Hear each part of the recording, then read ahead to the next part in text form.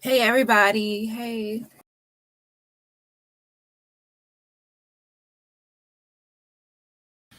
Hey everybody. Hey. So I just came on here to just go over Nazeer's previous video. I want to actually revisit his video because now, months later, we have more information and we have additional thoughts about everything that happened with Shanquella Robinson in Cabo. So basically, I want to go over Nazeer's video and look at look at it under the lens of her having Atlas luxation. So a lot of people have a debate. There's a debate on whether Shanquella was alive when Nazeer got there, whether she was just unresponsive, like she was alive but just not responding. And yeah, so there's different opinions on that.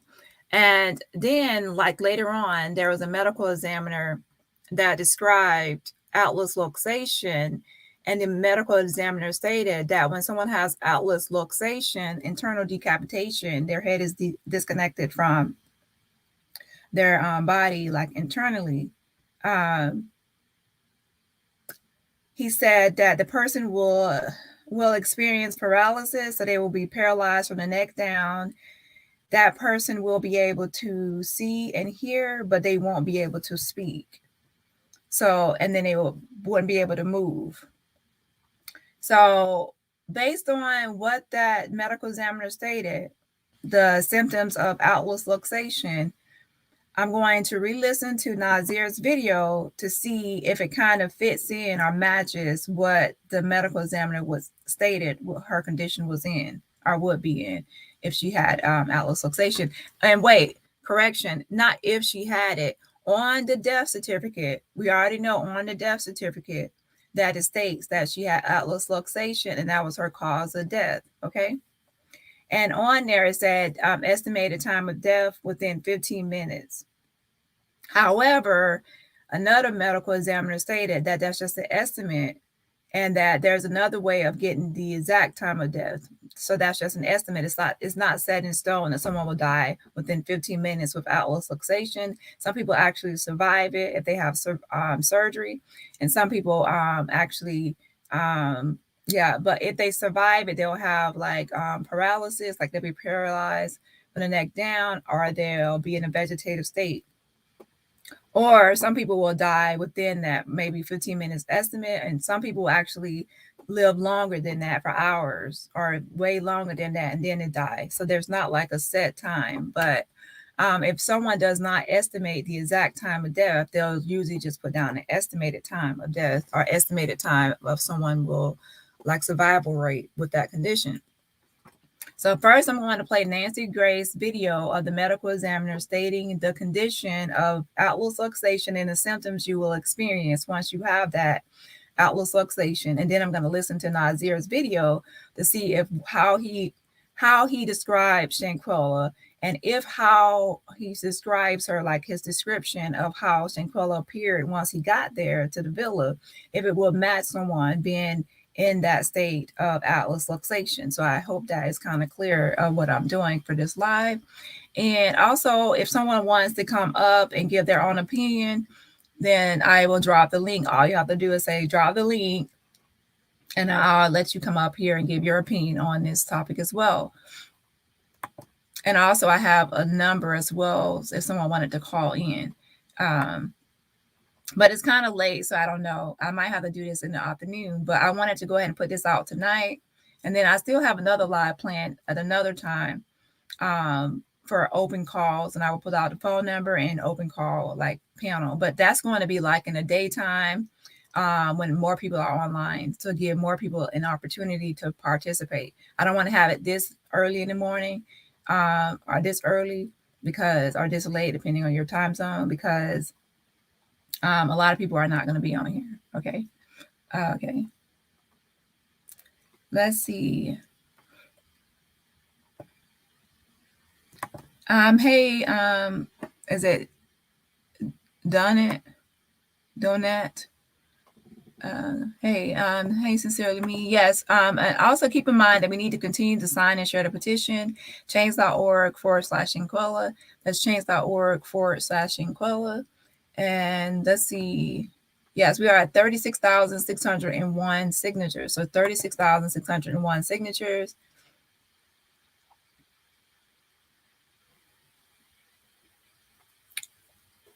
And yes, keep on using this hashtag on all social media platforms. Hashtag Justice for Shanquella Robinson. Hey, cutie. Hey, Gwen. Hey, Kelly. Cutie Pie. Genuine Woman. Yes, internal decapitation. Yeah. Cabo 6 should be sitting inside a jail cell instead of walking around freely. Yes, most everyone agrees that we want justice for Shanquella and we want people to be arrested. Number 1, for brutal attack, and number 2, those who covered up and omitted. Welcome to everyone joining this evening. Please be sure to hit the like button on your way in.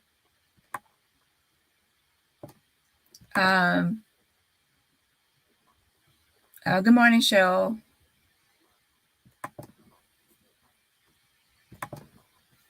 Hey, Tawana, and okay, thank you for signing and having your entire family sign the petition. So we're at 36,601 signatures, and I'm actually going to send out an email to who we need to email again, because I still have not heard from the Leah from the Department of Justice. So I'm actually going to call tomorrow. I'm going to call Leah again, a follow-up call, and also follow-up email to Leah. Okay.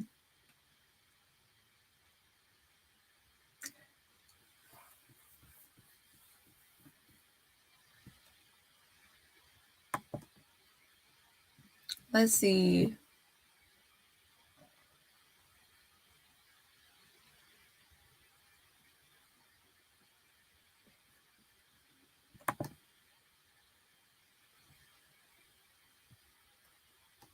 Okay, first we're going to listen to the medical examiner give the symptoms of atlas luxation, internal decapitation, okay? And then we're going to listen to Nazeer's video.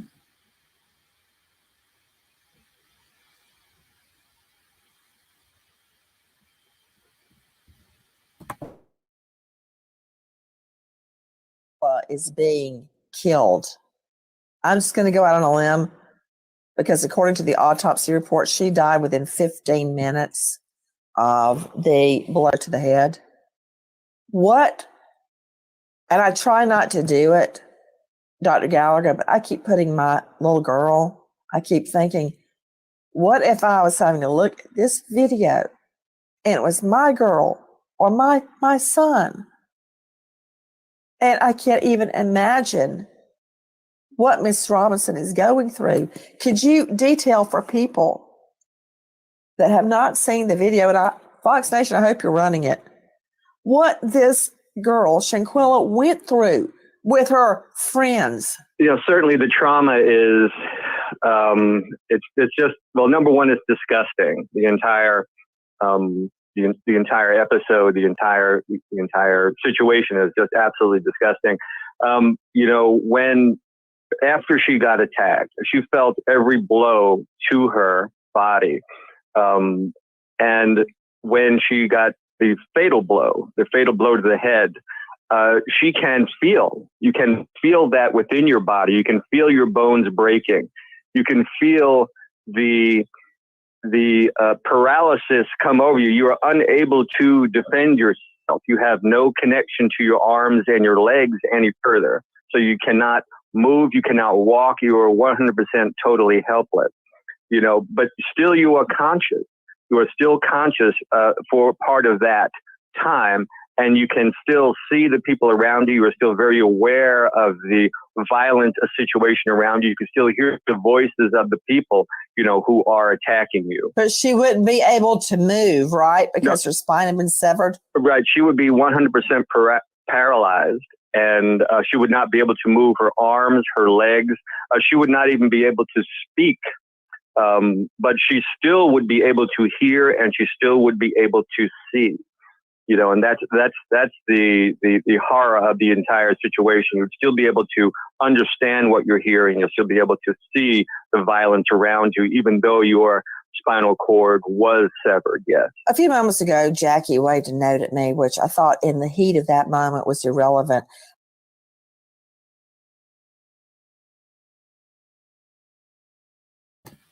Okay, so basically we have just heard what the medical examiner stated. He stated that she would be able to see what was going on around her. She will be able to hear people discussing things, so she will still be able to hear. She will be completely paralyzed from like the neck down. She will be paralyzed, and also she will no longer be able to speak. Okay, so that would be her condition with atlas luxation, internal decapitation. Your head is being severed from your body, but internally, okay? So that's why I call it internal decapitation, because obviously a real decapitation, like outside, you actually be able to see someone's whole head being like taken from their body. But internally, you wouldn't be able to see it as like that. But that's internal decapitation, okay? Okay. So let's go ahead and listen to Nazeer's video now. If you're just getting here, you have to catch up because I already played the first part. Now we're going to listen to Nazeer's video. And based on the condition that we just heard for atlas luxation, we will see, is it possible that when Nazeer got there, he saw Shanquella Robinson in the condition or in the state of having this condition and having the symptoms of atlas luxation? Okay.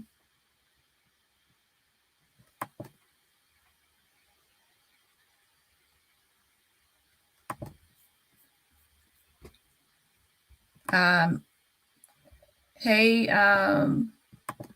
Darlene. Hey, Audrey.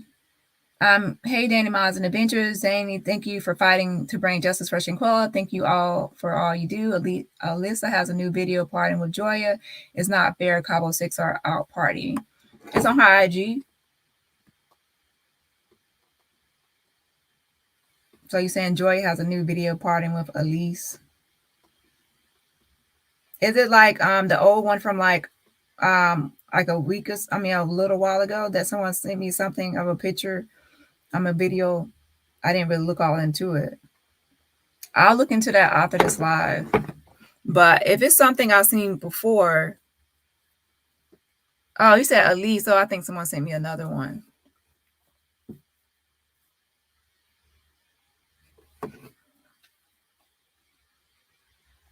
Yeah, I'll check out her IG. Why does the internet say DJ Desiree Jackson has been arrested since November?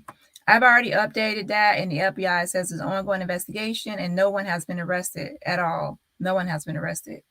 Not by the FBI and not by anyone acting on the FBI's behalf. So no one has been arrested. Where is it?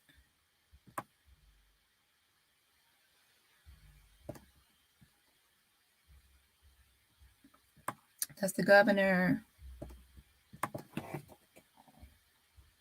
Right here, here's a screenshot right here. It says no arrests have been made in the case of Shanquella Robinson, and that was just, I think, last week. Okay, so no arrests have been made already, and that's from the FBI spokesperson. So that's I already updated that information. Yes, make sure you watch my playlist, and actually, I need to actually update the playlist.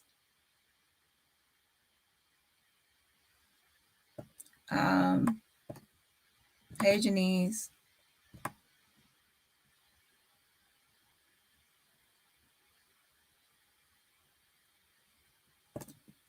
Yes, that's awful. This he described it, and to think she could still hear and see Lord Jesus, poor baby, exactly. So she could still see what was going around in here. So I'm going to play his video and see if we can actually put this more into perspective. That sounds like she was stuck in a scary movie. This is heartbreaking. Yes. It's a new one. Okay, I'm going to actually look because I wasn't on earlier. Well, I was on early on another channel, but not here. I wasn't online after that period or point in time. Okay, so I will look into that.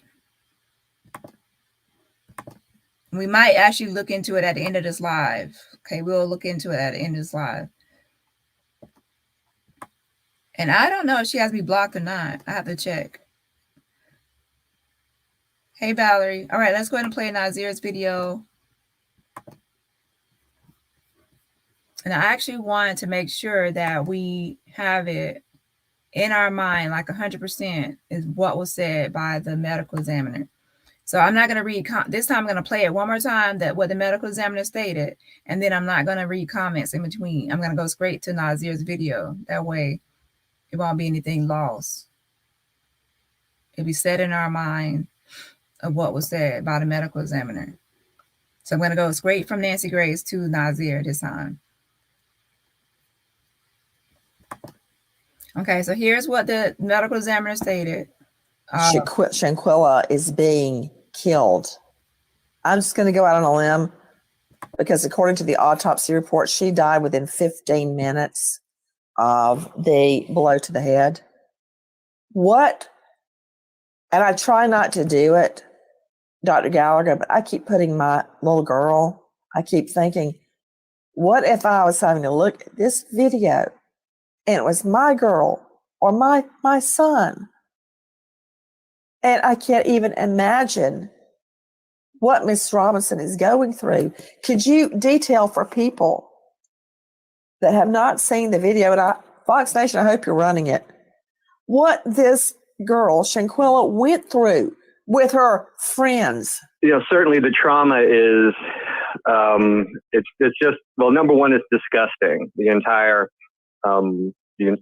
episode, the entire situation is just absolutely disgusting. You know, after she got attacked, she felt every blow to her body. And when she got the fatal blow to the head, you can feel that within your body. You can feel your bones breaking. You can feel the paralysis come over you. You are unable to defend yourself. You have no connection to your arms and your legs any further. So you cannot move. You cannot walk. You are 100% totally helpless. You know, but still you are conscious. You are still conscious for part of that time. And you can still see the people around you. You are still very aware of the violent situation around you. You can still hear the voices of the people, you know, who are attacking you. But she wouldn't be able to move, right? Because her spine had been severed. Right. She would be 100% paralyzed, and she would not be able to move her arms, her legs. She would not even be able to speak. But she still would be able to hear, and she still would be able to see. You know, and that's the horror of the entire situation. You'd still be able to understand what you're hearing. You'll still be able to see the violence around you, even though your spinal cord was severed. Yes. A few moments ago, Jackie.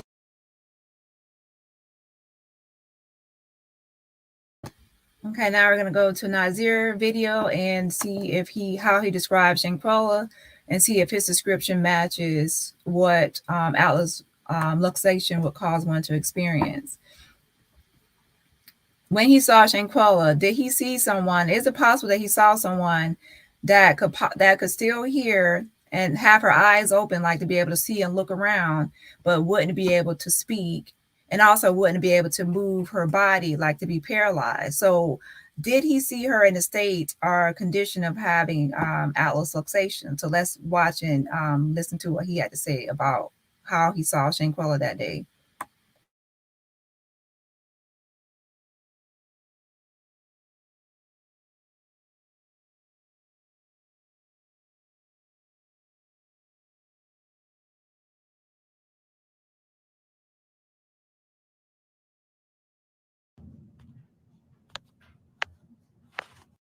She was showing symptoms. My taxi driver, it took us an hour to get to the villa because it was traffic. I don't know why. So I got to the villa around 3:26.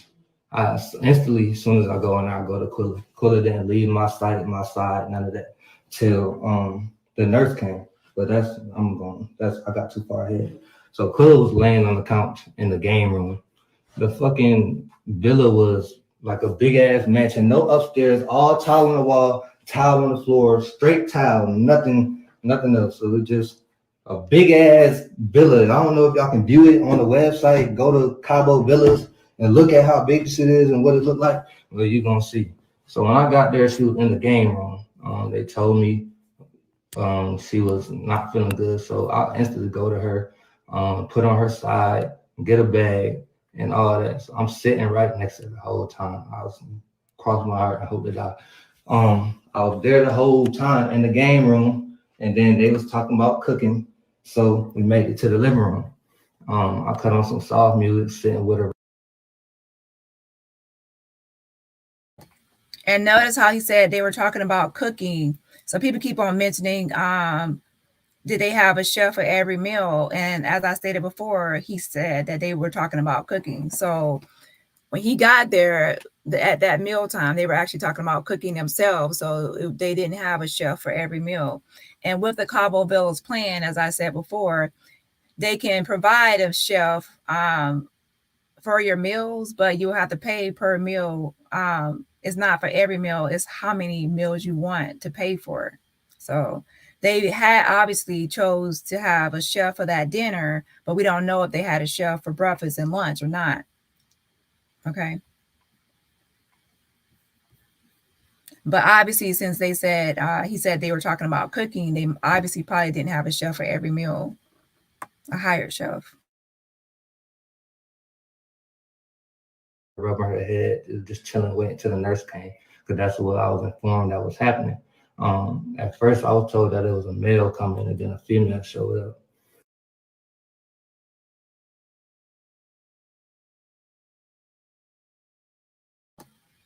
And it has already been verified through the Mexican database when you can check on the doctor's license, licensure information, that it was actual licensed doctor, Dr. Carolina Ornelas. It was not a nurse. So that's one thing that has been updated since then. That has been verified that it was a nurse. And yes, she does has certifications to be a midwife, but she's actually a doctor, and she also certified to be, of course, a midwife. Let me go back because he said something else. Wait. Chilling, waiting till the nurse came, because that's what I was informed that was happening. And pay attention to this. He said that that's what he was informed of what was happening. So when he got there, he's saying that when he got there, they told him that the nurse was coming or someone was coming. Okay. So that kind of changes a little bit, because if he got there and they said that someone was already on the way, then that would make someone less likely to call for help, because someone has told you that help was already on the way, right? So if he got there and they told him that help was already coming, then in his mind, he will actually just wait because help is already on the way. If he wasn't told help was on the way, then it would be more expected of him to do, because obviously he should call for help since help isn't on the way. But he got there, he said that he was informed that help was on the way or someone was on the way. So let's play that back one more time, just to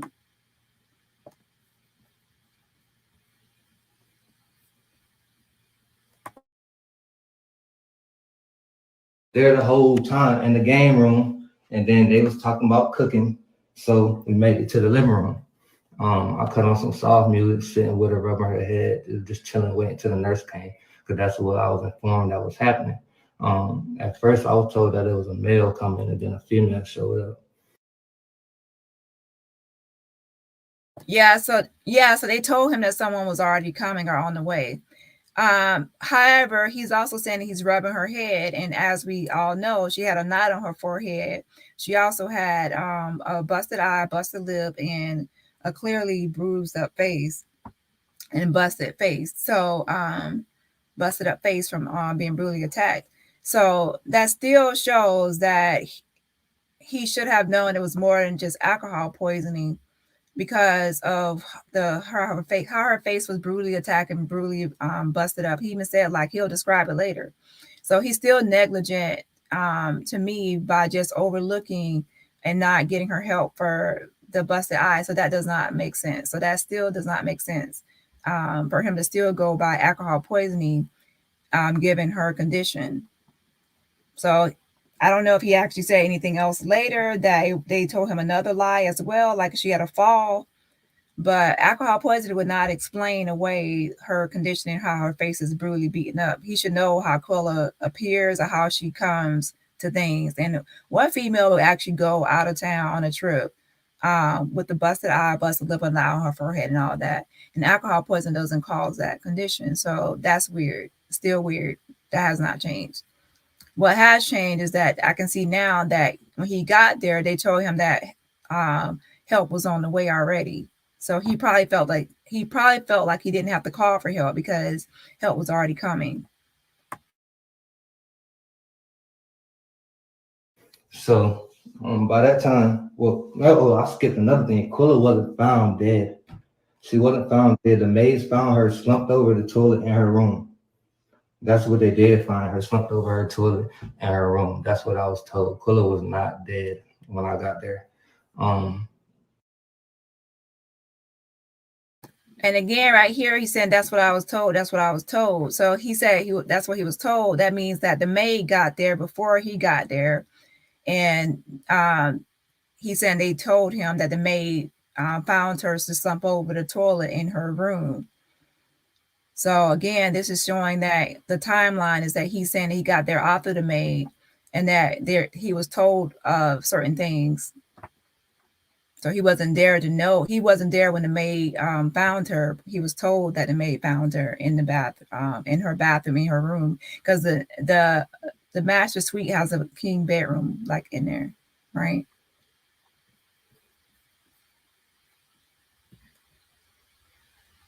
Now that brings into question, how did she get into the bathroom, which we already know, like how she got there.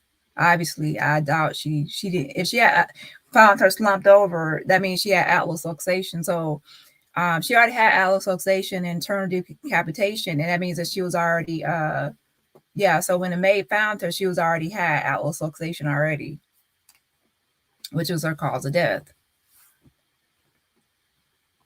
And that would explain why she slumped over.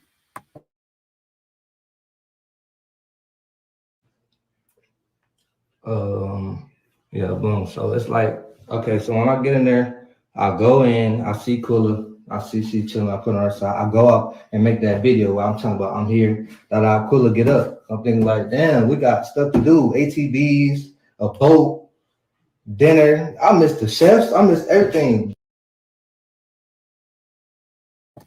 Now this is weird. He says when he gets there, he goes to the game room and he sees that Shanquella is chilling. He didn't say he seen her like asleep. Like he didn't say she was sleeping. Yeah, he didn't say she was sleeping or it seemed like she was sleeping or anything like her eyes closed. He said chilling. Now, could it be possible that when someone's resting in the game room, like could it be that she was like her eyes were closed and he said she's chilling? Most people wouldn't say that. If I saw someone with their eyes closed in a game room, I wouldn't say that person is in there chilling.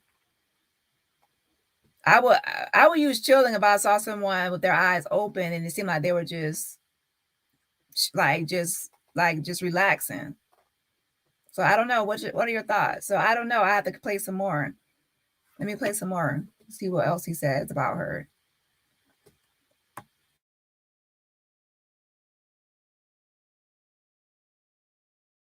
We got stuff to do, ATVs, a boat, dinner.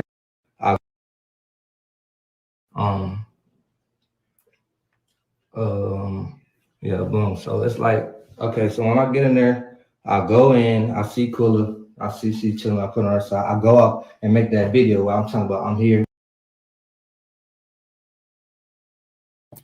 He says that he sees her chilling and he puts her on her side.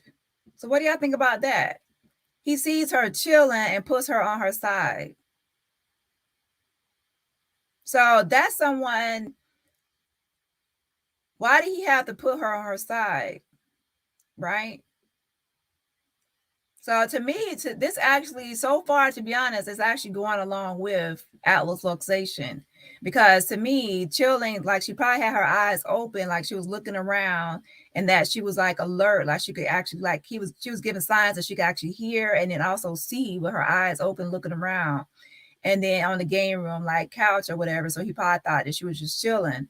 And then he said, put her, then obviously she wouldn't be able to move by herself. Like she wasn't be able to move. So he said he put her on her side. So that would explain why someone would have to move her, because she wouldn't be able to move, like put her on the side. So to me, it is giving me Atlas Luxation. It does give me that.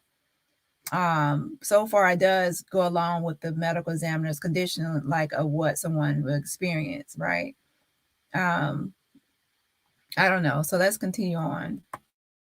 But yeah, it's also given like he is still like adamant about wanting to enjoy his Cabo vacation, and that's why people who didn't like him off the bat from the get-go, because he was seemed like he was more interested in just enjoying Cabo and having fun, and not really interested in really helping Shanquella. And on top of that, overlooking her busted eye, busted lip, and everything, all her injuries.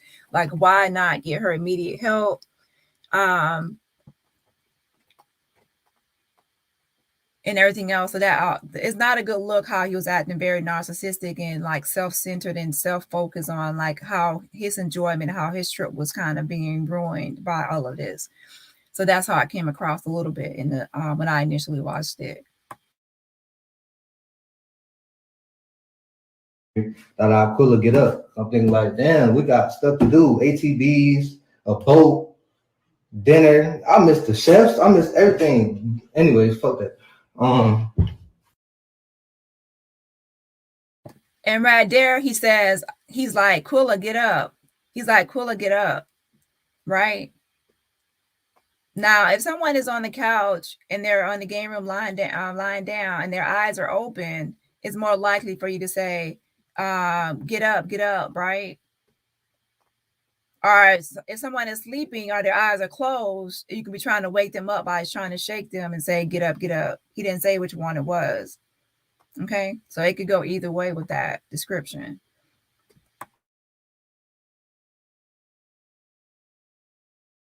So I'm like, damn, I'm thinking, Quilla, let's get up. I say that in the video. Everybody can hear it. Everybody knows.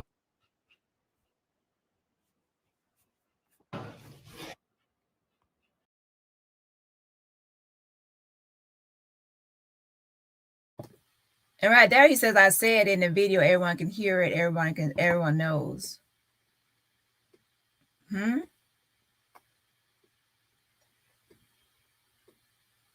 What video?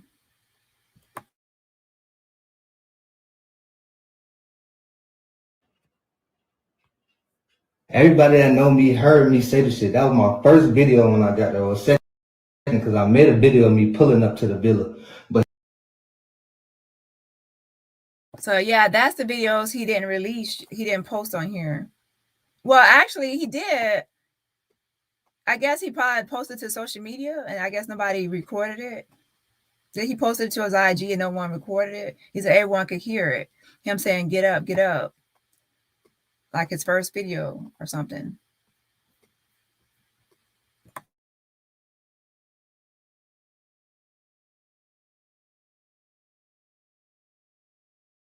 Most likely that's one of his videos are probably in evidence as one of they said they have evidence, like video evidence and different things. So they most likely obviously have his videos that he has.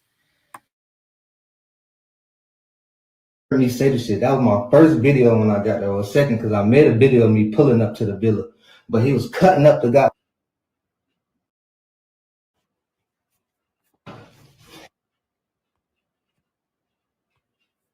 Everybody that know me heard me say the shit. That was my first video when I got there. Or second, because I made a video of me pulling up to the villa.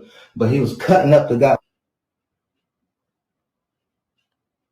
I try to get the timestamp for y'all, but that's not gonna work. So I guess the real FBI or whatever had to put those right timelines together.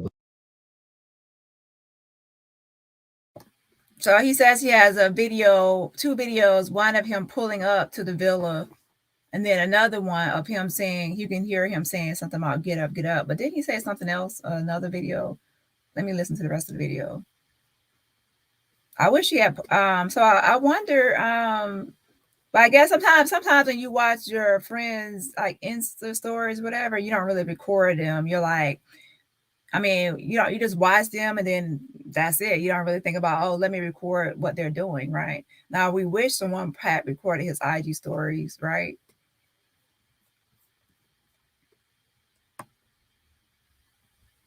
Or wherever he posted those two. But I'm gonna start with the NCB.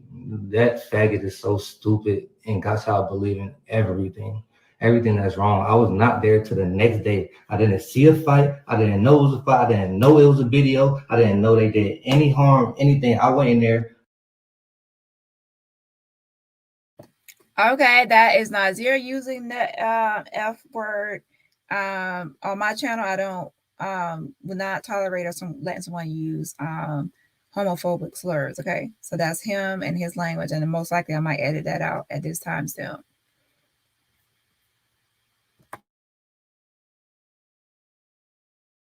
And told it. I didn't see a fight. I didn't know it was a fight. I didn't know it was a video. I didn't know they did any harm, anything. I went in there and told it was alcohol poisoning. So that's what I helped her as.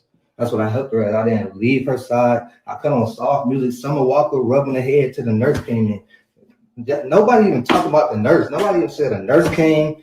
None of this stuff. So I'm really not understanding where this story is coming from and why it's out here like this, because it's wrong. It's wrong. And for y'all to be attacking me, an innocent soul, like I'm really innocent as fuck. I went there to enjoy my birthday, like to enjoy my birthday, and it really just got down. I was not there till the next day. I didn't see a fight. I didn't in the video. Everybody can hear it. Everybody knows.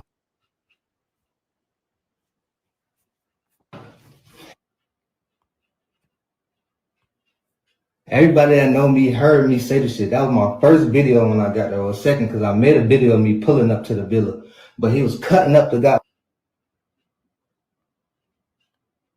I try to get the timestamp for y'all, but that's not gonna work. So I guess the real FBI or whatever had to put those right timelines together. But I'm gonna start with the NCB.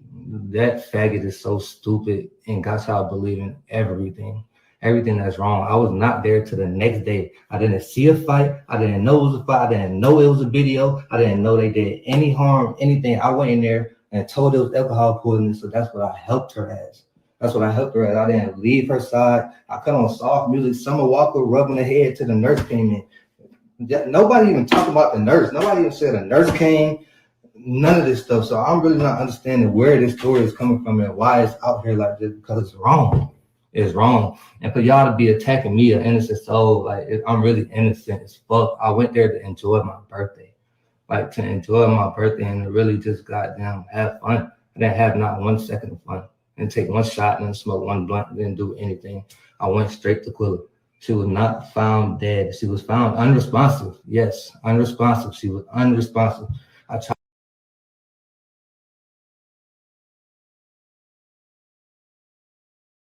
And yeah, that exactly is why people did not like Nazeer, and a lot of people still don't like him and don't trust him, is because if you have a friend and you really love that friend, you care about that friend, and are so concerned, you would not behave or respond in this manner of like being so disappointed in your trip getting ruined. Like as soon as your friend is injured and something is wrong with them, you're like, to be honest, you'll be like, fuck this trip. I don't care about the trip anymore.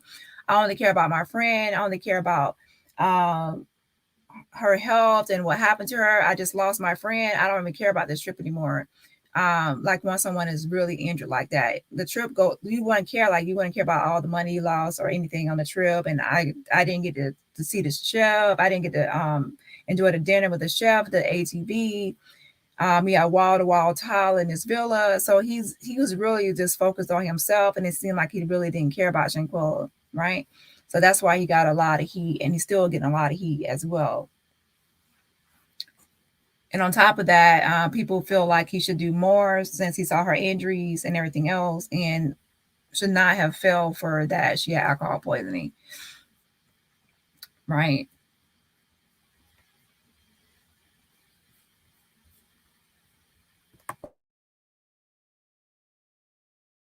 Tried to get her to talk to me and all that, but it was none of that.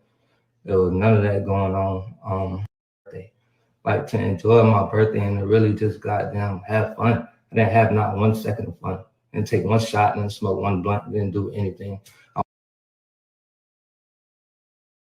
Yeah, all he seemed to care about was how he missed out on his birthday, not being able to smoke one blunt, not be able to just have fun on his birthday. Like, that's very narcissistic and uncaring. After you see someone, you know that at this time when he made this video, Shanquella was no longer here. And for him to even say all this seemed like his main concern was just like he lost money in Cabo, didn't get to enjoy his vacation, and it was just ruined by everyone else. Ruined his birthday celebration in Cabo.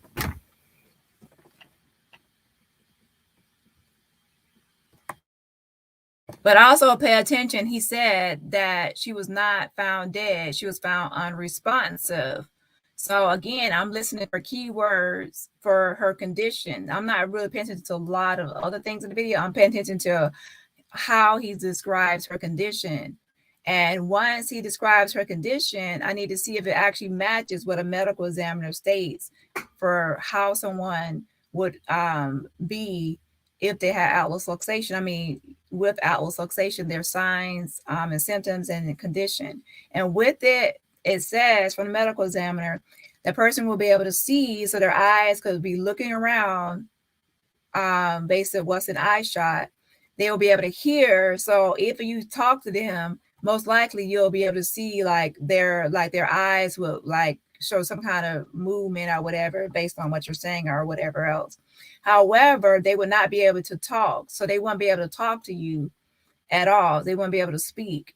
And also, since they're paralyzed at that point from the neck down, they wouldn't be able to move their body, right?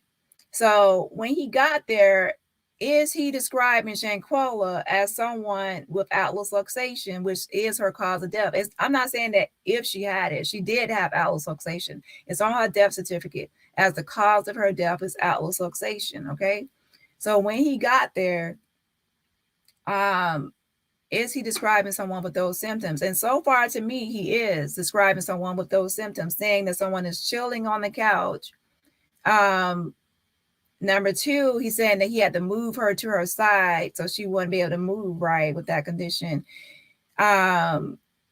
He's saying, get up. And that was to be someone that wouldn't be able to get up. And if someone is sleeping, it'll be different. But if someone's eyes are open, you will probably say, get up, because, and like say that, right?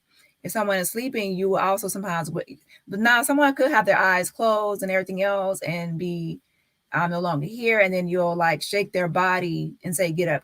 So that's another possibility. And then later on, we also know that he moves her from the game room to the living room, right? So that means she wouldn't be able to walk herself, which is again describes the paralysis part of it. And then now in this part we just watched, he says that she was unresponsive but not dead, and that would actually go along with Atlas luxation as well. Is that someone would be able, they wouldn't be dead, but they would just be unresponsive.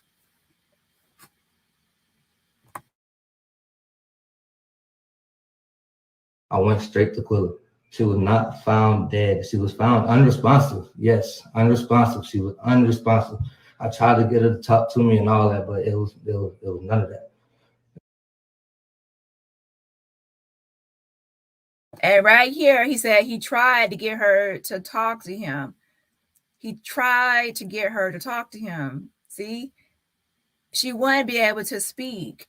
She wouldn't be able to speak. So he will be able to see that her eyes are moving. She like seems to be able to hear, but she's not talking. So he's saying that he tried to get her to speak.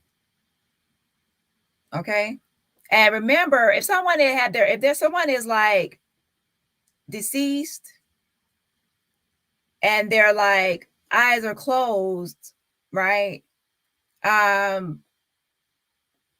You want like, would you try to like really hard to keep on saying, I'm trying to get this person to speak, but someone has their eyes open and they're looking around and then they seem to be able to hear or like be a little alert, but then they're not talking to me, then I will be like, say something, like, say something, like you're not talking.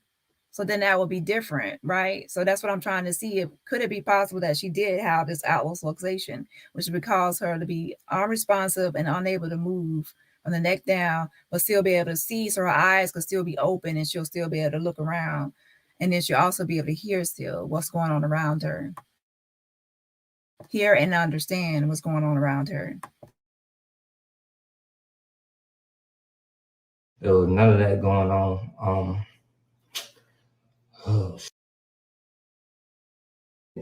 I went straight to Quilla.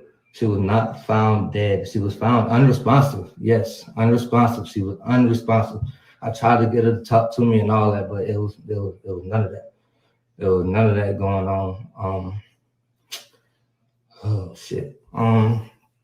Yeah, but other than that, I did. Oh yeah, I know y'all probably asking that. When I walked in there, I didn't really notice the knot on her head until the nurse pointed it out. I did see the bump on her lip.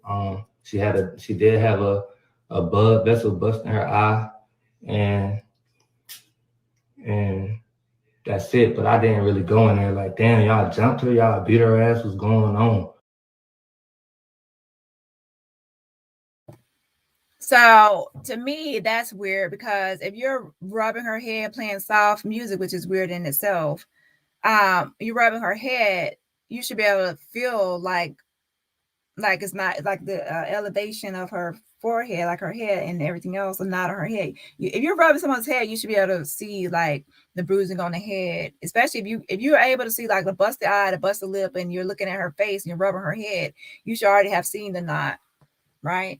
And even if you didn't see the knot, you still see the busted eye, the busted lip, and everything else. But right here, he's saying like he saw the sty in her eye, like the busted eye, the busted lip, but he didn't go in there and say, y'all jumped her, y'all jumped her. So he basically saying he saw it, but he overlooked it, or he just ignored it or whatever else, but he saw it, but he didn't go in there and be like, what y'all did to her or anything like that. That's what he's saying.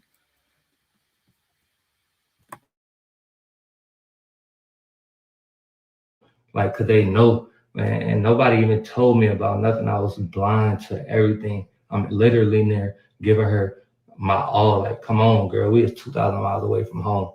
2,000 miles away from home. Don't nobody deserve this. Don't 50 more questions. Bro, why is y'all talking about boys that y'all kill y'all friend? I wasn't there. I don't have those answers for you from Friday to 3 o'clock when I got to Cabo. I just don't have them answers. I posted my flight itinerary. When I got there, I can't make that up. I can't. I really don't know what else to do but show y'all fucking the real tickets if I could even find them when I landed and didn't land. But I could post the video. I could show the video. It's gonna show the timestamps because it's in my archive. I got there at 3-something p.m. I made my first video at 4:26. That's me outside by the pool.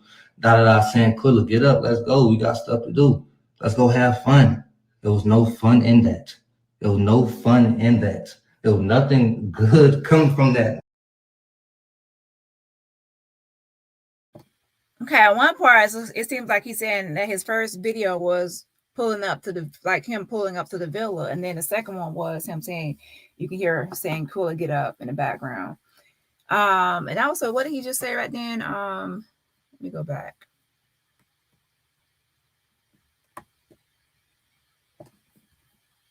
And it didn't land. But I could post the video, I could show the video, it's gonna show the. He actually arrived based on like the flight, the ticket, and everything, the times and everything else at 1:40 p.m. Cabo time. 1:40 Cabo time. And I already stated in another video, the only discrepancy with that is that he probably was going by North Carolina time, which is there's a 2-hour time difference. So he actually arrived with estimated time of 1:40 p.m. Cabo time. And then in North Carolina, I think they are I think isn't it like I think 2 hours behind? So then that will explain why there's a difference in time. Some people say, well, their device automatically updates when they go to a new time zone or a new location. And some people already know that sometimes your device doesn't automatically update to your new locations. You have to just remember that you're in a different time zone now, and you have to adjust your phone settings or device to your current time zone. So since there's a 2 hour difference between Cabo, Mexico, make sure you look up Mexico, not New Mexico, 2 hour time difference, then that will place that why he will say 3 something instead of 1 something. Yeah. Let me just look that up one more time to make sure, because Cabo, Mexico time zone. So yeah, Cabo is mountain time for Mexico. And then North Carolina is, I think, Eastern time.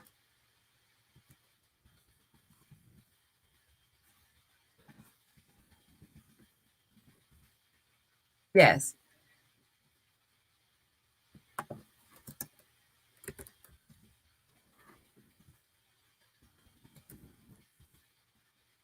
So yes, there's a 2 hour time difference. And Cabo time is 2 hours behind Eastern time. Okay. So that means that based on the estimates I estimated from his arrival, he arrived in Cabo. He arrived estimated time at the villa at 1:40 p.m. Cabo time. And then and on his device, if he didn't calibrate it, it will be around 3:40 p.m. Cabo time. It'd be 3:40 p.m. his time, like on his device, if he didn't calibrate his device to the current time zone settings. And everyone knows when you travel, you have to do that. Sometimes if your device doesn't automatically do that, or you'll be like in a different state or country, and then your device is on a different time. So you have to adjust for timing. So he probably looked at his device and said it was 3 something because he was looking at Charlotte time, Eastern time, when it was actually 2 hours ahead of the real time zone. Okay, so let's go back to the video.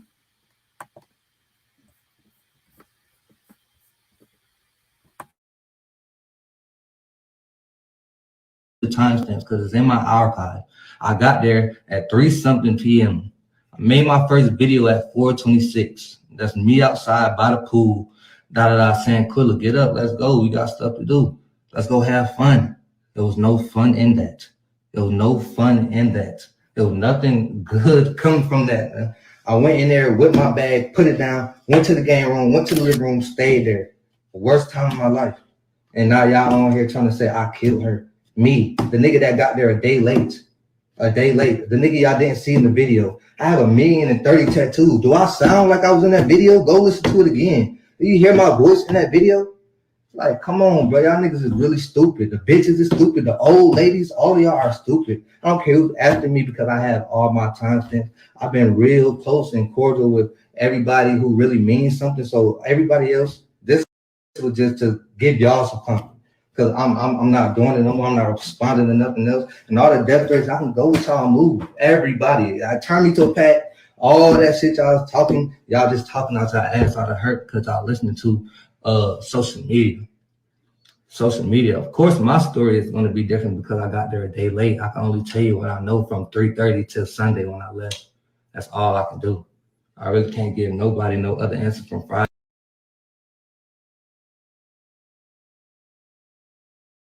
And see, he says 3:30, and that will actually be based on the flight time and transportation getting to the villa. It'll actually be 1:40. So he again is 2 hours behind because his device, he's not thinking about the time zone change between Cabo and Charlotte. That would explain to me the time difference. Secondly, he's still heavily focused on his birthday and how this all ruined his trip. It ruined his birthday. Very narcissistic. Which is why people don't trust him and don't like him and everything else, because this is not coming across as someone that cared about Shanquella. And since he was rubbing on her forehead and didn't notice the knot and also playing music, it came across as creepy. Okay, so that's what this whole thing is showing. But however, he was not there when she was brutally attacked by Dejanay. So if we were to just hypothetically speaking, if people think that Nazeer did something once he got there to Shanquella, right, that would cause her death, then that would say that whatever Dejanay did didn't do anything to her. So Dejanay brutally attacking her and throwing her by her neck, and them saying that she had alcohol poisoning before he even got there. They were already saying like she had alcohol poisoning, right? So that means that when he got there, they would say she had alcohol poisoning, and then you would then say, well, when he got there, then Nazeer did something to her to cause her neck to break. So that doesn't really make sense. That doesn't really make sense that he got there after they already said alcohol poisoning and the doctor was on the way, and then he did something to Shanquella. Now, could it be possible that him moving her around from room to room exacerbated her condition and And because when you have atlas luxation, you should have your neck, like your head neck area should be stable and more like healed and stabilized, right? So that way it won't like worsen the condition of atlas luxation. So that definitely will make him negligent. Definitely. Even him not like overlooking like her bruised face and everything else, busted eye, busted lip, and not her head, that can make him negligent as well. However, based on his flight times, he was not there when she was brutally attacked. So he definitely was not there during that time period. He arrived later. His narcissism and just focused on himself and how his whole trip was ruined is what put a bad taste in people's mouth. Because they didn't tell me. I didn't go in there, sit down and make no alibi with nobody. I didn't know nothing. They didn't tell me nothing. Crossed my heart and hope to die on this Bible right here. I don't know nothing. I didn't sit and make no alibi. I didn't even have time. I got there an hour later. The nurse came in the door. And of course, people thought that was suspicious for him to have a Bible on him, like a Bible right there next to him, say, like, pick up the Bible, like, where are you at? Like in your room, and then you have a Bible on your stand. Like some people have their Bible in their nightstand, right? He said he got there, and then the doctor arrived an hour later. And notice now, of course, he's saying doctor, and before he was saying like they said the nurse, whatever. But I already verified that it was actually a doctor that came.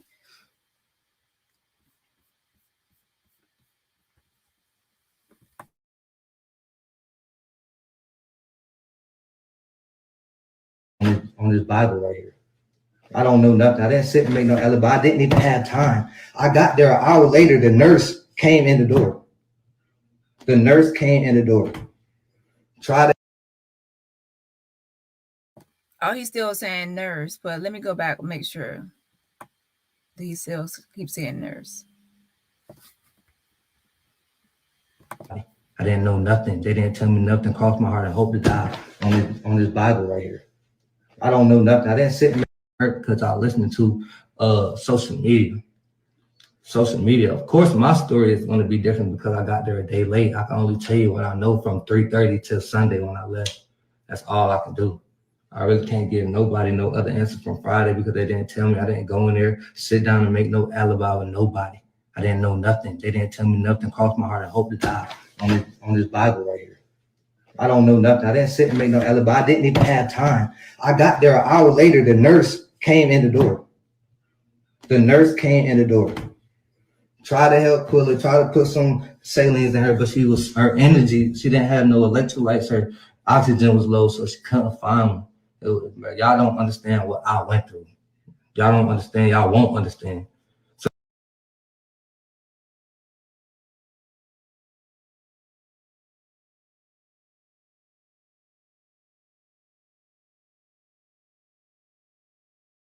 And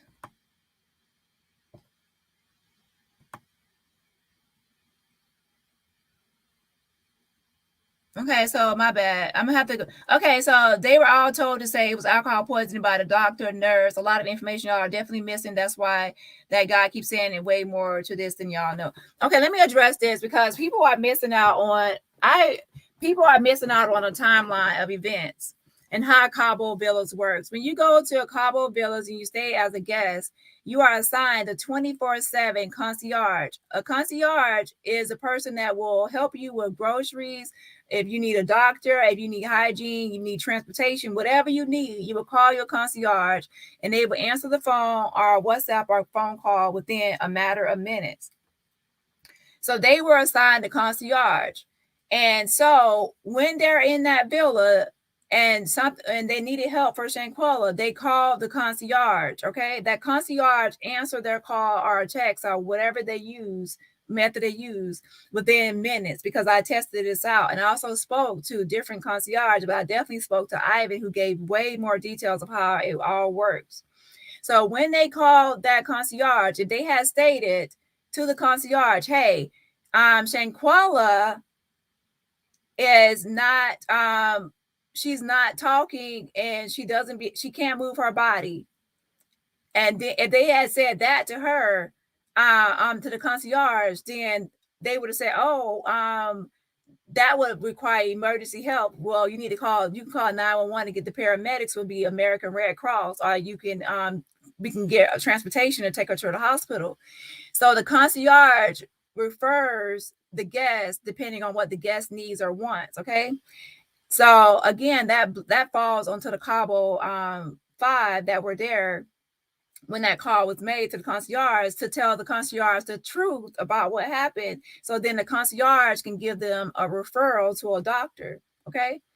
So if they had called the concierge and said, hey, Shanquella was brutally attacked by another guest in the house, Janae. She was thrown by her neck. She was kicked in the face. She's no longer moving and she's no longer speaking, like she's unresponsive. The concierge would say, oh my gosh, she was brutally attacked. You need to call security. There's security in the area. Do you know that when they get there, they are told that security is in the area? They are told that security is in the area because it's a homeowners association area and they have security in the area. Okay. So they could have there's ways that they could have contacted the concierge and the concierge would have contacted security, especially if they had called the concierge and told them the truth. Since we know that security wasn't called and police wasn't immediately called, an emergency wasn't immediately called, that means that they lied to the concierge about Shanquella's condition, right? And then they also lied to Nazeer about Shanquella's condition, and then also the doctor. Now, how the doctor come into play is this. When you call the concierge and you tell them that you need a doctor, if it's something really serious, it's like life emergency, then they send out, they say that if they will tell you that you need emergency help or you need to get like higher assistance, right? If it's something like someone drunk too much, then they'll send out a doctor for $150 for like a concierge doctor. You pay $150 to get, and then the doctor would bring out an IV.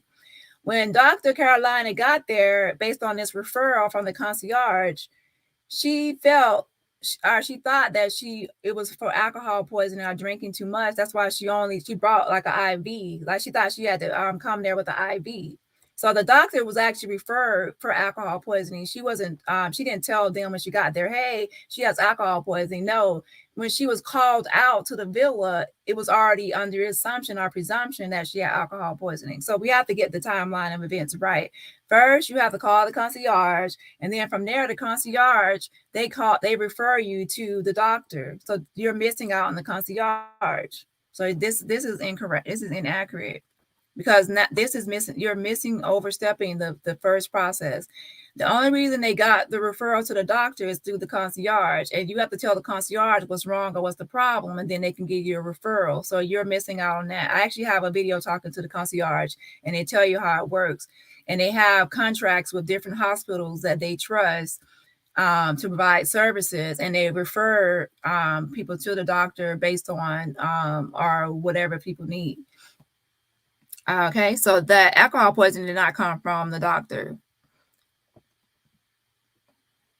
And I guarantee you, if they had called that concierge and told the truth that someone had just been brutally attacked, You think that the Cabo 5 it actually called the concierge and told the truth that somebody was just brutally attacked?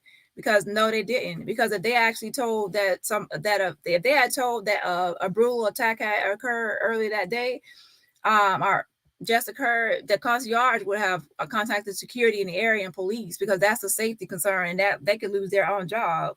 They're not gonna like say, oh, a brutal attack occurred, let me send out a doctor with an IV. No. The Cabo, they lied. And what makes you think that if they didn't lie to the concierge and they lied to the doctor, they lied to everybody? And remember, they actually lied to the parents once they left back from Cabo. Okay, so why would they lie? People are missing out on this too. Why would the Cabo 5 actually keep lying and saying that it was no fighting? If they believe that the fighting wasn't significant, like if it wasn't important and it wasn't something that could actually be used against them or incriminate them, why hide it? Why hide the fact that it was fighting in Cabo? Why hide it? It's because they knew that if they told that it was fighting over there, then that's something that could incriminate them and tell the truth about what happened to Shanquella. That's why they hid it. Okay. But yeah, you have to come back to me again once you add in the concierge, because they didn't just call around and get a doctor themselves.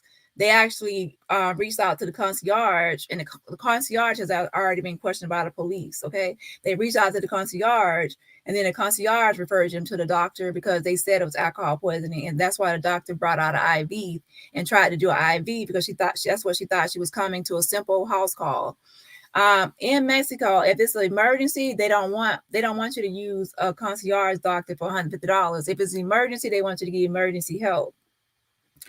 And then when the doctor got there, she saw the knot on the forehead, and she said she questioned about the knot on the forehead, and she also insisted that they get emergency help. And then only after a few times, her saying that, Winter finally called 911, and that's when American Red Cross came out.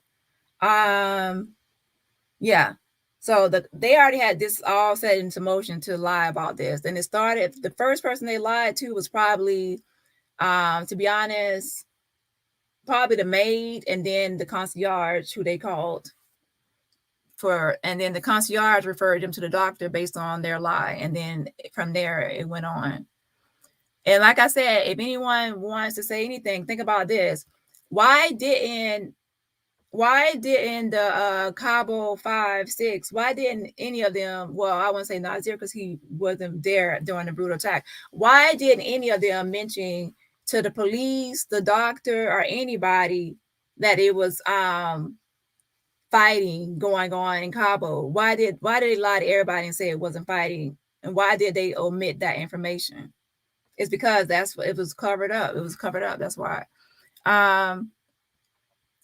Yeah, so go watch my video I have about the concierge, and I speak to Ivan, and he actually tells like what the concierge job is and their prices for referring someone to a doctor, $150. And they go by what the guest wants or asks for or states is the problem, then they give a referral. And that's why the doctor came out there with the IV, because she thought she was coming out there to a house call for alcohol poisoning. So she was told that. That's why she brought that with her.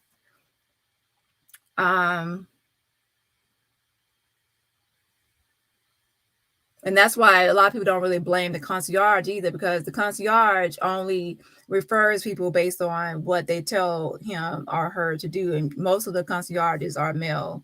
So they only like refer you based on what you ask for or what the issue is. And I guarantee you, if they had said that she had been brutally attacked, kicked in the face, and thrown by the neck, that concierge would have said, oh, you need the security. There's security in the area.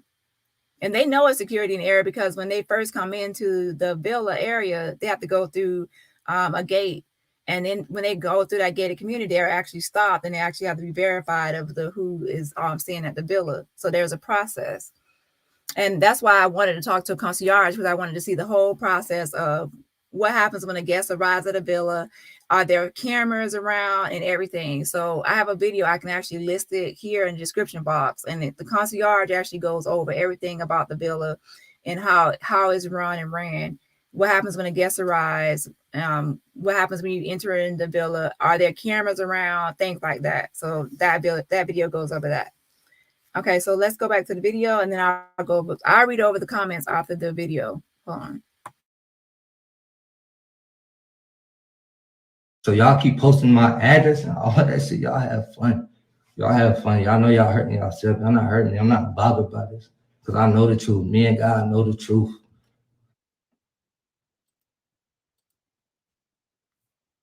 I've been to the house. I talked to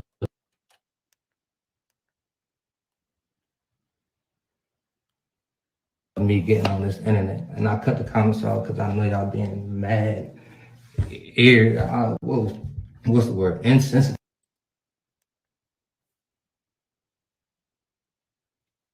So I ain't even finna go back and forth on this shit with nobody. I tried to go live with the NC Beat nigga. He swear he know the times. He been to Mexico and stuff before, so he knows how everything goes. But Instagram and everything keep timestamps. Everything is in my archive. Everything else, you're gonna have people watching my page when I go live. That's cool. But you're a loser. You're really a loser for trying to do this to me. You don't even know the full story. What else I gotta say? I really think that's it. I'm really not giving y'all too much because that's all I had to say.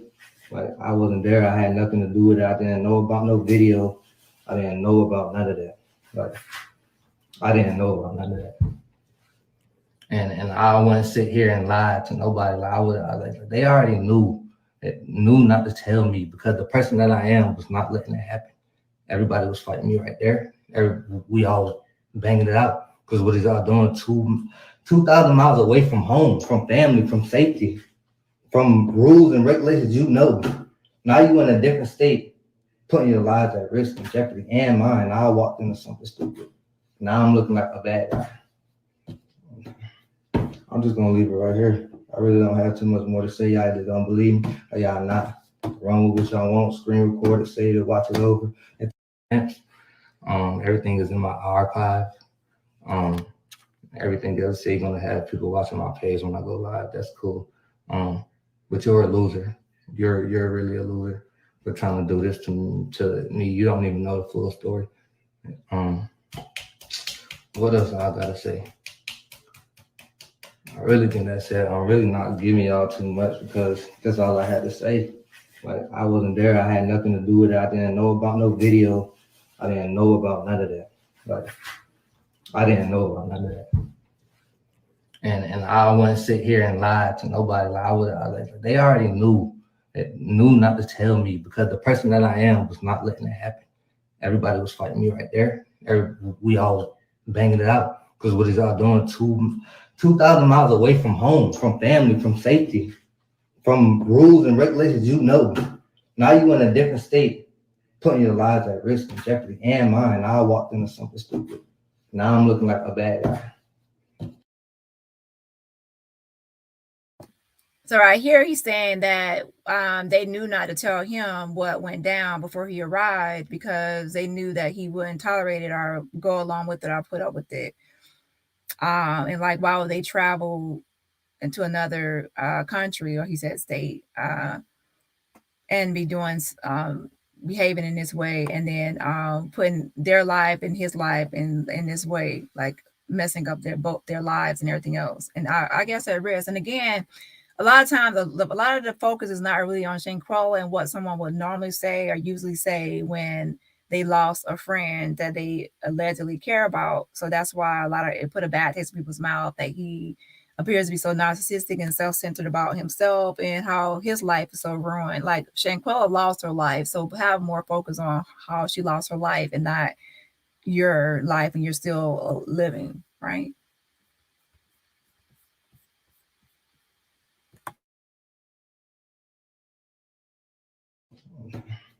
I'm just gonna leave it right here. I really don't have too much more to say. Y'all either don't believe me or y'all not. Run with what y'all want. Screen record it, save it, watch it over, interpret it, see if I was sincere, really genuine. But I'm tired. I'm fed up. I haven't slept. I don't know. I have to look over my shoulder because I don't know who's back there. Like, this shit is stupid. It's really stupid. It's really stupid. And I'm not even going to address the tough guys, man. It's nothing to talk about. I'm innocent. If you want to make a move off of impulse and how you feeling because of the internet, that's cool. What else? But when the truth come out, I really don't want to hear nothing from nobody. Y'all can really go on about y'all day, y'all life. We ain't got to talk, be cool. You felt how you felt because that's the information you was given. I respect it, but I can't respect you. That's because if you knew me, you know that's not me. That's not my art. My art's so pure. I'm not computational. I would try to end everything before it gets to something like that. Come on, bro. You don't do that 2,000 miles away from your house, bro. You don't do that. You don't do that. I have the most respect for Miss Robinson, Quilla, everybody. Like, y'all welcome me with open arms. Listen, heard me out. All of that. I didn't feel like anything was a problem. I respect that, and I want you to get justice for your daughter. I want everybody to get justice. I want everybody to start hurting. Don't nobody deserve that, especially not to die 2,000 miles away from your family. It's not fair. It's not fair, and I say it every day. I say it every day. I think about it every day. It's not, well, I can never forget. Y'all won't let me forget it because y'all think I'm responsible for it. But I just don't understand why. And y'all don't have everything. Y'all don't have timestamps. I didn't sign that guest list. First of all, oh yeah, the guest list that my name is on. Go try to find my signature. Hold on, where's my ID? Oh, fact. My ID. Is my signature on here? That's my passport. Anyway, I don't know. That signature not on there. It's somewhere in there. But I didn't sign it. And the only reason why my name was on there because you had to have your name on the list to get past the gate. If your name wasn't on the list, they would not let you up to your villa. So they signed my name, they printed my name, and signed my name, which is not my signature or my print. That's the only reason why I'm on that list. That's the reason why I don't have a phone number there. That's the reason why there's not my fucking shit on there. That's the reason why I'm the last one on there. Like, come on, bro. I gotta. Now, I did confirm this information with the concierge that when the concierge greets the guest, that everyone has to sign the guest registrar list. Your name has to be on there in order to stay at the villa. That's true. And he wouldn't actually confirm 100% about people signing other people's name. He pretty much alluded to that's possible that someone else is going to arrive later and they're not there at check-in when everyone else arrives, that person's name will be put on the list by someone that is already there, because everyone that's staying there has to have their name list on the list. And if you stay there, your name has to be down there. So people are saying that other people are staying at the villa too. Most likely the people they are seeing are noticing are the chef, and then the people that come with the chef, like these the hostess and the bartender that comes with the chef. But anyone that's actually staying at the villa as a guest has to be on the guest registrar list. They actually have to show their ID to even get through the security. And I did ask, like, does everyone have to get out the vehicle? They said no, they would just have their IDs and their information given for the security to stay in the area, and through like a homeowners association, that has to be filled out. So that is true with the what he's saying about that. And that's why his name is last on the list, because they had to actually say, well, he's coming next. Secondly, with Cabo Villas, when you rent, when you like lease, or I mean not lease, but rent a villa, like book one,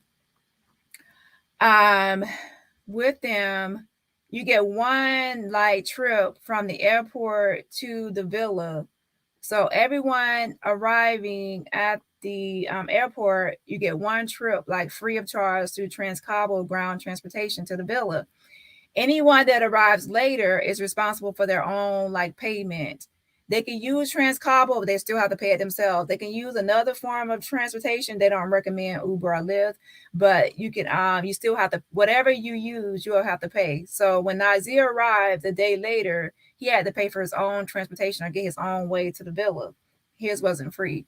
Okay. So they do greet them at the villa with the guest registrar. They go over some things about the Cabo Villas and what they need, like the concierge information, the area. They also go over like the maid, like what time the maid will be there, and they ask the guests like if they want to change what time the maid comes. Like some guests probably want to change the time. They also give them chips and salsa on their arrival for free. That's all included with the trip.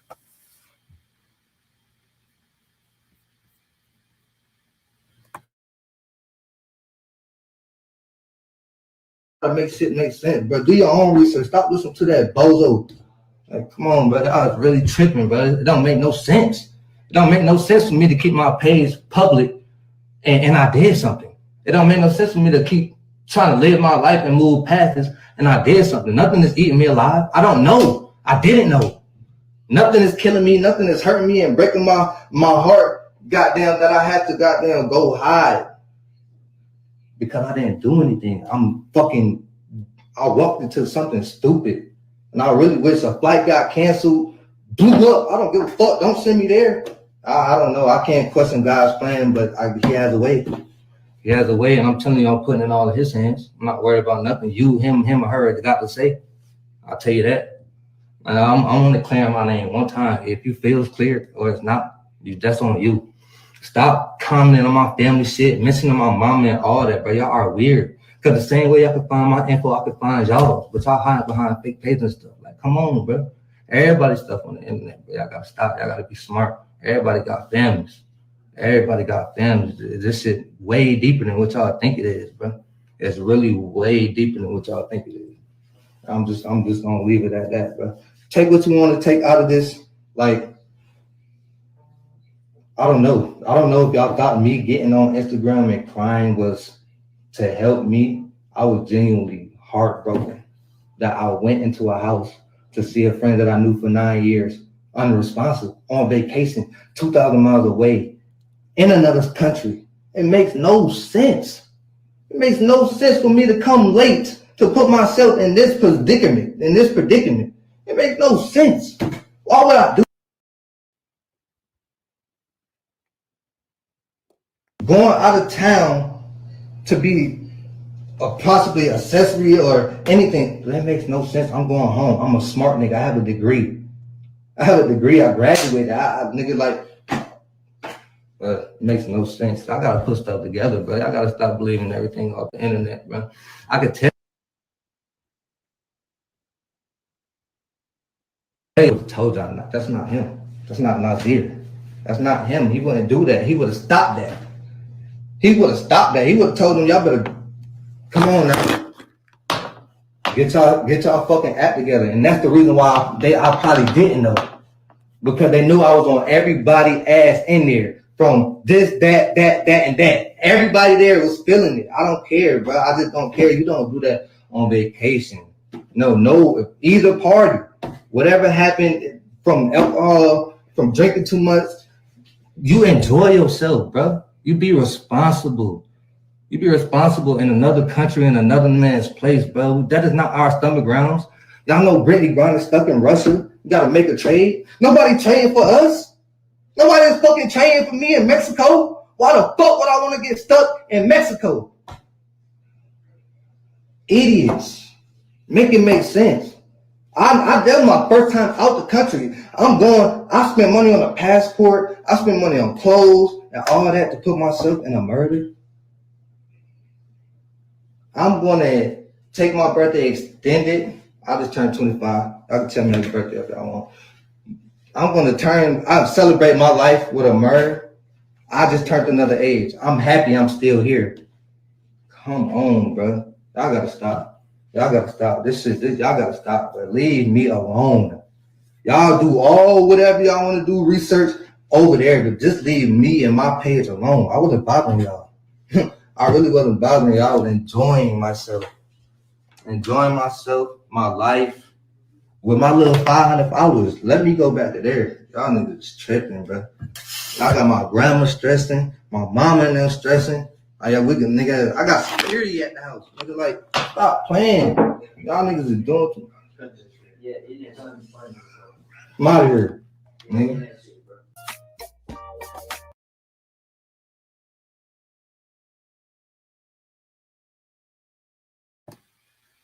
So yeah, and also pay attention to he keeps like he said it twice in this video. He said a murder, a murder, a murder, right? So even like Arthur, since he's actually a part of Cabo 6, he's saying that he walked in on some stupid shit, like walked into some stupid shit, and also he's calling it a murder.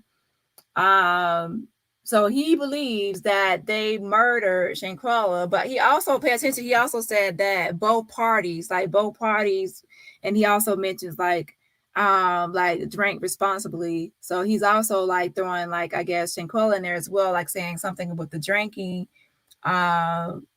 Drink responsibly. So I don't know why he threw that in there as well. But then he said something about a murder. And a lot of times people go on about why Nazeer said it's deeper than y'all think. In my opinion, the reason he says deeper than y'all think is because at this time when he made this video, people were accusing him of being there when the brutal attack occurred. They accused him of actually harming Shanquella and him being the cause of her death and other things. They were pretty much on Nazeer for the death of Shanquella. So I believe at that time he says deeper than y'all think because he wanted people to think deeper or just like say, well, he wasn't there and to actually he walked into something stupid. They set him up. This is a murder. This is I arrived and she's unresponsive. I don't know what was happening when they got here. They didn't tell me anything. So I think that he says deeper than we think is that it's more than what we think, or it's more than what everybody was saying. Now, also in another part of this video, he just said again that she was unresponsive. So again, it just goes back to my question based on the video I watched, because the main question was what he's described for Shanquella, could it fall under Atlas luxation, which would cause you to be able to still see, to be able to hear what's going on around you. So you'll still be able to see and move your eyes around and be able to hear what's going on around you, but you wouldn't be able to move your body. Right? So would that actually fall? And then also you'll be pretty much unresponsive, meaning you won't be able to talk. So based on the things he described, I will actually say that I do believe that based on his description that she would have Atlas luxation. And that's why he would say certain things to her and about her based on his description. Like he said that when he came there, she was in the game room chilling. He didn't say like sleeping or resting or taking a nap or something else you would describe someone in that state. A complete like nothing from them. He said chilling. And usually when I would say chilling, I would say that if I saw someone's eyes open and they're like relaxed, they seem to be relaxing or whatever else. And then he also said he had to put her on her side. So that would show that she wasn't able to move by herself. But to me, it'd be weird because if someone is paralyzed, you put them on their side, that would be, to me, how would their body actually be in position, right? I don't know. Like, how would their body be positioned or able to hold up completely on the side? Like, how was she actually? I definitely wouldn't say more like I don't know. What else he said? He kept saying that he wanted her to speak. He said, get up, get up, get up. He said unresponsive. So she wasn't giving any signs like talking to him. So everything he's describing to me would actually fall under Atlas luxation. But I would think that it would be pretty weird if someone's eyes were moving, but then they were not talking. But then I would actually be saying like, say something like, can you talk or can you speak? Like he did say, speak. So yeah, I would say it describes that. After looking at this video, I can say to me, my first looking at this video, it was more harsh than now, to be honest, because looking at this video now, to me, he still comes across as narcissistic and really just mostly focused on how his trip was ruined. It's a lack of more, it's more of a concern about himself and what's happening with him than Shanquella and losing her life. So it doesn't come across as like 100% like genuine friendship of real love at the core. However, I don't believe that he's actually responsible for her death, but I do believe that he's negligent, and meaning that since he moved her on her side, but she had Atlas luxation, that will actually could be something that could damage her even worse with that condition. Secondly, he moved her from the game room to the living room. Again, he moved her, so that's more of negligence right there as well.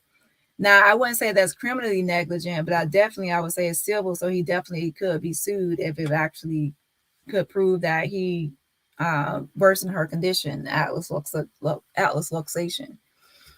And also, I do believe that she was not dead, unalive when he arrived there. I believe that she was unresponsive and she had this condition, Atlas luxation. And I do believe it was caused by Dejanay Jackson throwing her by her head and doing brutally attacking her, that she had Atlas luxation because of that. So she was paralyzed from the neck down when he arrived. She was probably looking around with her eyes because she could see, based on that medical examiner and the description he gave. She could hear. So when he talked, she could see that her eyes would be moving around or appearing to be able to hear things, but she wouldn't talk. So then he would say, speak, speak, or get up, or she was chilling. In other words, he would describe her, but she was unresponsive. Yeah. So let me go ahead and read your comments and see what you think. Like, do you think that what he described is could actually fall under what the medical examiner would say? And remember, Atlas luxation, internal decapitation, is on her death certificate as her cause of death. So this isn't something I'm making up or speculating. This is actually the condition or the condition she had that caused her state. The condition and injury that caused her death was Atlas luxation. So she did have this. Okay. Now the discrepancy is, how long did she survive? Okay. How long did she survive? It wasn't just the 15 minutes estimated time based on just the estimate, which is not set in stone. And the reason I say it's not set in stone is because if she had got medical help or surgery, she would have survived. So 15 minutes is just, if someone says you when you have this condition, you're going to die in 15 minutes, and it's automatic, then that means it's set in stone. But if someone says typically when someone has this condition is 15 minutes, that's just an estimate. Because typically means that, or estimated means that someone can actually last longer than that estimated period of time, or they can actually last or survive less than that period of time. And also that means that estimated time of death if not treated. So if not treated, because they said that she could have survived if treated with surgery, but she would have been paralyzed from the neck down or in a vegetative state. So that's my opinion. I do believe that she had Atlas luxation when Nazeer arrived. So yeah. So let me see your opinions in the comments. So Atlas luxation would make her unresponsive. It would not make her unalive at that moment. It would make her unresponsive. So based on this video, I do believe that Nazeer's description, now looking at this video, knowing more about Atlas luxation, I do believe his description describes what he probably saw her condition as.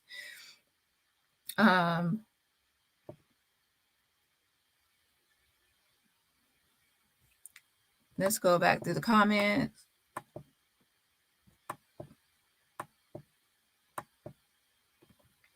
Mexico should have seen it first. Yes, they should have seen it first. They definitely should have did a thorough investigation and really checked out everything. And just like with the doctor, with her assessment, it's kind of like I said before, if you go to the doctor and you tell them what's wrong with you, they might actually put that in the notes based on like your pre-assessment or what you came in there for. However, their diagnosis is going to be different if they find out it's something different after their assessment, okay, after they examine you. So you might go in there and say, I think I have bronchitis, but after they examine you and they might do an assessment, of course, and then they'll give a diagnosis and say, hey, well, it's actually pneumonia. That's what you actually have, or you actually have COVID, right? So then they will give you a diagnosis. So just because the Cabo said Cabo 5 said alcohol poisoning, the doctor should still go in there and say, okay, that's what they said, like what I'm here for, but I'm still going to assess the patient and examine the patient, a thorough analysis of the patient, and say, oh yeah, examination, and say, well, it's actually a different condition. And the crazy thing about a lot of this is a lot of people involved are actually like new, like fresh, like new. Like the doctor, I think it's like less than 2 years she had got her medical license. That's not an excuse, but usually with experience and over time, people will have different types of patients with different conditions. So then they'll be able to properly diagnose people, or being able to examine people more better, thoroughly, with more experience. And also to be able to handle different scenarios, right? So I wonder what they said to the doctor when she said, when she questioned about a knot on the forehead. I wonder what they said to her. What did they say to her? Like their response. He doesn't sound like a heartbroken friend. He's sounding very defensive, sickening. Yeah, he's more concerned about himself than Shanquella. That's what he's coming across as, and that's why he got way more heat. He said the real FBI will see it. Yeah, to me, that's kind of being shady, like shading, like y'all are not investigators, y'all are not the FBI. So the FBI will be able to put together a timeline of events. Dani, once Shanquella received that injury, they moved her, then dressed her and moved her again to game room. They moved her again to living room. She couldn't live being moved with those injuries. Yeah, they did. Yeah, I already know they kept moving her. For example, let's say if it's true that the maid found her in the bathroom slumped over the toilet, right? Then they will actually have to move her from there, right, to the game room, like get her dressed. They probably moved her from there, went to her in her room, which is like connected to the bathroom area, right? Put some clothes on her, and then moved her, lay her on the couch in the game room. And then when Nazeer got there and saw her in the game room, he said chilling, and then he moved her from the game room to the living room. Now, you said she cannot survive being moved with those injuries. Yes, they might have worsened her condition with those injuries, but if you actually watch different videos without luxation, you'll be surprised that even when people are moved with that condition, some people can still survive. Just like if like someone gets there and they take them to the hospital, like transport them, they will be moving that person, right? They'll try to keep their head and neck area stable, but they still will have to be moved.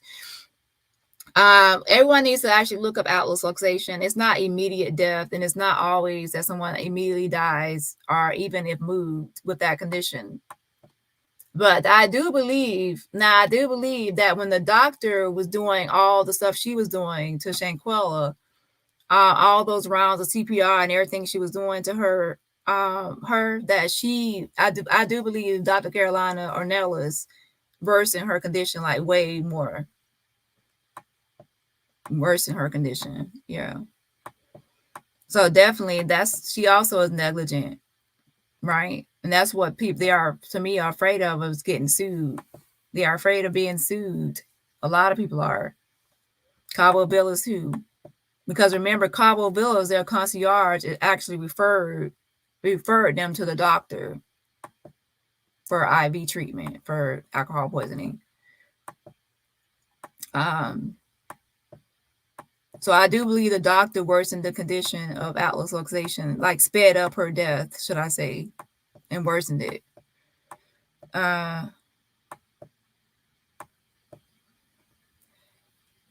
What someone said? She said Nazeer got there sooner than we think. He can't get there a certain time because I already checked the flight times. He could not get there before 1:40 p.m. and that's with perfect traffic. 1:40 p.m. Cabo time. He did not get there sooner. See, one thing you have to always separate things when you're talking about something. Things you have to separate are things people can lie about and things people cannot lie about. Okay. And one thing you cannot lie about is what time you took a flight and what time you arrived somewhere that has cameras. There's cameras at the gate when you first enter the villa. There's cameras at the airport. there's also his flight ticket times, and also whatever transportation he used, right? All of that stuff will be able to track the time. So if Nazeer did lie about what time he arrived, the FBI will be able to easily figure it out. So most people don't lie about something that can be easily figured out by just with flight itineraries and tickets and security surveillance and everything else can be timed, right? He also said that when he arrived, he took a video, and then he also said he took a couple of videos. So all of that will be able to be determined. And I already tracked it down in another video that he actually arrived around estimated time 1:40 p.m. Mountain time in Cabo, which is in Mountain time. So he did not arrive earlier than that. And that's based on not just my speculation or guesses. It's based on his flight time and also the mapping out the distance from the airport to the villa, which I have the address for both. So I mapped out the distance and the typical time it takes to get there with perfect traffic. And anyone that has ever used GPS before or MapQuest or Google Maps or any GPS in your car, you know good and well that sometimes with great perfect traffic, you might get there a little sooner, like within a couple of minutes sooner, but not hours. And then if it's like bad traffic or even just a one traffic jam, then or poor weather, then you'll get there a little later. So I actually estimated the time. And then it was like 1:40 p.m. that would get him there. And that's if it was like great traffic and no problems. And usually that's not the case. It's usually sometimes you might get a little bit later. Now, if someone speeds, like speeds, which I doubt a ground transportation would speed, because that will actually lead to probably people complaining about a speeding driver, then that can actually shorten the distance. Okay. So for this question right here, that's not true. He didn't get there sooner than we think, because that's something that can be verified, a verified thing. Now, some things can't be verified. Now, one thing that can't be verified is this. I'll give an example of something that can't be verified when you're doing a case. Well, it can be verified maybe scientifically, but Nazeer said that he was in the game room with Shanquella by her, like alone with her in the game room, right? So since Shanquella is no longer here and there's no cameras in the game room, right? Then Nazeer could actually have done something in the game room, and then no one would be able to say otherwise unless it was something that it could be scientifically proven, right? That he did it, because there was no one else around. There's no timestamp or anything else. Well, there could be a timeline of events played out later based on other surrounding events and things happening, whatever.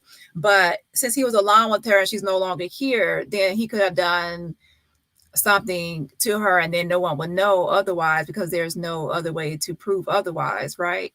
But when someone is saying I arrived at the villa at this time, they can't lie about that, because their flight time, their will be verifiable by, and then also when they go to the villa and they go through the security clearance through the front gate, through the homeowners association, and check in through there, that time will be verified what time they came. When they're driving down the villa, there's cameras on the streets, or like pointing towards the street, that will actually be verifiable to a timestamp. Secondly, when he got there and he said he took a video, his video footage will actually have a timestamp or a period on it. Even if he tried to delete it, it still could be tracked. That can be retrieved. Yeah, so there's different ways to verify that. So again, someone cannot lie about something that could be verified. And sometimes if someone does lie, it will all come out in the wash, because at the end of the day, once the FBI gets all the evidence I just mentioned, and then they'll be able to verify if he was there or not. But even just based on his flight tickets and times, he was not there early that morning, and he was not there earlier than what I said, at least 1:40 p.m. Mountain time in Cabo. They planned this entire tragedy. Yeah, some people believe that it was planned, and some people believe that it was some people believe it was premeditated, like they actually planned to go on a trip out of to Mexico and to murder Shanquella. Some people believe that when they got to Cabo, that things got out of hand and things got heated, and then Dejanay wanted to fight Shanquella, and Shanquella didn't want to fight. Because if anyone ever knows that sometimes, like, if someone wants to fight you, but you don't really want to fight that person, or vice versa, right? So maybe through, like, when they were drinking and they were playing a card game and other things were said and things that Dejanay didn't like that Shanquella was saying or doing, and then she wanted to fight her, and then Shanquella was saying, hey, I don't want to fight, but Dejanay wanted to fight, and then she proceeded to fight her even though she wasn't fighting back, right? So then, since she wasn't fighting back, then that's a brutal attack, assault and battery, right? Aggravated assault and battery. So it's different ones that people believe, and I personally believe the latter, that they actually plan to go. I don't really see people planning a trip to and then actually getting there, and they're and like having dinner with they had a chef that has to be pre-planned, like they have a chef. You had a chef. Well, it doesn't have to, it has to be pre-planned, I guess, for that first night, but you can still add on later because it's like a la carte you can add on later. Yeah, I don't believe that they actually plan to go out of the country, like to Mexico, to kill Shanquella. I believe that they actually had planned this trip, and they actually were planning on going there, and they had all these they had the ATV planned, they had a lot of things planned they were going to do for fun and enjoy themselves, because it was going to be Nazeer's birthday. Also, it was going to be Dejanay's birthday, right? So they were going there to have fun. I believe that with drinking and playing games and the talking and everything else, that things got heated, and then Dejanay didn't like certain things was being said about her or told to her, or whatever happened between her and Shanquella. Things got heated between them two. And then, of course, Dejanay wanted to fight. She got really rageful. She wanted to fight, and then she attacked Shanquella, right? Even though Shanquella wanted to fight. But I also believe that I don't believe that Dejanay all of a sudden didn't like Shanquella because on this trip. I do believe that there was already pre-existing jealousy and rage towards Shanquella before they went to Cabo. Yes, I do believe that based on like even like Shanquella posting on her social media, like posting pictures, posting about her business, posting different things on social media, different times, it could have led to jealousy from Dejanay already. And the reason I say there was jealousy is because usually when there's two females like going at it, when someone keeps going for someone's face, even like if in domestic violence where someone is like a male will like pour bleach on the woman's face or burn the woman's face or like pull her by her hair, like to mess up her hair, it's to disfigure and to mess up someone's face and to make them less attractive to the opposite sex, right? So like that, to like mess up their face. So when I saw Dejanay kicking like Shanquella hard, like just kicked her in the face and was going at her her face and everything else and how she was doing, especially that real hard kick to the face, that's to make somebody like ugly, to mess up their face, to mess up their attractiveness, right? So even like if Shanquella have survived it, then you're messing up her face, and then someone will be able to say, oh, look at her face, she has like a busted eye, a busted lip, she has all this stuff, right? So I'm sure that when she had that busted now pay attention to this. Nazeer said that she had a busted eye, a busted lip, and all this stuff. So when we're watching the brutal attack, we have to actually pay attention to how many times we see her get hit, like in the face area, right? And when those injuries probably occurred, because we do see her get kicked in the face, right? So, like I said, when she kicked her in the face that hard and how she threw back her leg and kicked her in the face, that's when I knew that it was jealousy of her looks, and it was jealousy of her because she tried to mess up the main thing, like her face card, y'all, to try to make her unattractive. So that's when I knew jealousy was included in there. Because like if you think about it, like when you're really think about if you had a fight with a sibling or somebody you cared about, usually you wouldn't kick them in the face right? You would probably do other things, but you wouldn't kick them in the face because you wouldn't want to do anything that's kind of like disfiguring. It's just like a fight, right? But you wouldn't like go like that hard on and like kick them in the face and have that much. You know what I mean? Now, some people would, like if it's domestic violence or something like that. But you know what I'm saying? Like a sibling or something like that, you wouldn't go all out. Okay. Glad you pointed that out. At one point, I thought the maid thing was made up, but true, he speaks on her being there. Yeah, the maid. If you actually like look at the Cabo Villa's reviews, there's a maid named Lucy that is typically at this villa that I mentioned. I actually mentioned this to Rado Zuniga before he actually put it out, right? That there was a maid named Lucy that she typically comes around the afternoon times to clean Villa Linda 32, right? And since that was a Saturday, then that was a day that she will actually come to clean the villa.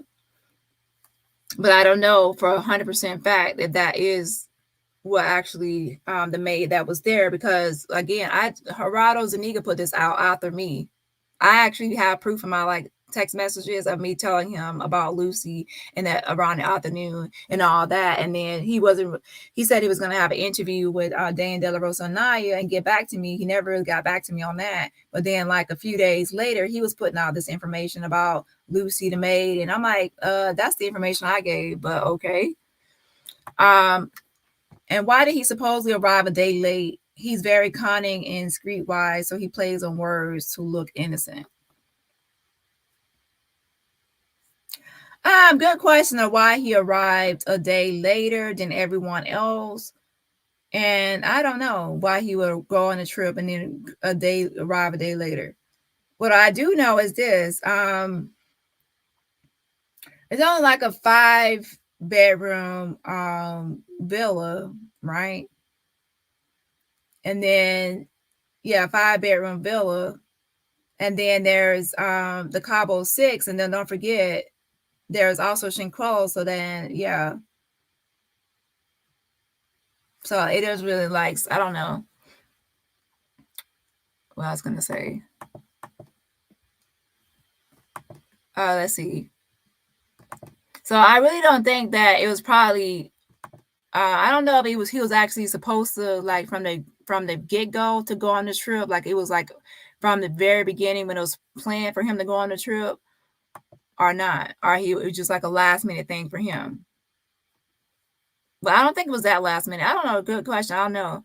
But I do know that whether it was last minute or whatever happened with him getting on this trip, I do know for a fact that he didn't get there. He did get there a day late. So it wouldn't change anything in the grand scheme of things. It wouldn't change anything. Like even if it was like last minute or whatever reason caused him to come the next day, it wouldn't change anything that happened. Now, I'm not saying it wouldn't have changed anything if he had been there during a brutal attack. I'm saying it would not have changed anything about what has happened so far. Like it wouldn't change anything about what we know now.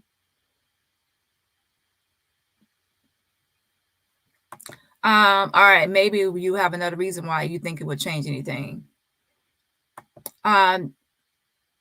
Now, do you believe that if Nazeer got there with the others and then he was there, that he would have actually been in the room and stopped the brutal attack? We don't know. They talk with no emotion, frighteningly devastating. Yes, make sure y'all hit the like button. That's a free way to support the channel. Yes, hunty, yes. Hit the like button. He said he cried in there. He said there was a video of him crying, but I haven't seen it. So I don't know.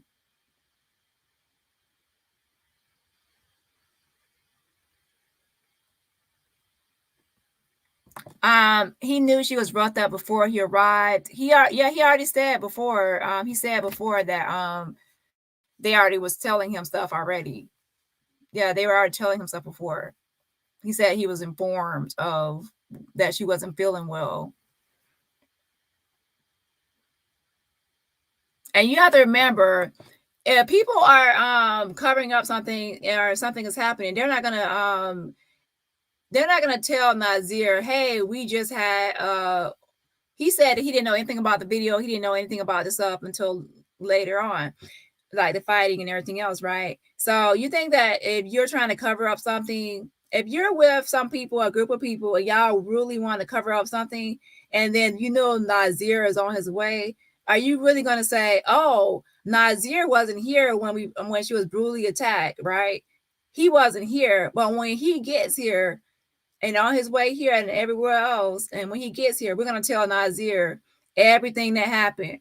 So now you're going to actually bring in Nazeer into your lie and say, we're going to tell him everything.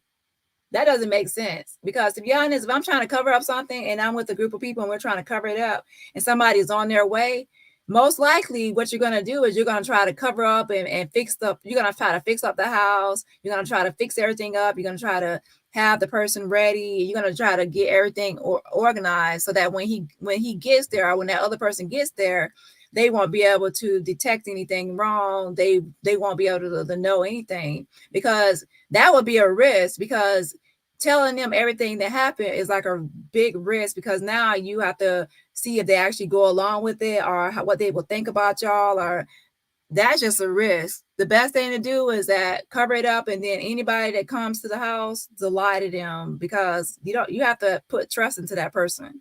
So I doubt that. I doubt they will actually tell him like, "Hey, Nazeer, this is what happened," because now they will actually have to trust him. And I doubt they will actually nobody would be that stupid to trust somebody that wasn't there to do that. Now, in some cases, people do trust people, but that's when they want them to help cover it up, or come like to be accessory after the fact and cover up a crime scene, or help bury the body or something like that. And that's usually someone very trustworthy that will have your back like 100%. But Nazeer is on here. He came online. He started calling them a murderer. He said, I walked into a murder and I walked in on some stupid shit. So he started calling it a murder. So this isn't someone that's like, oh, let me have y'all back. He said, nah, y'all were over here 2,000 miles away doing this shit. Y'all were, I walked into something stupid. It's y'all did a murder. Y'all were over here fighting this girl and jumping this girl. So he's like separating himself from them, right?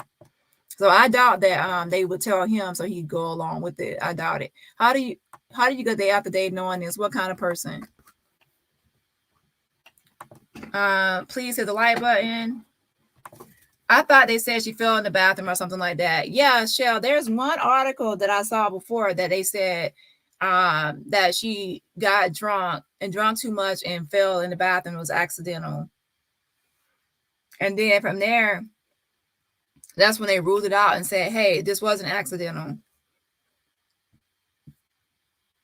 And you know what? We actually need to find that article and see like the whole source of that, because then that would explain why people overlooked like the facial injuries, right? That would explain that. So that we need to actually find that article. I have to actually find out where I saw that at, because if that's true that they said that she also fell, then that would explain why Nazeer and the doctor both overlooked the facial injuries.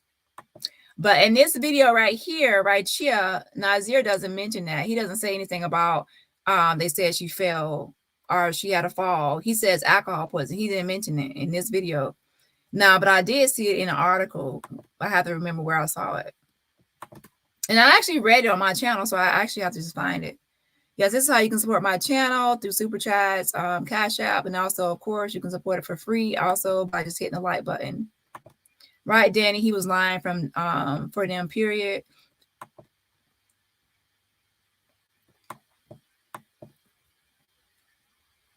Okay, hey, PM channel. Hey, the Red Lipstick Hustler. Hey, Regina.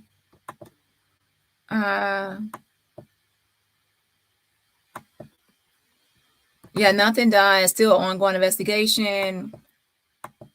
And speaking of which, we also need to just rely on credible people for whether cases open or closed, and also whether someone has been arrested. So to me, if it's not coming from the FBI and the Department of Justice, then I really wouldn't believe anything from now on about arrest or anything else. Now, unless it comes from like a media and actually see her getting arrested or somebody getting arrested. Genuine woman, exactly. This poor baby didn't deserve this no matter what. My heart hurts for her mom and dad.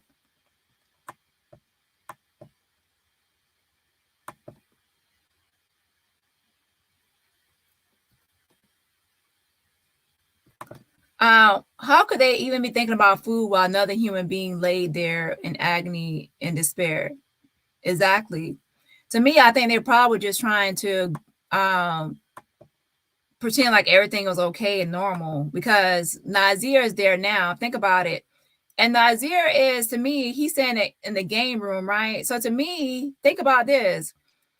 While they were out in another room, they were leaving Nazeer with Shanquella because he was saying that I guess that he was in the game room, like he was by himself in the game room, and then he finally, I guess, moved to the living room with everybody else. So to me, when he got there, he was like left in charge of Shanquella.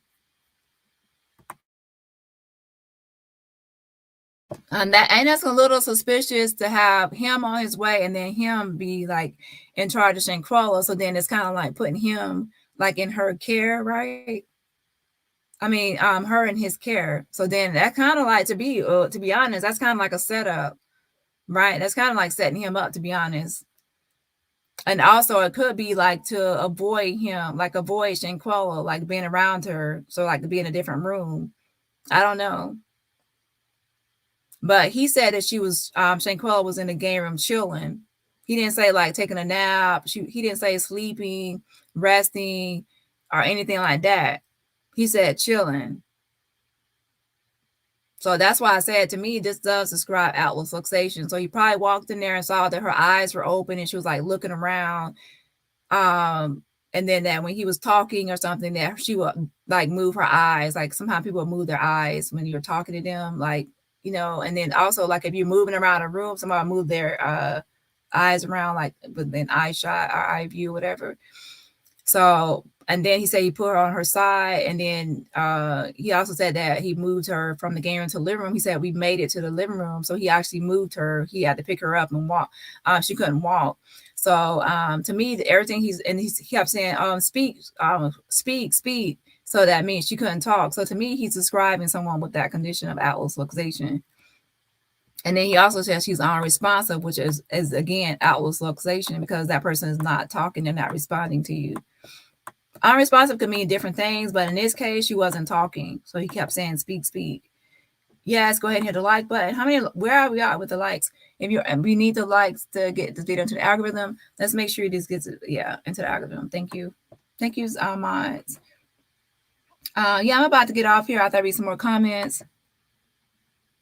Does anyone know how long Shanquella was beaten? No, everyone has only seen that 17 seconds video. And this is what I have to say about the 17 seconds video. Never in my life, unless someone did like a 1-2 knockout, like a KO, right? Or something. Or TO, whatever it is. I have never seen someone brutally attack someone or even fight someone for 17 seconds. We only saw a video for 17 seconds, right? I haven't seen a fight last for 17 seconds unless somebody had like one straight punch and then they were knocked out, right? So to me, that it was more than just 17 seconds of what we saw. I think that it's more that was recorded. It was more that was recorded by probably Winter standing next to Malik. And also I believe that it was more that probably wasn't recorded. Like Dejanay was Shanquella already looked like defeated, like she had already been beaten before the recording starts. And she already looks like beaten and defeated because her hair is already messed up.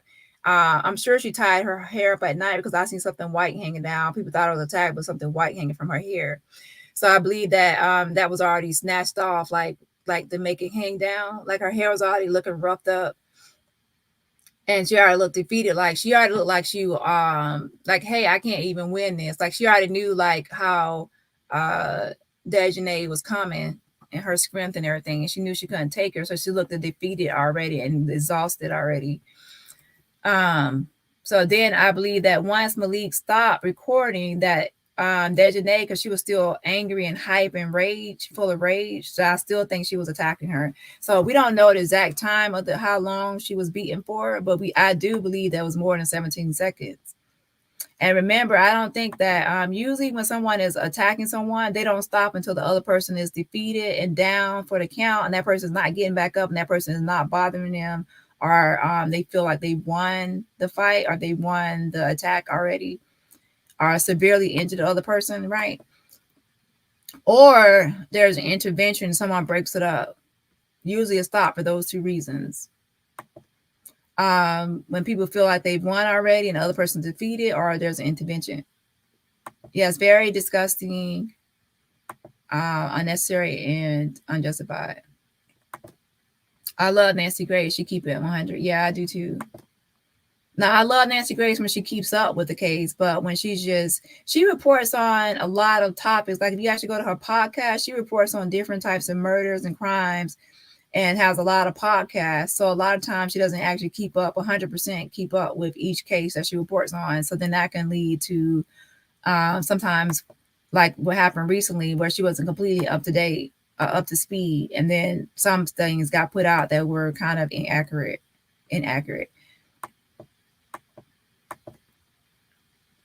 Yes, hit the like button. And I think I said, hey, PM channel.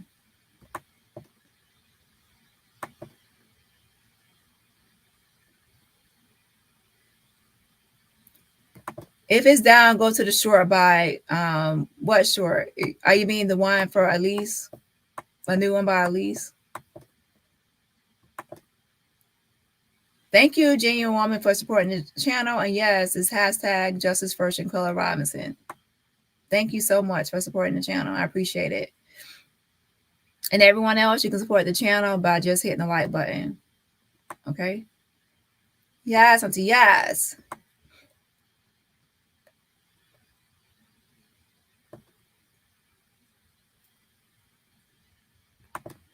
And also, thank you to Shell for the super sticker. Thank you for supporting the channel. I appreciate it. Yes, auntie, yes, y'all showing me love early this morning. So thank you to Shell for the super sticker. Thanks, girl. And also a Genuine Woman for the super sticker as well.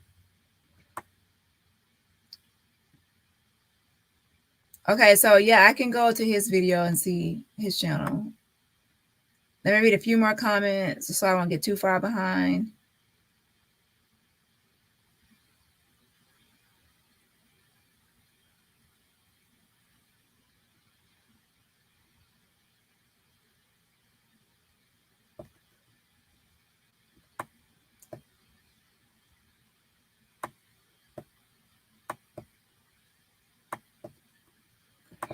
And then he said he missed the chef. Of course he did. It was the day before. He's just rambling.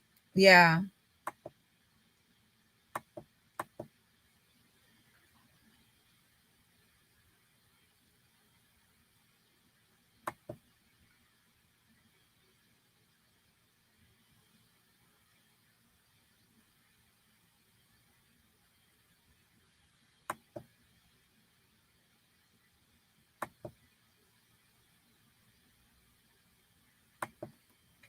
Shanquella was deceased in the AM, so she wasn't alive when he supposedly arrived, unless she resurrected and died again.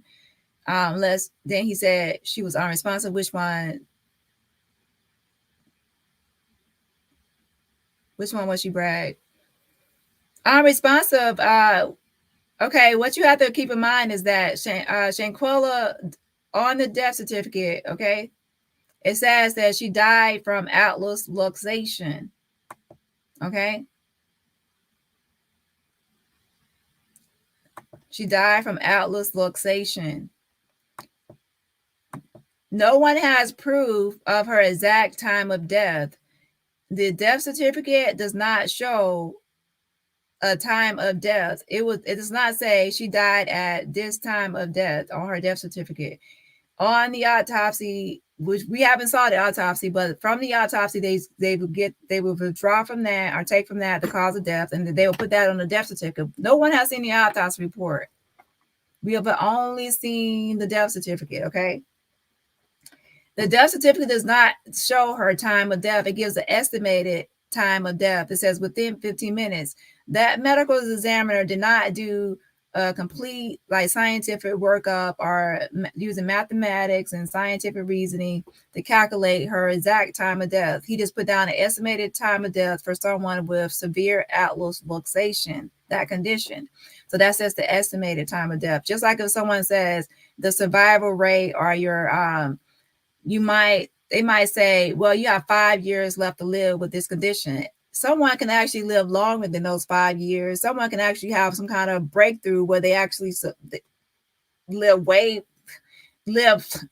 past that time. Someone can actually live less than that time, but the estimated time for that condition will be, say, like estimated time periods, like life expectancy or whatever else they would say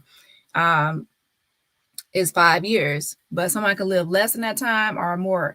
So with the estimated time, that's not set in stone. That's just an estimate. And I had to add a medical examiner on my channel to go over that information already. Yeah. That's just an estimate. Now, if someone actually be like more precise, they would actually say she died at this time on the autopsy. Would say she died at this like exact time using the hour and minute time and seconds format, at least hour and minute time. But they didn't do that. They said estimated time. Do you know that when someone has atlas luxation, that they can actually survive that condition? They can live way past 15 minutes. In fact, someone with that condition can survive if they have surgery. So that's, again, that's just the estimated time. So is it possible that she was attacked that morning? Most likely, because Dejanay had on a pajama set and she had a bonnet on. So she had her pajamas and bonnet on her head. We have Shanquella, who sleeps naked. So it was obviously morning time. So when a brutal attack occurred. So since the 15 minutes just the estimate, obviously she got brutally attacked that morning, but she didn't immediately die based on the estimated time of like someone could survival time, like a survival time, someone could actually live with that condition. So she actually survived, but she was just unresponsive. And when she survived, she was paralyzed from the neck down. She could see and she could hear, but she could not speak. So she had atlas luxation for a longer period of time. She survived longer than that estimated 15 minutes. And you can actually look up a lot of injuries and diseases and everything else. And people give you sometimes like an estimated life expectancy or survival time, like you will have left, right? But some people actually survive longer than that time period, sometimes less, and some people actually be close on the mark. But if you actually look at other murder cases, sometimes people actually a good medical examiner that does it thoroughly could actually do a lot of use a lot of science to get like the exact time when someone died. There's testing and everything that can be done to actually figure that out. But on this one, it just said an estimated time. Okay. Let's see. So I do believe that she was brutally attacked in the morning, but I don't believe she died immediately with atlas luxation. However, I do believe once she had atlas luxation that she did become paralyzed. She became paralyzed from the neck down, and from that moment on, she could hear and she could see, but she couldn't speak. From that moment on, she was paralyzed from the neck down. And that's why Nazeer describes it as unresponsive. And that's why I think about it. People are saying she died early that morning, and they think that Nazeer came there and he was carrying around a dead body, a dead corpse, and telling the corpse to speak, and telling the corpse to get up, and telling the corpse and moving the corpse from room to room, and not realizing that she's deceased. And then you say the doctor got there and didn't realize she was deceased either, and that the doctor did all the CPR on someone that was already deceased from earlier that morning. Now, that doesn't really make sense because, first of all, if someone is deceased, you'll easily be able to tell someone is deceased like for Nazeer to even be able to like move her to her side, to say get up, rub her forehead and do all these things, you can easily tell when someone's not breathing, when someone doesn't have a pulse. Secondly, you have a doctor, licensed doctor, Carolina, you saying that she got there. You're saying that when she got there, before she even did CPR, she didn't check a pulse. She just started doing CPR and doing all this stuff with trying to put an IV in somebody that's deceased without checking a pulse. The first thing anyone, even like Nazeer, he went to school for healthcare management or whatever, and he graduated from there. You're telling me that the doctor and Nazeer, nobody actually checked to see if she had signs of life first, like breathing or at least a pulse? Now, Nazeer, you can probably say, well, just because he had the healthcare management doesn't mean that he checked. But the doctor, the first thing you do before you do any CPR, before you do any treatment on anybody, when you arrive on the scene, you check, and this person is unresponsive, you check for breathing, you check for a pulse. The first thing you do, you take your hands and put it underneath their neck, and you can check their pulse there on their wrist, right? You would check for signs of life before you do anything. So if the doctor got there and she was deceased, she would already pronounce her dead on arrival. She wouldn't then like do 14 rounds of CPR, do all the CPR, and she wouldn't tell Winter, hey Winter, call 911. You need to call, like, y'all need to get emergency help. Like she needs emergency attention. She needs emergency attention. Like, why would someone do all this for someone that's dead on arrival? No, she would have got there and said, she's already deceased. She doesn't have a pulse, right? She doesn't have a pulse.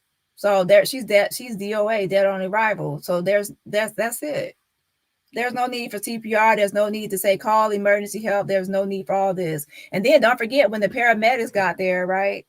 They got they Winter finally called 911. The paramedics get there, right?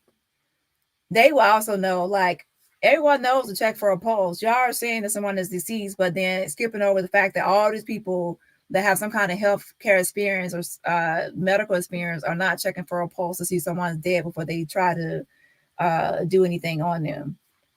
It doesn't make sense.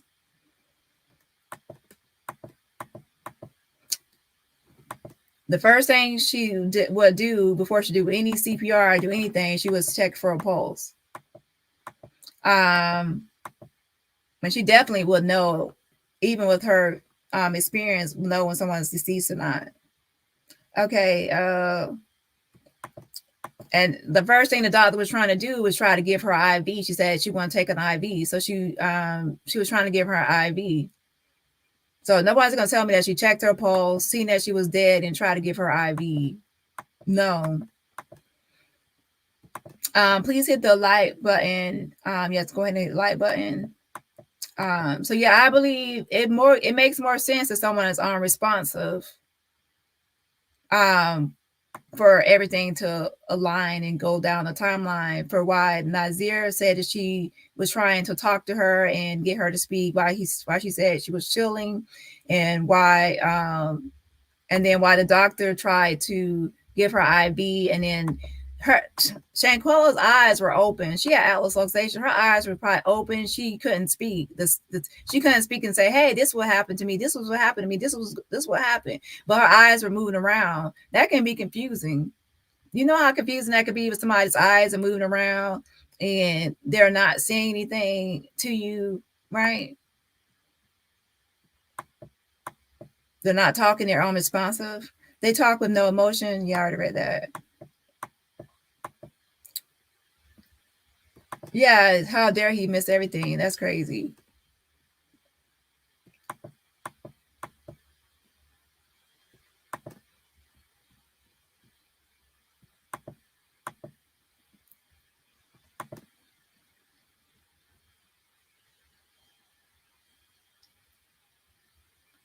Go to Mexico to get away with murder. Yeah, some people can take it in different ways, but I don't think that, like I said, with any kind of health education, you're always taught CPR and to check for a pulse. It's like the common thing to do is to check for a pulse. So I doubt Shanquella was deceased. Okay. To be honest, and I also discussed it before, but I didn't put it out until later on, that the doctor that did the autopsy, he does have if he were in the United States, he will actually have all the qualifications to be a medical examiner. But in Mexico, he doesn't have all the qualifications to be a medical examiner. He didn't have all the additional training to be a medical examiner in Mexico. But in the United States, if he were over here, then he will have the qualifications. But he didn't give the exact time of death. And I wish people would understand the difference between death certificate and autopsy. What we saw was a death certificate. It just has one line. It says Atlas luxation, like severe Atlas luxation. The autopsy would have the toxicology report and show all like the blood alcohol levels and everything that was in her system. And it would show what clothes she had on when she arrived at the coroner's office. It will have like the external exam of like any bruising or anything externally, like skin conditions or anything else. It will have internal of her organs and anything internally that they found, like her organs and whatever else, to see if anything that will cause the cause of death. And then they will also have the toxicology report, testing that was in her system and everything else. And once they do internal investigation, like internal analysis, exam of, and then also do an external exam of the body. And they also do like the toxicology report and run other tests. Then at that point, they will decide which one of these conditions or issues with her body caused her death, right? And they will look at the toxicology report and say, did she drink too much alcohol? And that's what caused her death, and the blood alcohol level. And they would say, oh, they said, no, that wasn't it. They can see how much she drank. It's in the toxicology report. In autopsy, we didn't see that yet. We didn't see the autopsy report. It would be like at least, probably for Shanquella, it would be at least pages and pages long. And we'll have her complete workup, the whole physical anatomy of her body. Okay. And they'll also probably have pictures, like take pictures of her, how she appeared or how she looks. We haven't seen that. We haven't seen it. So once they look at everything, the complete autopsy report would be pages, sometimes up to 12 pages, depending on what happened. They would decide what caused her death. It wasn't a toxicology report. The alcohol levels were not too high to cause her death. And obviously, it was that her head was decapitated internally. Internal decapitation, aka Atlas luxation, caused her death. Okay.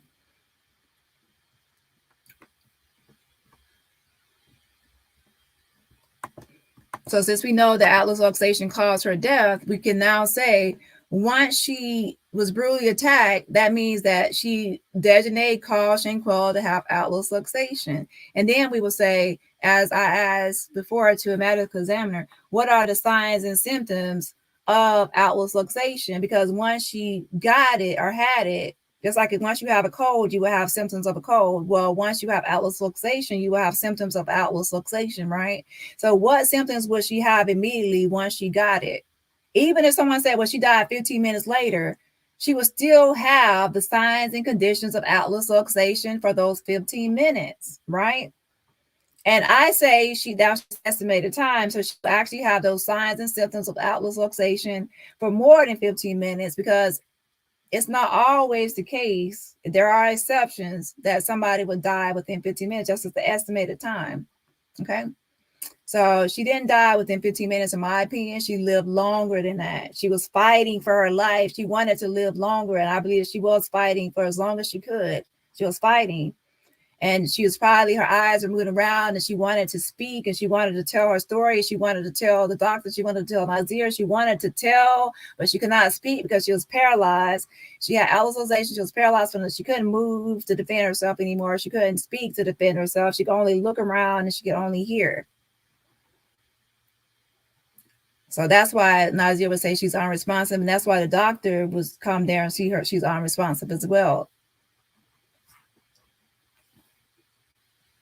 So I believe that she was trying to fight and try to hang on longer. She was trying to hang on, but with that condition and the doctor doing all those rounds CPR, moving her head around and doing this and that, trying to do whatever that doctor was doing, Dr. Kevorkian was doing, actually like sped up And then that's when she started, like they said, that she started having seizures and everything else or whatever else happened. I don't know. I have to look at the report again. But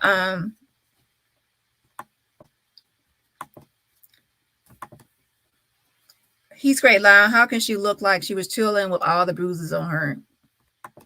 Yeah, he overlooked that. I'm gonna have to get off here in a second because I doubt her eyes were closed. Yeah, I believe that her eyes were open. I believe that Shanquella, once she had this Atlas luxation, that she actually, think about it, with this Atlas luxation, the way the medical examiner described it, I wouldn't want to close my eyes around those crazy people. I wouldn't want to go to sleep. I would not want to go to sleep. I close my eyes. I would actually want to keep my eyes on around these people and see what they're doing, what they're talking about, and what's happening. I would not go to sleep.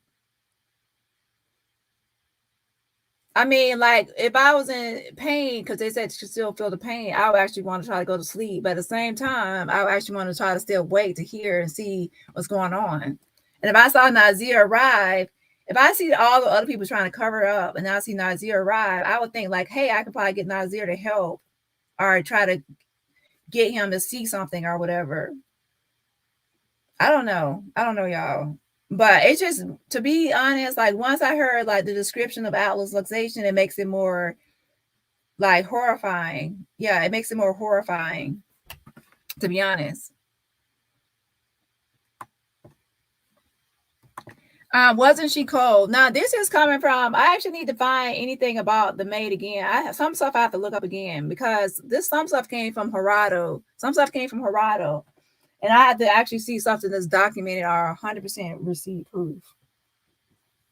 100% receipt proof. Now I do know the maid and chef were questioned. Now with Atlas luxation, if someone is paralyzed from the neck down, and most likely they had her. They probably didn't have her dressed because they probably tried to make like she had an accident in the bathroom and fell in the bathroom or something or whatever. Most likely she was probably still naked in the bathroom when the maid found her, and then they clothed her after the maid found her. So could it be possible that since she was naked in the bathroom and then she was also paralyzed from the neck down, that it's possible that her skin probably felt cold because she had clothes on, and she was also had Atlas luxation. I don't know. But again, that's not even like 100% confirmed statement, right? She would have been glad to see him and greet him some type of way, being what happened. That girl just shot me. Yeah. But again, once she had Atlas luxation from the brutal attack, she couldn't speak. She could not speak. So he would be able to see her eyes moving around, she wouldn't be able to turn her head and look, of course, but she would be able to, like, her eyes would be able to move around and within eye shot or eye shot.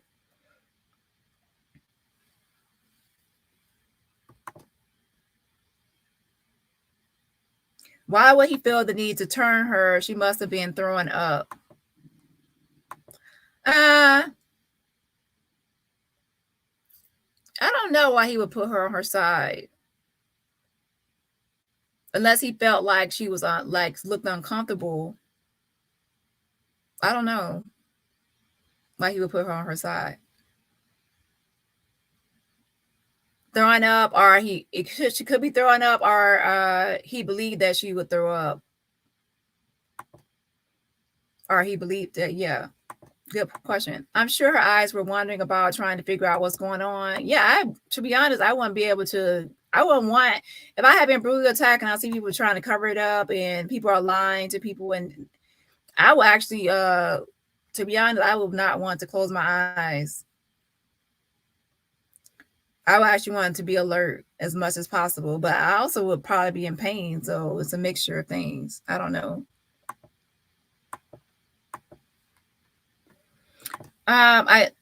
It says, this baby, I keep seeing the pain of her parents, hearing what happened to their baby and hearing these stories. She'll be saying, let's go. I said, I'd be screaming.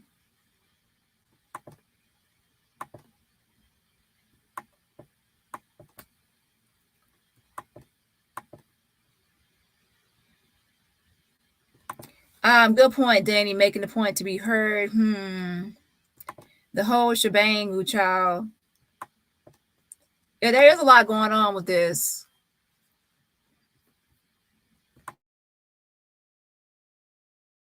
But one thing I can't overlook is that the death certificate says Atlas luxation is the cause of death. So once we know the signs and symptoms and what you experience with Atlas luxation, then we have to take that into account. Since that's what she had and that's what killed her, then we have to take into that she had to have those symptoms of Atlas luxation. Once she had it, she had to have the symptoms of it. You can't say, oh, I have bronchitis, but I don't have the symptoms. So obviously, if you have Atlas luxation, you have to have the symptoms of it until you pass away from it. I don't trust Nazeer, and if we were able to access Shanquella's cloud, we will see everybody on there, including Nazeer, Winter, Elise, Malik, Dejanay, and all the mystery people. Yeah, but you wouldn't see Nazeer there doing a brutal attack. He wasn't there based on flight times, and that's verifiable. There's verifiable things, and there's unverifiable, and that's something verifiable. He cannot lie about when he arrived. He can lie about it, but that's something that can be disproven later by the FBI and anybody. So then he wouldn't get away with lying. So there's no point in lying about that. I would not lie about what time I arrived at a villa if I knew that there was, number one, a flight ticket that can be verified. Number two, I would have to enter a security gate, and I saw that I had to enter there, and then they put times on there, and then there was surveillance. Then I also know that there's cameras pointing at the screens. If I know different things about what can be verified, I won't lie about it because I know that there is verifiable information that can disprove me and prove that I'm lying. Now, one thing that you can't lie about is if you're the only one there, or two can keep a secret if one of them is dead. So if somebody is no longer here, then you can lie because that person is no longer here to defend themselves. But anything else, like flight times and when you arrive somewhere, you can't lie because that can be proven, disproven. He said the real FBI will see. He already said that. Yeah, Mexico dropped the ball and found the ball. They should have definitely had all this evidence, and they should have or not have let anyone leave. And that also brings up a point about Nazeer. How can you leave Mexico and leave Shanquella behind, and then also not try to help the family, like find her, like help more? Okay, you say you weren't there. And you said that when you got there, they said the doctor was on the way, or nurse or whatever was on the way. However, you still have a level of responsibility, and as number one, as a friend, and actually just as a human with human decency, to at least say, well, I cannot leave Shanquella over here with what happened, right? I need to make sure that she gets back home so I can stay in Cabo. I can try to help the family know like where she's going or where she went and try to make sure she gets back home. I mean, come on. I kept saying his video will put a hole in the entire 7:30 a.m. demise theory. Yeah, to be honest, I never really believed that she passed away in the morning because you can easily tell when someone is deceased and they're no longer here. There's no movement. There's nothing from them at all. So I did believe that she was unresponsive. But to what level she was unresponsive, I didn't know, because to me, like, if she's unresponsive, then that means that at some point could be woken up or become somewhat alert, because she's not really unconscious or whatever. So, but now when I hear about Atlas luxation, which I knew the cause of death was Atlas luxation, but I didn't know all the signs, like the symptoms of it and the things you would experience. So then now it made more sense to why they would say unresponsive, and she would never come back, like to be able to come around or come to. Like, even like if someone's unresponsive, usually they can try to come around in some kind of way. But this way, Atlas luxation, it was like, no, it was never again that she would actually be able to come to. but she would still have some signs of life. So that made sense. Explain the missing piece to the puzzle. Yeah, twitter.com/FortuneQuella. I had not heard the doctor say all that before about what she went through. I could not handle it looking at my children and grands, love, friends so different. The words even bigger than it already was. Yeah, I'm glad she actually had that medical examiner expert on there, because that put things into more perspective, but it also made it more horrifying. And like someone said, like it's kind of a scary movie, to be honest. Because like imagine like her not being able to talk, right? And I'm sure that I'm sure the others knew that she wasn't able to talk anymore. I'm sure they probably knew that. They probably had figured out that she couldn't speak. Or maybe they thought, who knows? They probably thought that she would be able to speak later or something too. I don't know. But they definitely didn't want her to get emergency help, because the doctor kept insisting they get emergency help, but they didn't want to get her help. So that told me they probably didn't want her to be taken somewhere to be thoroughly examined and thoroughly examined to see her actual diagnosis. They were really already trying to cover it up. Why, when you see someone, and remember, they keep saying the amount of money, but in Mexico they have 911 too. They have 911, so that's why Winter called 911 eventually. But they have 911, so they could have been called 911 from the beginning. They didn't have to call the concierge to get a referral. They could actually just call 911. But even if they didn't know how Mexico worked, because some people didn't know that Mexico had 911, they would have called the concierge and said it an emergency because she was brutally beaten and unresponsive, and everything else. Then the emergency help would have been sent out, and the police. Trust me, they would have been arrested or not allowed to leave if they had told the truth about her being brutally attacked.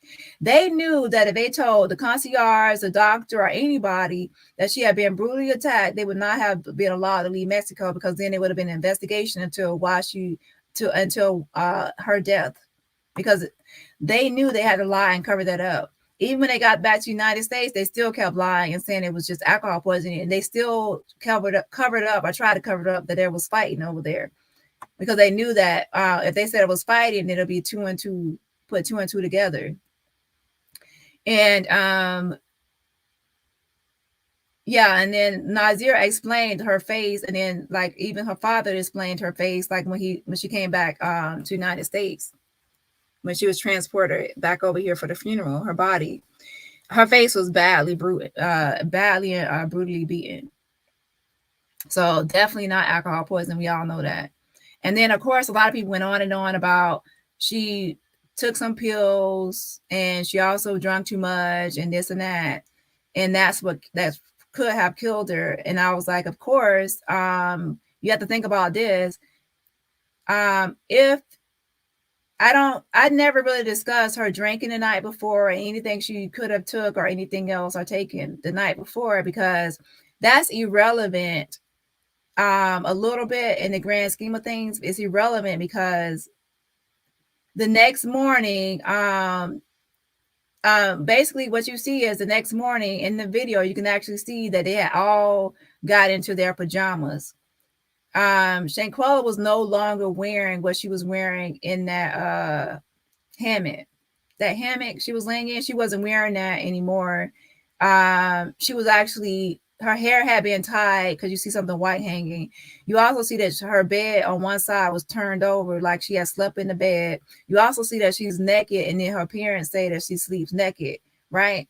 So she had obviously went to bed. And then also you see Dejanay, she had a button on her head, and then she also had her pajamas set on like a short set. So you see that the next day came. So, and then you see the others standing in the room, right? So that tells me all I need to know about what happened the night before.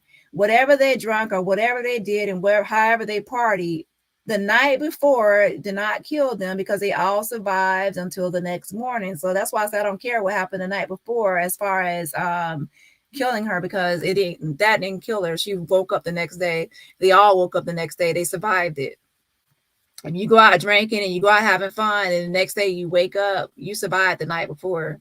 And then she survived it, definitely. She was able to walk around the room. She was able to try to get away from Dejanae. She was able to still talk. She was like, no, so she could still talk. And she also said a couple other things at the beginning with Dejanae. So they all, she would still be able to talk. She still had full,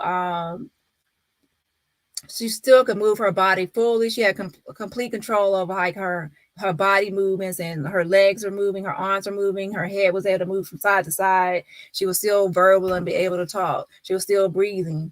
So if that's the case, if she survived the night before and she woke up the next day, so then we have to go into then what killed her. If she survived the drinking and everything from the night before, then what killed her? So now you go into the morning time, what happened that morning that killed her. And then we all saw her get brutally attacked by Dejanae, right? So now we take, oh wow, so did that kill her? Did a brutal attack kill her? And then you say, well, she did die of atlas luxation, a decapitated head, internal decapitation. So did that kill her? That's when you say, oh my, wow, we see Dejanae throwing her by her neck. We see Dejanae doing all sorts of things to her neck and back area, right? And kicking her in the face. And that's only 17 seconds. It's possible the attack lasted longer. And then we also see Dejanae and the Cabo Five, they're all lying and saying that there was no fighting over there. So they're trying to cover up that Dejanae beat her down. They're trying to cover up that she beat her down. So why are they trying to cover up this and omit this information? So now you're getting into, not only did she brutally attack her, and then now you're saying that they're covering up that she brutally attacked her. So now you're like, could that have killed her? Yes. Okay, so that's where it ends to me. That, and then you can say, well, could there have been something else later on that she survived that and Dejanae didn't kill her and break her neck by throwing her by the neck, and they just covered it up, they covered up the fighting for no reason, and that Shanquella then got drunk again. Like she got drunk again. She took some pills. She went into the bathroom and she slipped and fell, and then now she got a decapitated head.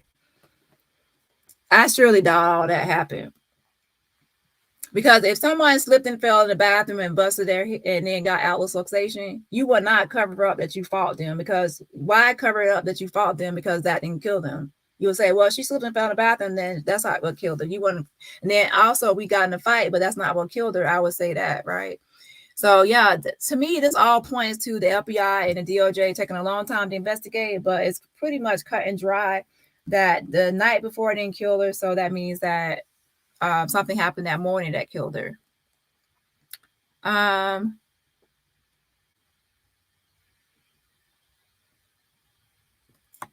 This guy is actually telling the truth.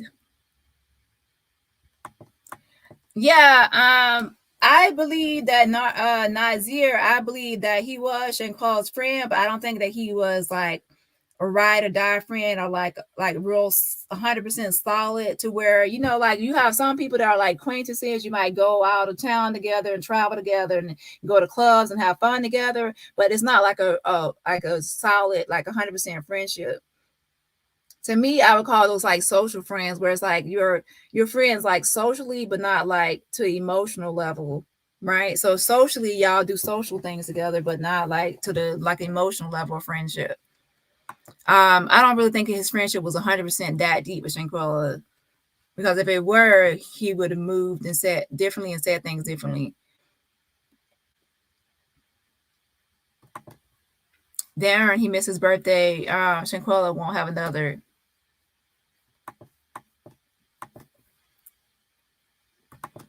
Yeah, he messed himself up by how his responses and actions, but I do believe that Nazeer was not there during a brutal attack. And I actually do believe that he was lied to as well by the Cabo Six. However, I also believe that he's a narcissist and really just focused on himself and wasn't really like a real, true, and solid friend for Shanquella. And I also seen that throughout the whole thing that Nazeer and Dejanae knew each other for a long time as well, through going to college together. So it's kind of like if Nazeer and Shanquella were just friends, and he didn't really fuck with Dejanay at all. Like they weren't friends at all, then it would be different. But it's kind of like if you're friends with both sides. That's why he said both parties. If you're friends with both sides, then you're kind of gonna be biased. Not really biased, but you're kind of gonna be more on the neutral side of things. You're not gonna really be 100% on one side or the other. And that's probably why he said in this video about both sides should have been responsible by drinking responsibly or whatever for both parties. Before I didn't know that, but now, like I said, looking back at this video now, I see that a lot of them knew each other for a long period of time, like from college. Yeah, this is for the petition, change.org /Shanquella.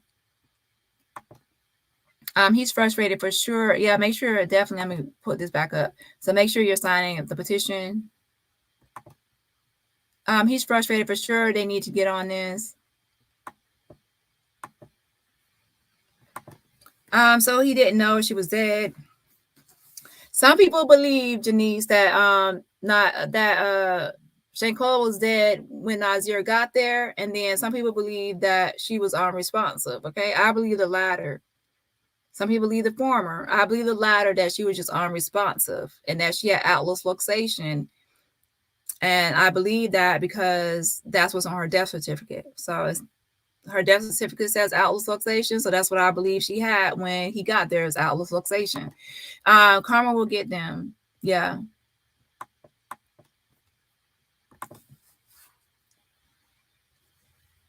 What the fuck? Innocent soul to the devil.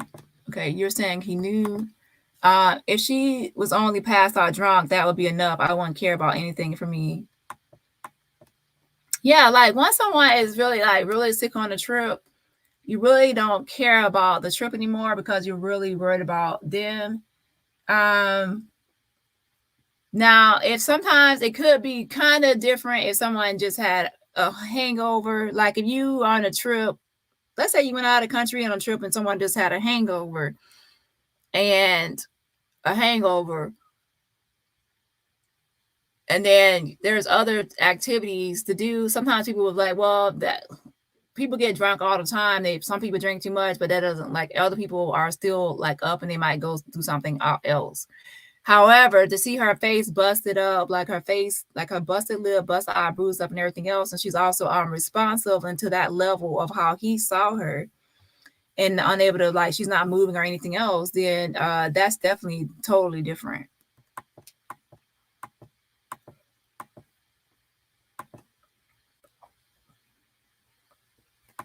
Can't stand to listen to his excuses. He had to know those are not his friends. Those are not her friends. Friends don't do things like that. Yeah. Very self-centered. Even like Khalil, when he spoke about Shanquella after she passed, child, it was all about himself and his businesses and how she was no longer going to be here to help him out. Instead of listening to bits and pieces of this video, start from the beginning to listen closely. There is definitely a message he's trying to tell. Okay, I don't know if you're new to my channel or not, but in my title, I actually put revisiting. I said revisiting Nazeer Wiggins video. Okay, so this is not my first time watching his video. I'm revisiting it, and I'm only revisiting it for what's in the title, really, to be honest, is the cause of death, Atlas Luxation. Basically, I'm reviewing his video to see how he describes Shanquella's condition when he arrived. And I'm seeing if the symptoms he describes and what he describes about her could actually fit with the symptoms of Atlas Luxation. So I'm examining it under the lens of like if someone or being in his shoes and seeing if I arrived or if he saw her in a state of Atlas Luxation. Okay, so that's what I'm doing now. I already watched this video way before, early on. No compassion or empathy, lost souls.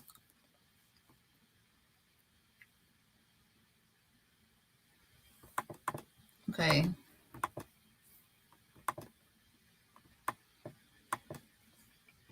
So do y'all think this nut thought everything was hunky dory when he arrived and he keeps saying he's innocent? An innocent man doesn't have to say he's innocent. No, I don't think he thought it was hunky dory. I think that Before when I watched this video, I was more skeptical of everything, but once I have looked over this whole thing, things are in a different perspective, because when he got there, he saw her condition. I still think he's responsible. Please make sure you pay attention to some things I'm saying. He's responsible, civilly negligent, responsible for Shinquo. I don't think criminal, but I think civilly. The others I do think are criminal because they omitted, covered up, or are brutally attacked. They're more criminally involved. I think that after I looked at their history and I seen that Nazeer was roommates with Khalil. They were roommates in college. That Nazeer was friends with Dejanae, and also Winter and others, right? So now that I see that it was more of a friendship and more closeness than I thought before, even like with Khalil and Nazeer, I didn't know they were roommates until recently, that they were roommates in college. I didn't know like that Nazeer and Dejanae were even like that familiar. I knew they were familiar, but not that familiar or close, right? So now that I see that there was more relationship, I see that when he got there, he trusted Khalil. He trusted Khalil, who was his roommate in college. And even when he was in college and something happened to him, Khalil was like, "Oh, my roommate, I hope you get well." And he trusted not what Khalil would say. So he trusted these people that when he got there, that it was alcohol poisoning. They didn't tell him it was a fight or anything else. So he actually got there and thought that he was amongst friends, and then he trusted what they said. And he said he saw that, but he didn't want to go on there and say, he didn't want to go on there and accuse his friends, his ex-roommate and everybody else of jumping on her. Because he also would think that Khalil was Shanquella's friend too. Like, why would Khalil lie? So I do believe that he had thoughts just like the doctor and wanted to question, but then they didn't do it. So anyway, that's why I say he's still responsible. He's still responsible because he's negligent. The doctor is responsible because she's negligent. But then you have to go into it. Someone criminally negligent or civilly. Criminally means that they with intent, like more of intent or more malice, they did something. And then civil is kind of like, it's just civil, like you'll be able to sue that person because they civilly, or they like it's wrongful or whatever. So I would say that it's more civil for Nazeer and the doctor, to be honest. Civil for the Nazeer and the doctor, where they should be sued for negligence, and the doctor medical negligence. And then for the others, Khalil, Winter, Elise, Dejanae should be murder. Or I would say, to be honest, it's probably going to end up as manslaughter by the time the charges are like out. It's going to be probably manslaughter. And manslaughter, I ain't going to go into that detail really. But manslaughter, usually time I go ahead and say, it's kind of like a lot of times when there's you kill someone, but you probably didn't intend to kill that person. It usually a lot of times ends like a bar fight or something like that, and it's like it's manslaughter, okay? But yeah, so Dejanae, manslaughter, and then the others will be cover up and omission. So they will be like accessories. Now, if you believe that a lot of times the stuff is premeditated, then you'll probably say accessory before the fact. It could be during and after as well, or accomplice or whatever. So anyways, I believe the others should be criminally responsible, and then Nazeer and the doctor civilly. But so he's definitely not like scot-free, like, oh, I believe that he should be 100% like nothing.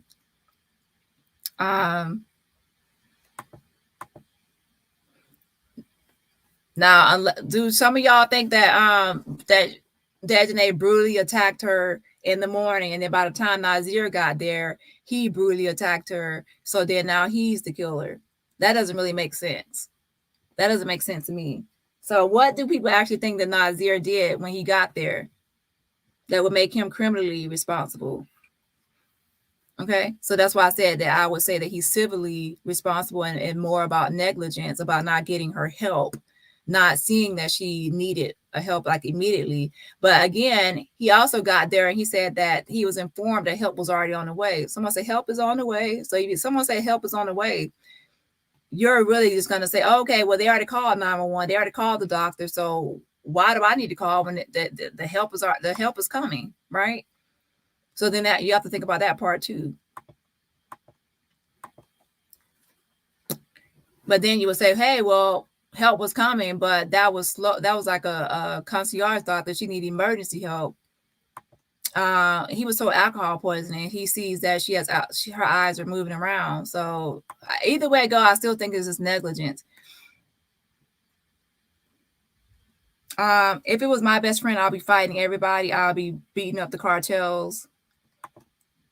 Yeah, Khalil was supposed to be her best friend. And remember, Khalil was also Nazeer's roommate. So when he gets there, even before he arrived, they're already like messaging, right? Because he already had messaged him for information about the villa, right? Like address, whatever. Because he had to get his own transportation to the villa. So they're already ahead, like trying to tell him ahead of time that she wasn't feeling well. Do you think that if they had told him she ain't feeling well because Dejanae was she ain't feeling well, and also Destiny busted up her eye, Dejanae busted up her lip, Dejanae busted up, got a knot on her head and all that. If they had told Nazeer that when he got there, he would have been seeing like, oh, she's like all busted up and she's unresponsive, right? And then once the doctor got there and they were saying alcohol poisoning, he would say, oh, what happened to what with Dejanae, right? So then that would make him part of the cover up. But they didn't tell him any of that. They didn't tell him like what Dejanae did to Shanquella. They just told him alcohol poisoning. And trust me, like when when you're trying to cover up something, you're not going to tell anybody that ain't there what happened. You're going to keep that between the SWAT or people that were there on the scene. Justice for a beautiful Shanquella, exactly. Hashtag Justice for Shanquella on all platforms. Yes, very narcissistic. Everyone who passes away in Mexico, they say it's alcohol poisoning.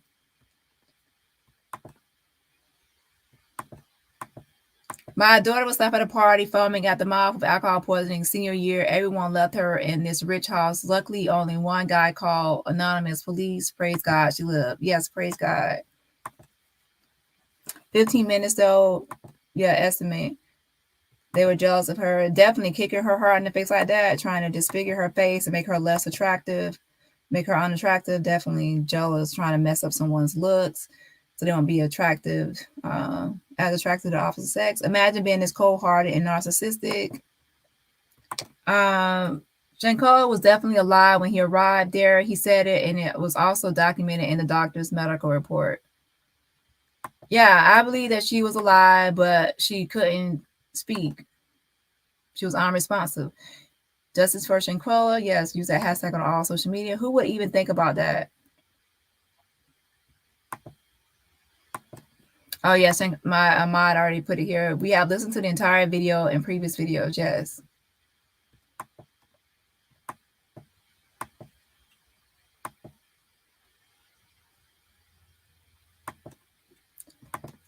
We look for 3 different things: cardiac pulse and movement. If you have none of those, then they will take you to the hospital so they can pronounce you.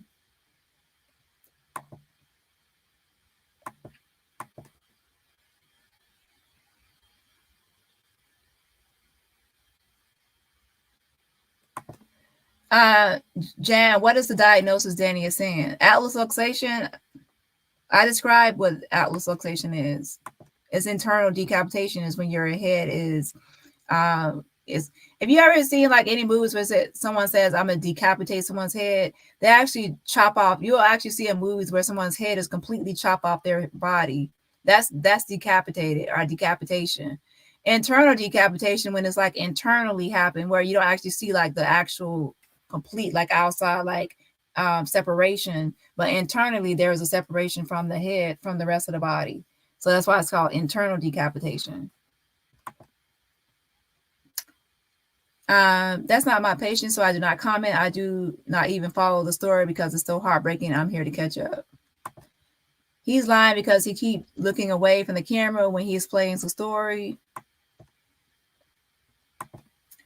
So what do you think he's lying about? So if you're saying someone is lying, you have to also say what they're lying about. And what they're lying about can actually be proven or disproven later in court by the FBI with verifiable data or information. So I would say a lot of stuff he said can be actually proven with the FBI, not proven. Most of the things, to be honest, as I went through the video, is stuff that can be proven later on, disproven. So he really can't lie about much that he said.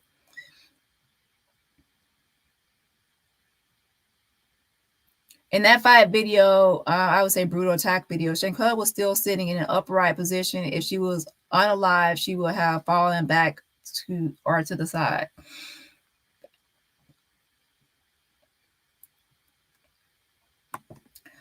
I believe that she was still attacked more after that video, but she definitely was alive when the doctor and Nazeer came. Why did he keep moving her in that state and condition, though? Makes no sense. I would have been freaking out.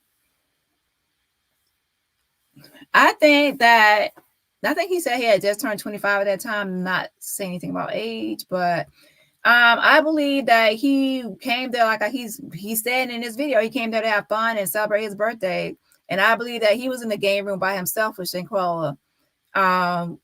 He was by himself in the game room with her, playing the music and this and that.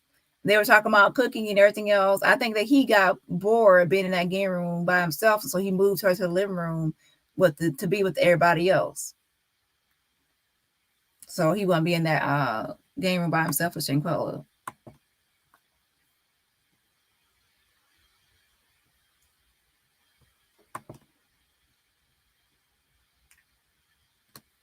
And also, he's under the assumption that she has alcohol poisoning. But he still want to like keep an eye on her until the doctor comes, I guess. He's not he doesn't know anything about Atlas Luxation. Shoot, even the doctor didn't even know that she had Atlas Luxation. The doctor was still like treating her for alcohol poisoning. She didn't even know. And I did ask someone before, can you actually look at someone until they have internal decapitation? And someone said, no, you can't.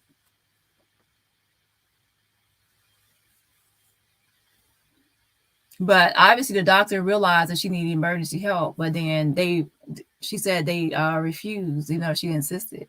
And you can't go by money because in Mexico, they have 911 too. So you can call 911, right? And guess what? Winter later on, she called 911. So what stopped her the first time from calling 911? What stopped her the first time? You can't say, well, I couldn't get help because of money. And then later on, you actually call 911, you got help without paying any money to 911 because they have 911 in Mexico too.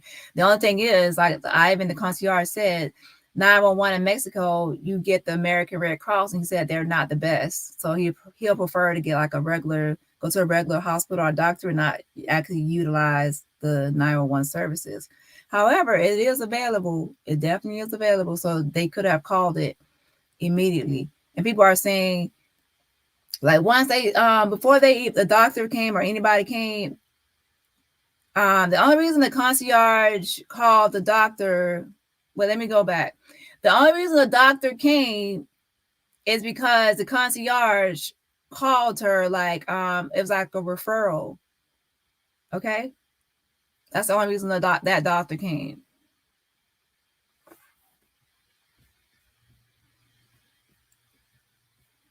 So they could have actually called 911. Then if the people would have came were if they had called 911, the American Red Cross would have came. Not American Red Cross.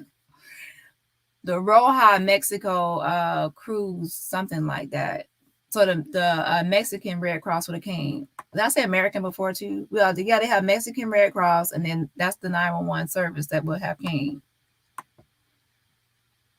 They didn't want to call 911 because they wanted they knew that going to a doctor or a hospital, like if they went to a hospital, that person would actually be able to like do a complete workup and a complete exam on her body. They knew what they were doing. They didn't want to have her taken to the hospital where there's more equipment and more ways to diagnose what really happened to her. But when the doctor kept insisting, they finally had no choice but to transfer, call 911. So that was actually a red flag and suspicious. And then also the doctor could have took it into her own hands and just said, call 911 and not listen to them, right? So that's why she's medically negligent. Anybody, Dani, what is that diagnosis you're saying? Is it alcohol poisoning? I just need to calm down. I can't stand his video. Yeah, a lot of people can't. He's evil, very narcissistic and thinking about himself and how his trip was messed up. Injury within the first 2 vertebrae of the neck.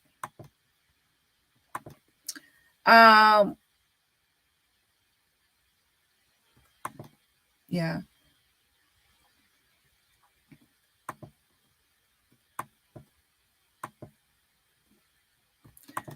A real friend wouldn't do that to her friends. Look out for each other, not go against. Yeah. I love your show. Thank you, Erica King.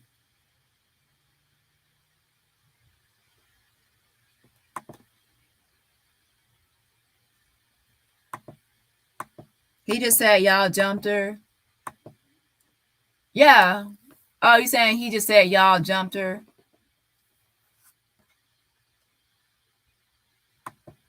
Yeah. But see, he wasn't there. He wasn't there, and he also was saying before that he only got some information from like the internet, like when everybody else got it.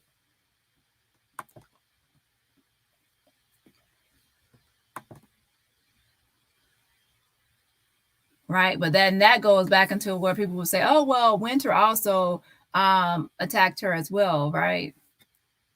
But he wasn't there, so he doesn't know. He wasn't there. He only saw like the video that everybody else saw. But is it possible that he knows more? Who knows?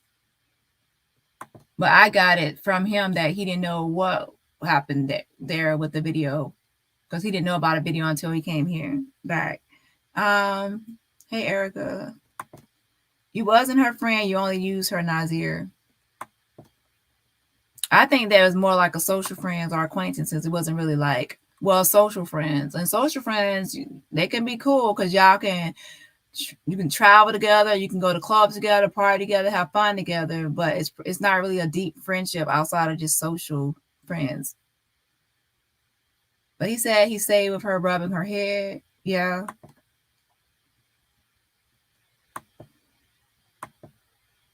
And then I actually the video, he said there was a video of him recording. He said in the video, you can hear him saying, Koala, get up, Koala, get up.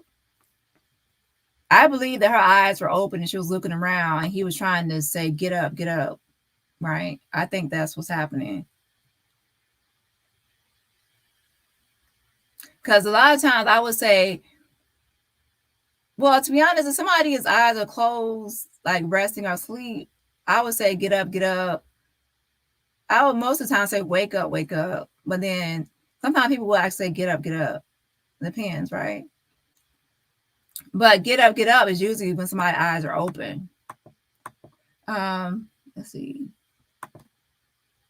Well, not really. You can say time to get up. Like that's waking somebody up as well.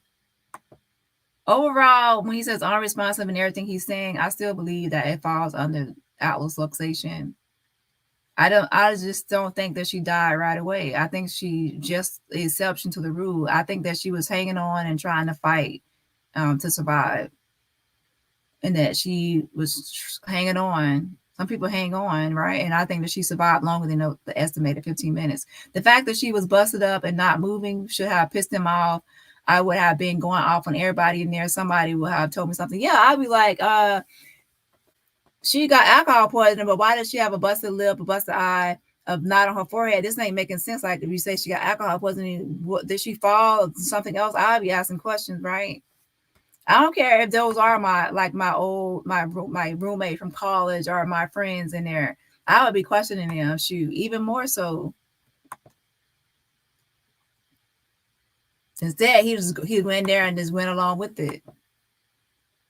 But then sometimes you have to also take into account if you get on a trip and then there's 5 other people there and they're all saying alcohol poisoning.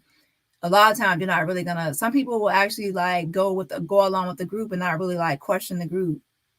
Like if you get on a trip and 5 of your friends say, "Oh, Shanquella's in the game room and she's drunk too much and the doctor's on the way," right? And you go in there and she has a busted eye, busted lip. I'd be like, oh my God. It's like, okay, she drank too much, but why her face? I would go in there like, why her face? I would go and question them, to be honest. I'd be like, why her face bruised up and why is this and that? And I would see what they say. I would question, like, why didn't he go question? That's why I say he's negligent.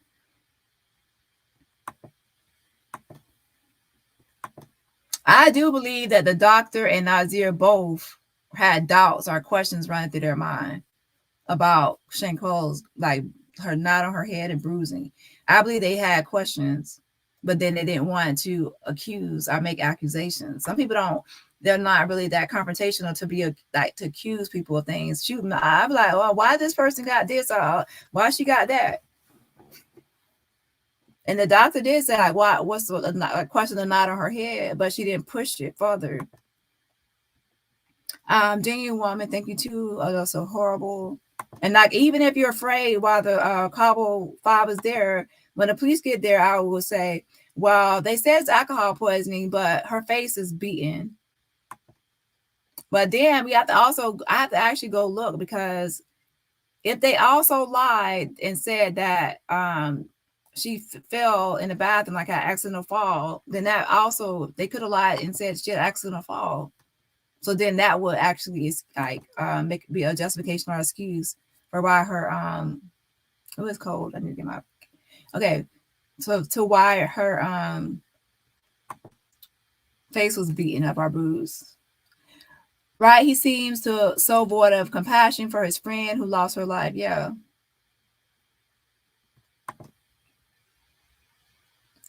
All he cared about was the party, help your friend and forget the party. Exactly.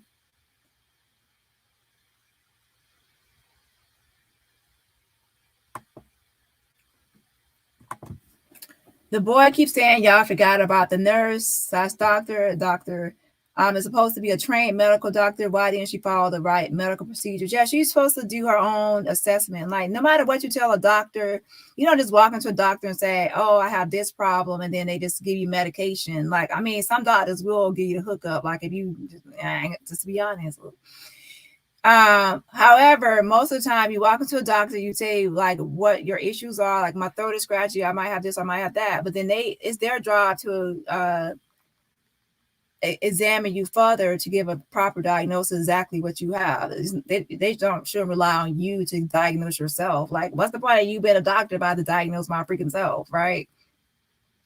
But I think that he's saying too that we were saying, or not we, some people were saying that Shanquella was deceased and when he arrived, and that she was unalive when he arrived. And he's saying, yeah, I forgot about the doctor. The doctor also saw her and she was unresponsive. So y'all are forgetting about the doctor, and the doctor also came. So a lot of people were not talking about the doctor at that time. So he said there's a doctor too that will also verify that Shanquella was still alive and at that time. And sure enough, the unofficial police report came out, and the doctor said the same thing as Nazeer, that she was still alive but unresponsive or whatever. I've always been confused about the pool story. Does that mean they also moved her outside by the pool?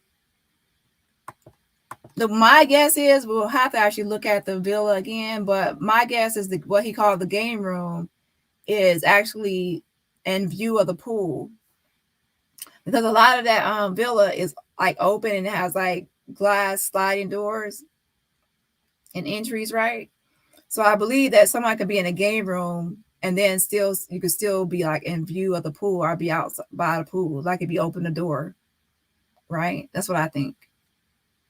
And that would make sense, like the game room to be like adjacent to or somewhere like to by the pool. My best friend is a gay man. When I was SA, he beat the mess out of all those good dudes.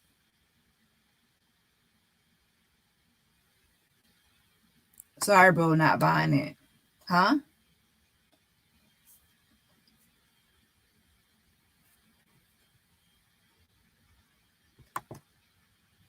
I'm not following completely. I'm sorry that happened to you. I'm not following your comment completely. No words, Jane Artist. I appreciate you telling me what you do know. All right, y'all. I will see y'all later. I think I'm way behind the comments.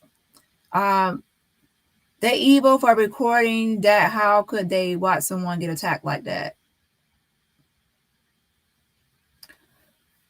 It's sad nowadays when there's like I think that they thought they were just going to be recording like a fight. Shanquella did not want to fight. Only Dejanay wanted to fight. And a lot of times these days, people pull out their phone to record someone fighting. However, they definitely should not be recording. Number one, Shanquella was naked. Like, why would you record? Shanquella is your friend. Why would you record her naked? Who are you gonna share it with? Like, why would you share that? I even posted like, why? Like, she's naked for one. So even if you were wanting to record a fight, you definitely don't record one when someone is naked. That's like disrespectful, and why would you do that? But we also saw that he posted later that Dejanay was his BFF and he's down for her with her life. And then also don't forget Winter was recording. So they obviously didn't have any respect for her to be trying to even record her fight or not at the time. Or what when I say fight or not, I mean by their thinking. I call it a brutal attack. I don't call it a fight. I'm saying but them pulling out their phones at that moment, they shouldn't be recording someone that's naked to post anywhere or even to record it. So that's disrespectful off the bat, off rip. And then secondly, yeah, they definitely should have intervened, because when it's something where someone isn't fighting back, it now becomes a brutal attack. And you see someone getting kicked in the face like that. It was a lot, getting kicked in the face, thrown by the neck, all those hits and hard. You can hear those loud hits to her body. That was just a lot. That should have been stopped. And the moment, the definite moment it should have been stopped was when they said, "Are you not going to hit back?" And she said, "No," and she wasn't going to. Then that was a cry for help. That no was to say, "Hey, I'm not going to hit back. So step in and intervene and stop this." But no one did, right? So they didn't care. How could he not see her body and self was in severe distress? And to me, to be honest, when the camera pans left and you see Khalil, he did seem like a little like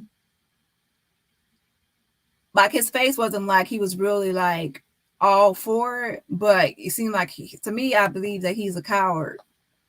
And that's why he was sweating like a pig when he came there. And he was also realizing his butt going to be in trouble. But Khalil also knew Dejanay because based on his Twitter. So I didn't really know how they were connected that well. I knew they were connected, but I didn't think like how much relationship they had. But he knew Dejanay, and he said that was like they were buddy too. So there wasn't a lot of like one-sided alliances. There were like people there that were like mutual friends mutual friends with each other. So people said, well, that's Shanquella's best friend. He should have stepped in. Well, he also knew Dejanay for a long time as well, based on the Twitter page. He knew her for a long time. He knew both of them. And I think he said he loved both of them at one point on the Twitter page. Like they're on different tweets. He said something about Dejanay, like love towards her, and then also Shanquella. So now looking at all this information combined, you can see why some people it wasn't like a 100% just strong alliance towards Shanquella when he liked both of them, to be honest.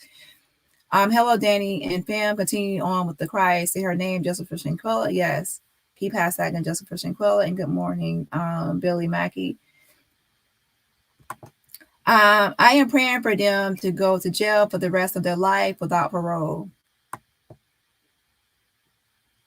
Yeah, they definitely need to go to jail. The brutal attack, whoever like brutally attacked her, most of like Dejanay. If there's anybody else that any physical harm to her, them as well for manslaughter. And the other ones need to go to jail for cover up and omission, being accessory or even accomplice. And then the doctor and others need to be held civilly responsible and sued for negligence.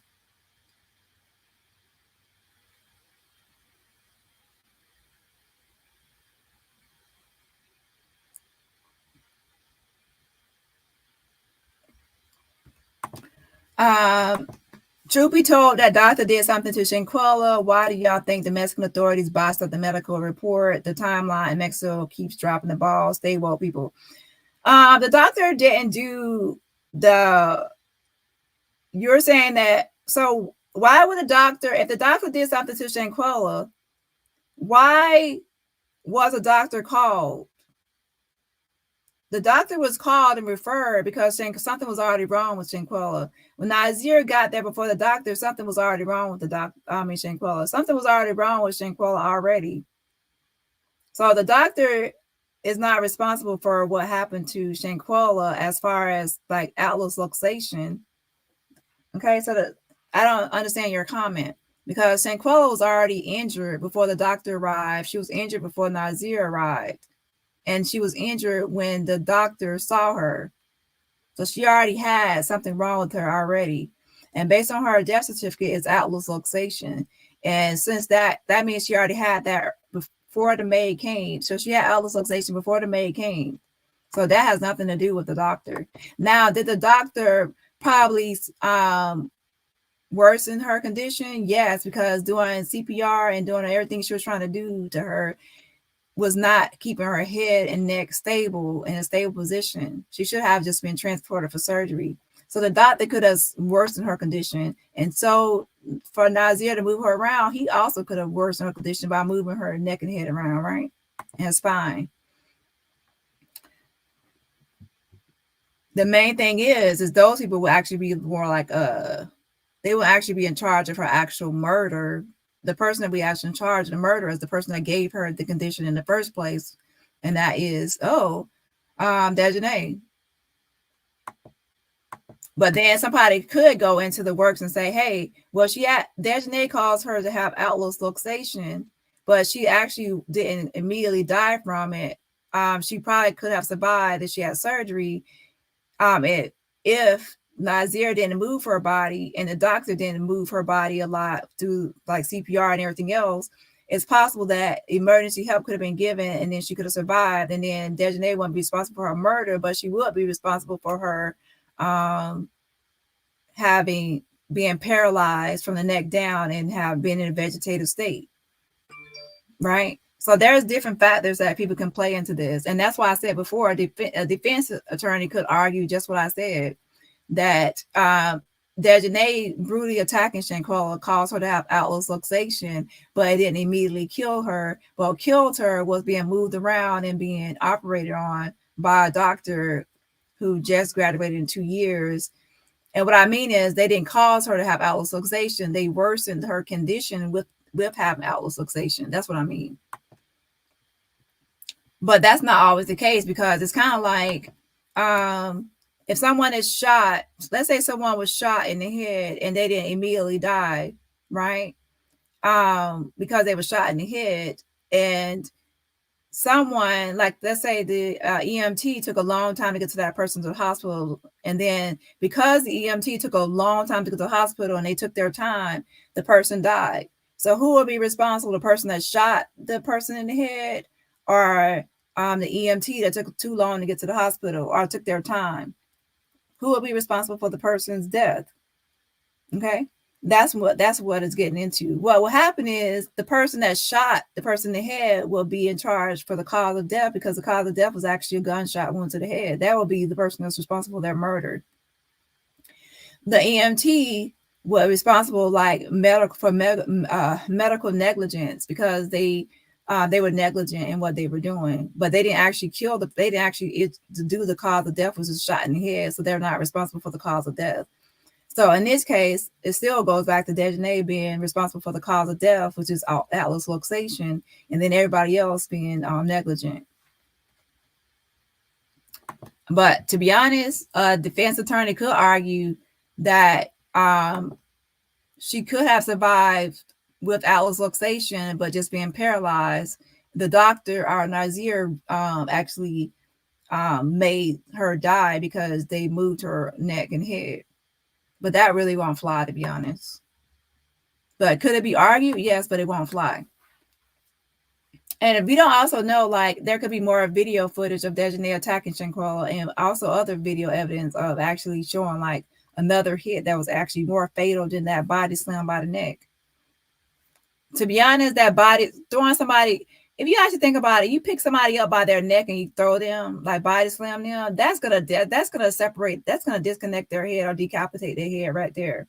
That move right there, I'm telling you, that did it. And any movement she made after that was just involuntary movement, like reflex. It wasn't like voluntary movements.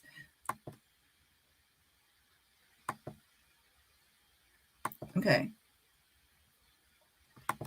He was pleading to do fun stuff to a corpse.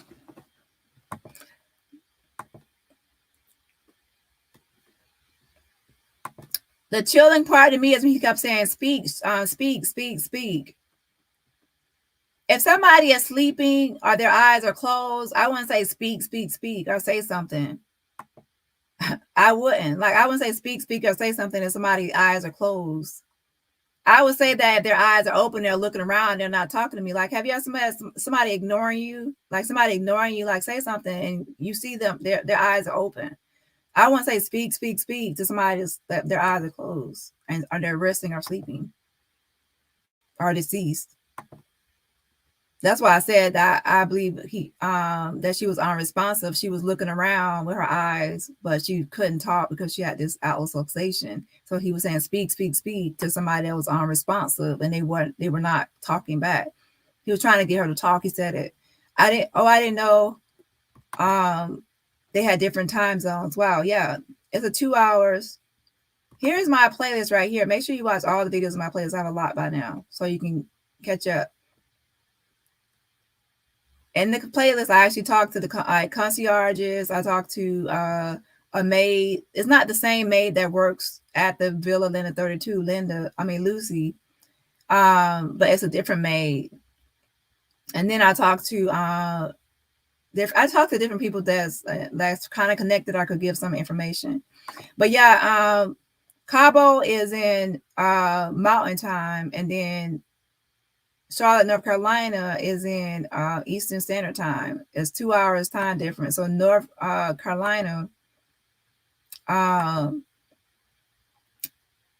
is 2 hours ahead of Cabo. And then some people were actually looking up the wrong time zone before because they were looking up New Mexico time zone and not Mexico. So then that threw people off. You have to make sure you look up Mexico, not New Mexico. Okay. So when in Cabo, it was actually 1:40 p.m. Mountain Time. And then that's why Nazeer said 3:30, because that will actually make it 2 hours ahead of time based on Eastern Standard Time, which is 2 hours ahead of that time.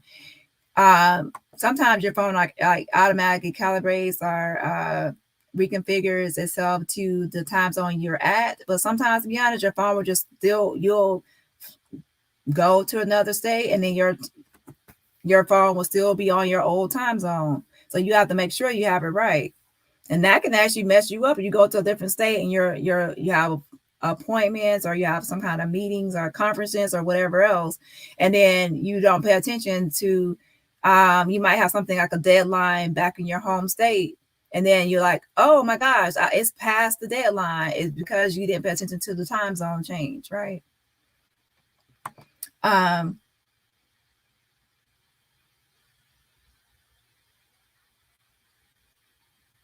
Yeah, I watch this channel sometimes when I can.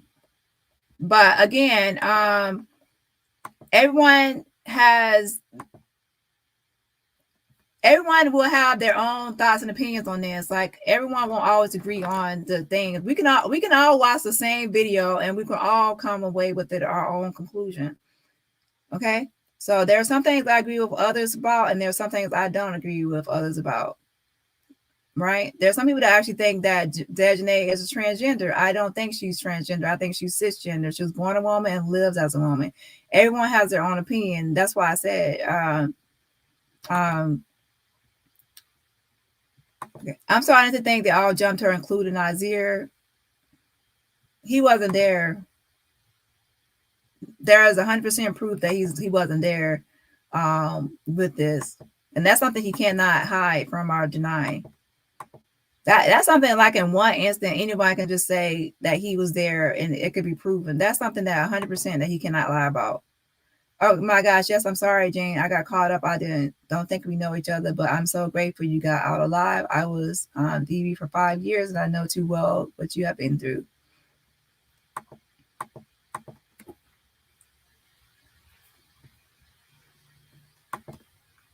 Tanny, yes, gorgeous. We're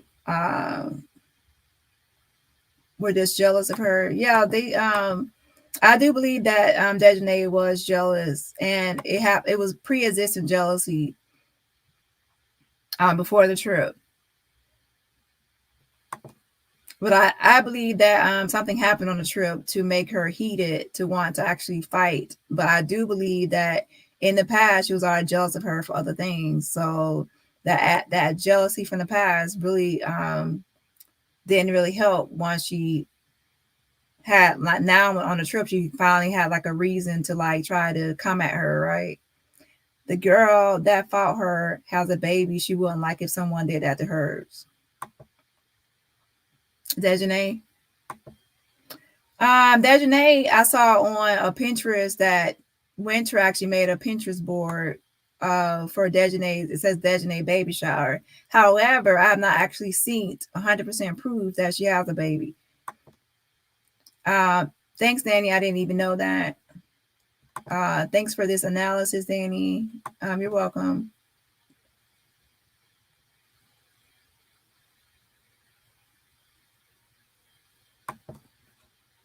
Okay, you keep on saying that they were all told to say alcohol poisoning by the doctor, but you're missing out on key details. You're missing out on key details. You're missing out on the concierge. You're missing out on what they would. How did they get the doctor there? What was the doctor told to get the doctor there? The doctor had to be called and told something. So why did the doctor was told something, and then she also had to be she brought her IV.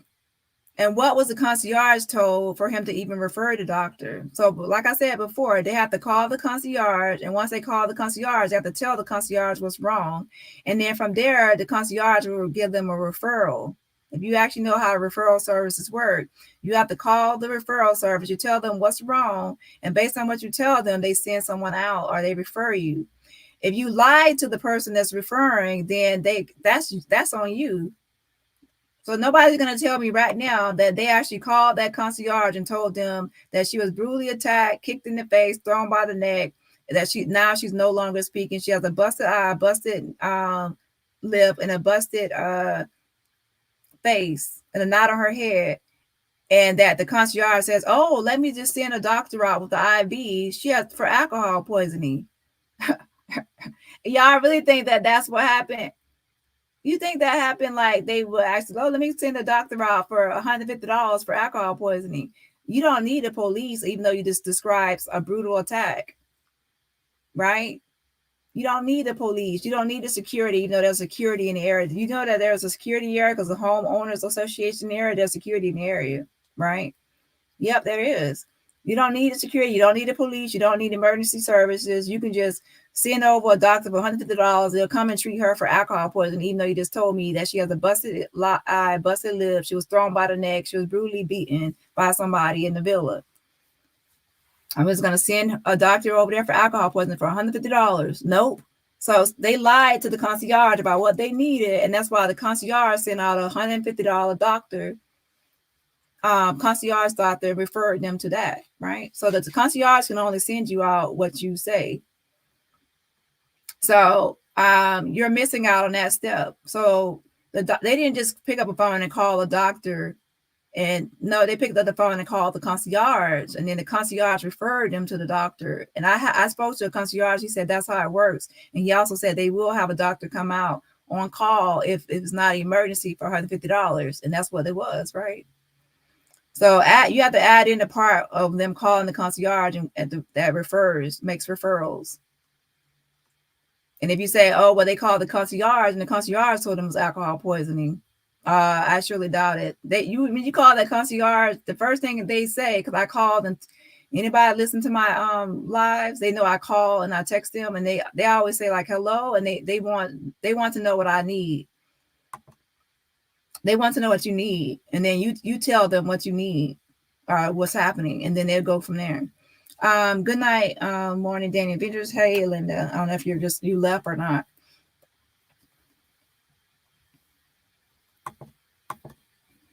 And then also you have to go back into going back to that. You have to also go back into what did they tell the maid?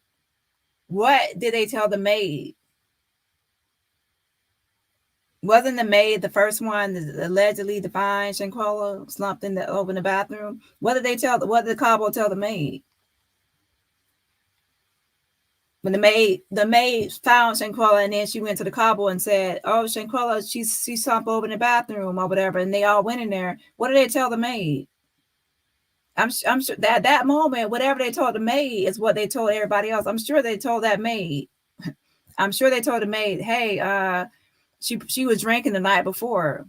Trust me, that alcohol poisoning came from Cabo, because they had to tell the maid something first, and then once they told the maid whatever they told the maid, they told the concierge, and then the concierge referred them to the doctor, and then and so on and so on. They also told Nazeer, and they also told the family. I doubt their story changed. So first you have to add in the maid. What did they tell the maid? And then also, what did they tell the concierge? And then the concierge referred them to the doctor. So there's missing people or puzzles to what you're saying. I'm praying for the Robinson. Yes, continue to pray for the family. His hands should have caught on fire holding that Bible. Child, that Bible was readily available like a prop. Hey, Chad. Hey, Sean. Okay, this was like a long time ago now. So I hope there's more than, it says 124 people, only 44 likes. Please hit the like button and help get this video into the algorithm.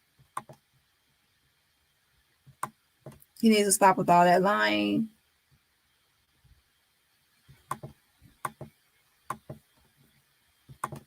I'm glad you got out of the situation. It was now 31 years ago. Last time he put his hands on me. I'm so grateful. I had a stranger actually help give me courage, and he got in the man's face. Yeah, I'm glad you got out of that situation. And a lot of times it could take a lot of times for a victim to leave, but I'm happy you got out of this situation, domestic violence situation. He's talking about what he went through. What about what your friend Shanquella went through exactly? And that's what put a bad taste in people's mouth. Like, aren't you concerned about Shanquella? Like what she went through? Like, why are you so concerned about yourself and how you missed out on this and that? What kind of friend ignores what he sees? Exactly.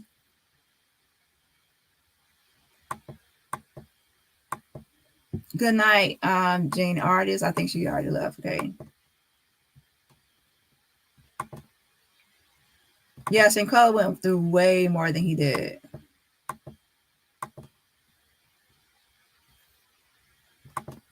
We pretty much know that by now. They say everybody got alcohol poisoning when they pass in Mexico.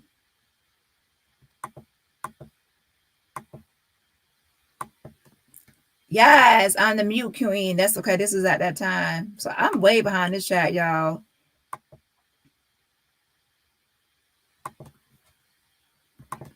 His voice irks me when he talking about he had nothing to do with it, knowing that he did have something to do with it. Do you think that he was actually there, or do you actually think that he is like after the fact, like help with covering up once he got there? I don't believe that he had anything to do with the brutal attack. Now what happened after he got there, we don't know because we don't have proof. What happened after he got there. But based on everything, I would say that he's more civil and then criminal. Good night, Jen. Have a blessed night. Yeah, okay, this was when the time when I was muted.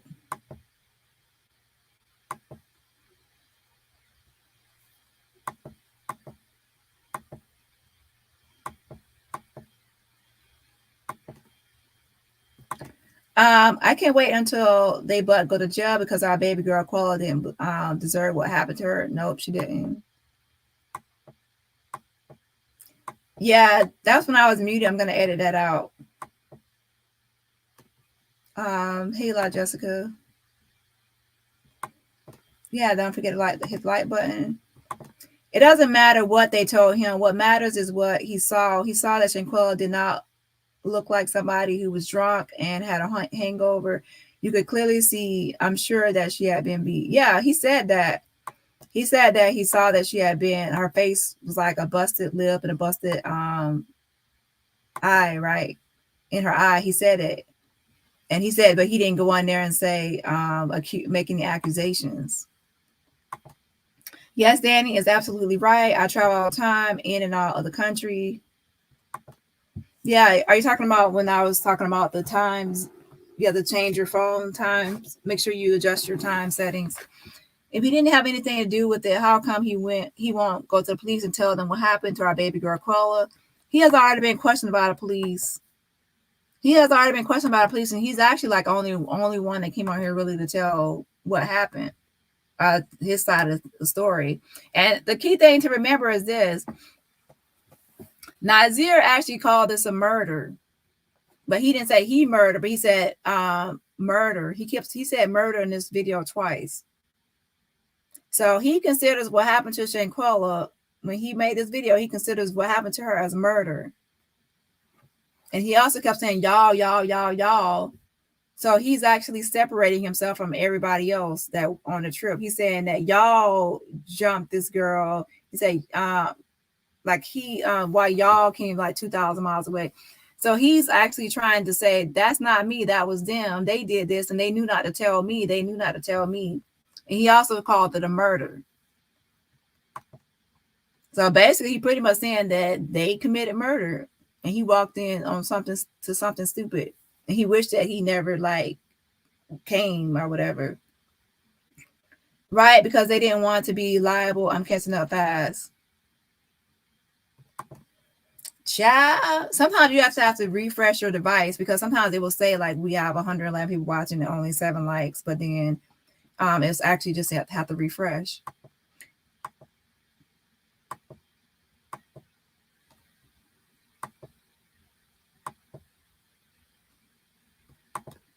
I don't know.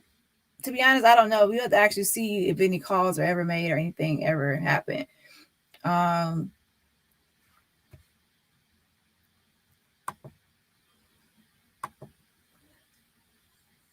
to be honest, some people said why then some people go to the funeral or why then some people do this and that. I don't know, because to be honest, some people will say yay or nay. If someone thought that you murdered their family member, it's kind of best that you don't go to a funeral, to be honest, because that's the last place. Like you go to a funeral, like if I think someone murdered my relative, I don't want them at the funeral. If the family thinks you murdered their daughter or sister and it's not going to be a good look or a good job for you to go to the funeral, right? Even in your best interest to go to the funeral, because shoot, to be honest, somebody might actually get street justice on you. I'm saying, because they think that you're involved in the murder of their family member, and you try to show up to the funeral, it's not going to be a good look. Also, if someone is accusing you of murder or being involved in something, most of the time you're not actually going to call either. Now, some people will actually do it, but some people won't if they're being accused, to be honest. Like if someone is accusing you of murder, are you going to call them? Well, sometimes people will initially call and say, well, I didn't do it, but then after a while they won't. So it depends. It's person by person. I would probably call like, that's not true. I'll try to get my point across. But if they keep on going at it, saying I did it and I didn't, I feel like I'm innocent or I am innocent, I probably want to keep on making attempts. And I definitely want to go to the funeral if the whole family thinks I killed their family member. I ain't going to the funeral. People be acting like, would y'all go to the funeral if someone thought you killed their family member? People be acting like Mexico is an undeveloped nation. Yes, they all lied. I wish that I was anywhere.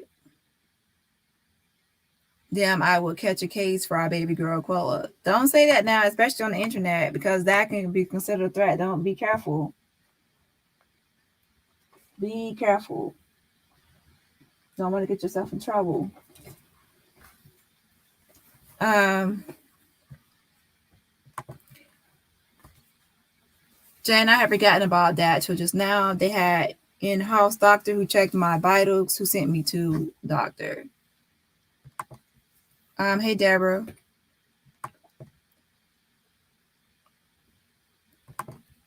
Right, Winter called them people and told the concierge that Krolla had alcohol poisoning. Cabo 6 put everything in motion, which made it easy for the doctor to help them with their alibi.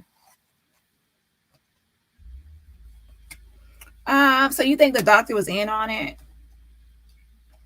My opinion of Dr. Carolina Ornelas is that she's a new doctor, less than 2 years as a doctor, and a lot of her time was spent as a concierge doctor, like making house calls, and usually the house calls are not for emergencies. They like all over Mexico, like on their websites, they put, do not use a concierge doctor, like an on-call doctor, to come out for emergencies. So usually she's supposed to handle on calls that are not like emergency situations. And she's new, like maybe less than 2 years of experience, right? Not saying that's an excuse. I'm just saying like why I believe that she's inexperienced.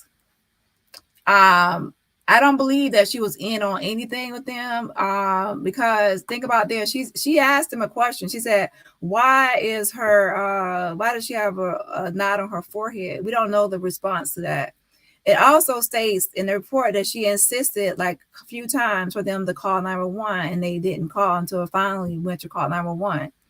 If the doctor was a part of this whole cover up and part of everything, she wouldn't have questioned anything. She would not question even a knot on her head. Like, why is she having this knot on her head? If the doctor was part of any kind of cover up or anything, she would not have, what was I going to say?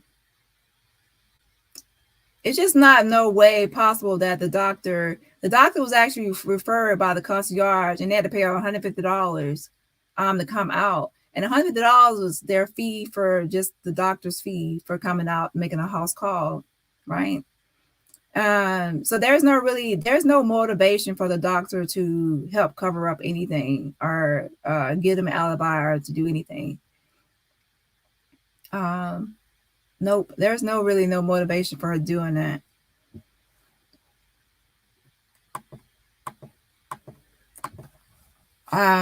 Let me see your comment just in case I might have misunderstood.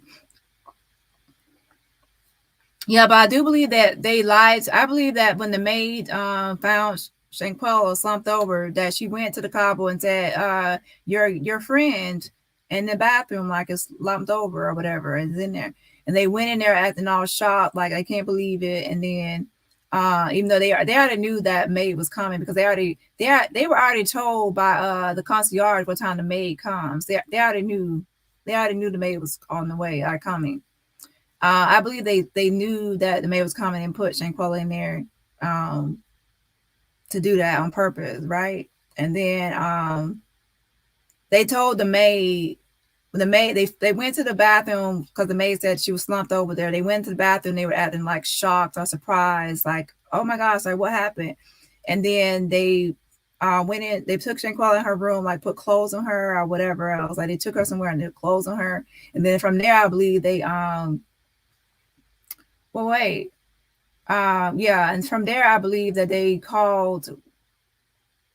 Well, that would kind of make sense about the maid. Because I don't think that immediately they called the concierge once the maid found her. I don't think they immediately called the concierge. I think that they just put clothes on her, and then later on they decided to call the concierge. I don't know. But I do know they called the concierge, and then the concierge from there referred them to the doctor, because that's how it works. And then the doctor charged $150 for the services to come out to their villa. But once the doctor realized that she could not help Shanquella that she needed emergency help. She said she insisted they call 911. So she was a part of any cover up or plan. She would not have questioned the knot on Shanquella's head, and also she would not have insisted that she get emergency help. So she was just like a person that was unaware, just like Nazeer. I'm telling y'all that Cabo 5 are liars. They lied to Nazeer, I believe, when he got there. They lied to the doctor. They lied to the maid. They lied to Shanquella's family. And they lied to the police. Don't forget the police also came out. They lied to the police. They lied to everybody. And then they hurried up and fled back to the United States, right? Thank you, Dani. It's so much misinformation. Everyone following this case, really appreciate you. I think I read that earlier. I don't know. You're welcome. Which is why they're lying.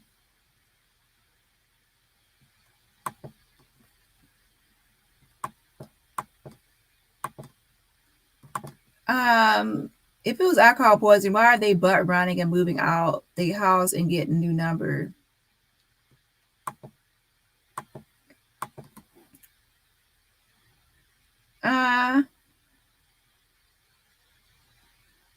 Yeah, it's definitely not alcohol poisoning. The autopsy already has came back, and the autopsy already showing that is actually Atlas Luxation. But yeah, they definitely lied about that. They definitely did lie about alcohol poisoning. And also, as far as moving, they will automatically say, "Oh, we moved because people on social media put our addresses everywhere." So we, like Nazeer in this video, say he was looking over his shoulders. They will say, "Oh, we moved because of that." You would think cameras everywhere these days, wouldn't you? Now, as far as Ivan, the concierge, he stated that there's cameras at the security gate when you first enter the villas, because there was like a homeowners association. There was like a gated areas, community. He also said that the cameras are pointed towards streets. So, but inside the villa, there's expectation of privacy, and they have like a rule that okay, Cabo Villas is kind of ran like an Airbnb in Mexico. So CaboVillas.com is like an Airbnb for vacation villas in Mexico. You go on Cabo Villas just like you would Airbnb to find a villa that you would want to book. The villa doesn't actually belong to Cabo Villas, just like the Airbnb homes don't belong to Airbnb.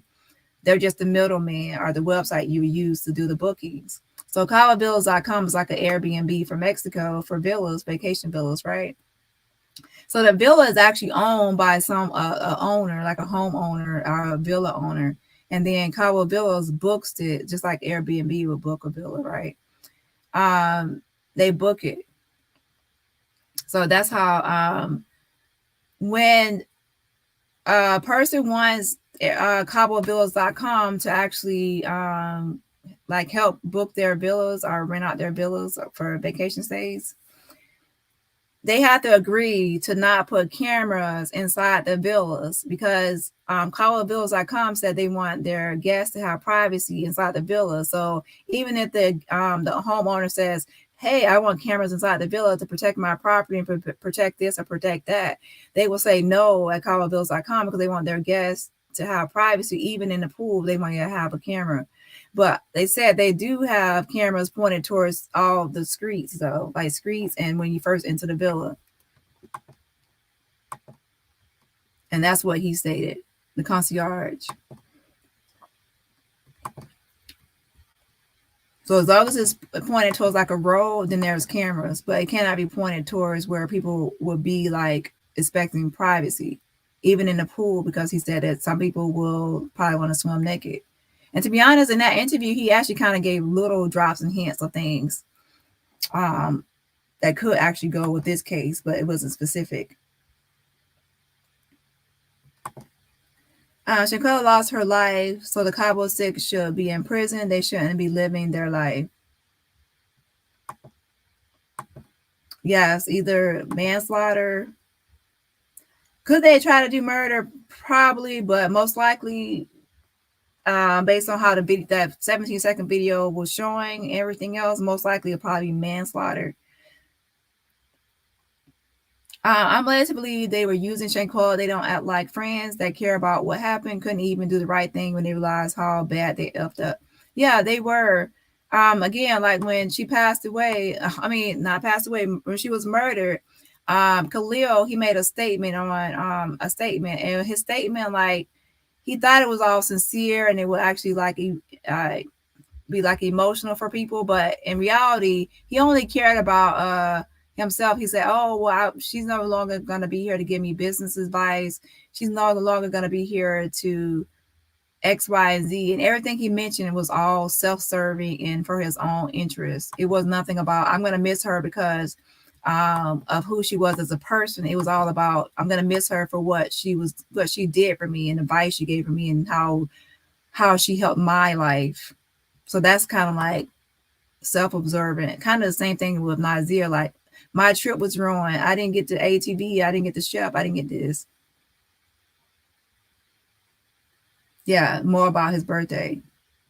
Yeah, self-observed and inconsiderate. Looks drunk, jerk. His story's all over the place. Yes, this is how you can support the channel through Cash App, Super Chats, or other things. But also, you can support the channel for free just by hitting the like button. If he was innocent, then he would go to the police. The police have already questioned him and the others. Statements have been taken. And also in Mexico, even the chef and the maid were questioned, and the concierge was questioned as well. And I was told this by a concierge in Mexico. He said that they were questioned. Like I said, he was given some information, and actually, I should have actually stayed on the phone longer because towards the end of the conversation, he started giving more details and more information. But now it's kind of probably too late because, as I explained, they already are on to me now. Turn yourself in, Cabo 6. The family deserves justice for Shanquella. To be honest, there's nothing they can really turn themselves in for because they don't have arrest warrants besides Dejanay, and that's in Mexico. If she stepped her manly feet onto Mexican soil, she can be arrested, Dejanay, because she has an arrest warrant in Mexico. However, she can't be arrested just with that in the United States. She has to have an extradition warrant, and that's not in place yet. As far as the others, no one else has a warrant, or no one is actually wanted at this moment. They're all under investigation. So there's nothing to turn yourself in or flee from. People keep saying like fleeing and turn yourself in, but there's actually nothing out for them right now besides for Dejanay, and that's for a Mexican warrant. And what they call that is a foreign arrest warrant. And they can arrest someone on a foreign arrest warrant. It has to be an extradition warrant, and that has not been solidified or put into place yet. How come he is in that little space going live? That's because he's lying and don't want the other to hear him talking. I got a feeling that he already told some of the people in there that information. That's why somebody said in the end, like, no, like, don't, like, you're already explaining yourself, right? So I don't need to explain yourself. So I'm sure he already told some of his close people like his side of the story. And that's why they told him not to stop explaining himself. All right, I've been on here too long now, y'all. I gotta get off.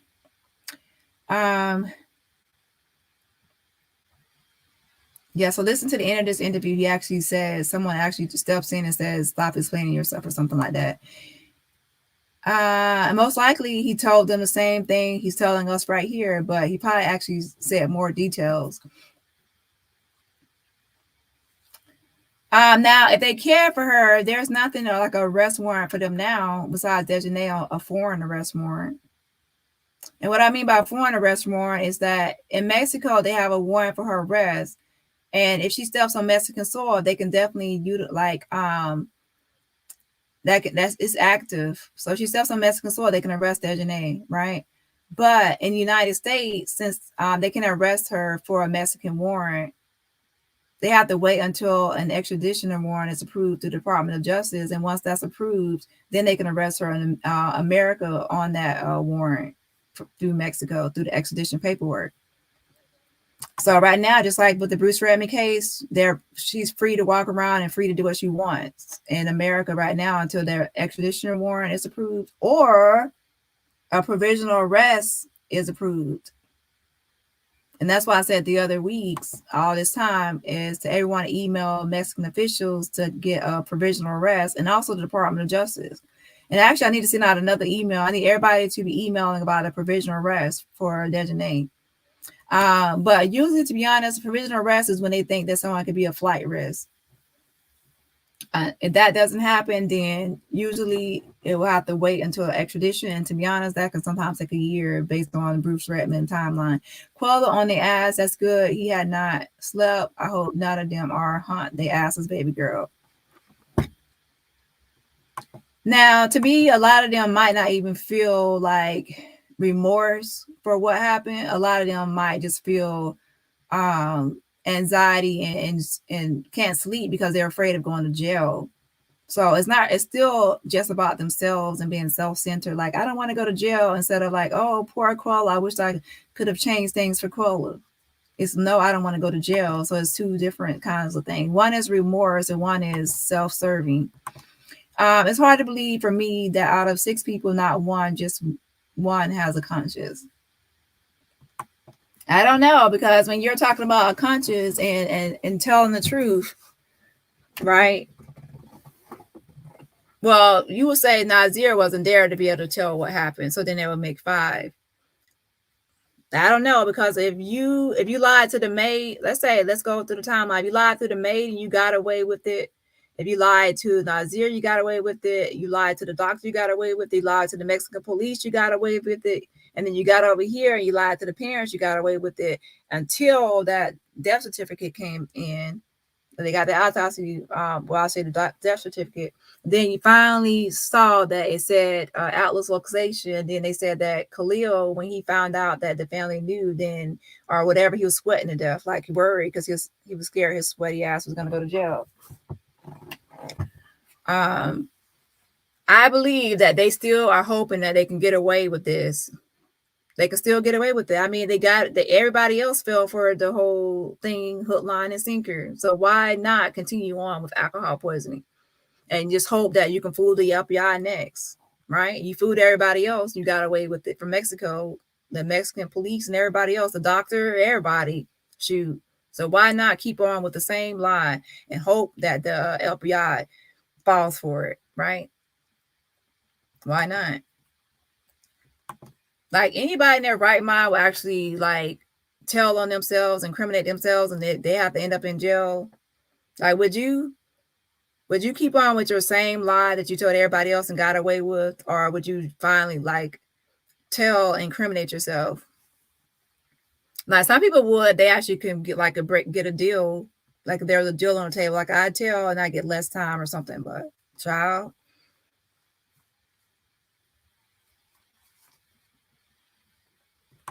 He said the family hurried him out.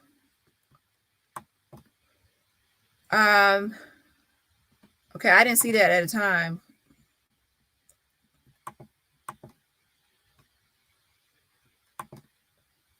Yeah, they already you're a little behind. Isn't your name? Is it Tanny? The FBI has already been questioning. He has already been questioned. Was he the one people who videoed the attack? No, the one that videoed attack was Malik Dyer. Man, just go to the police station and tell what happened. He has already been questioned. God is in control. God will get them all. I want the family to get justice. Just everyone wants the family to get justice. Justice for Shanquella. You guys use that hashtag on every platform. Okay, I don't know what part you heard, Genuine Woman. You have to tell me in the comments, because that was earlier in the chat now.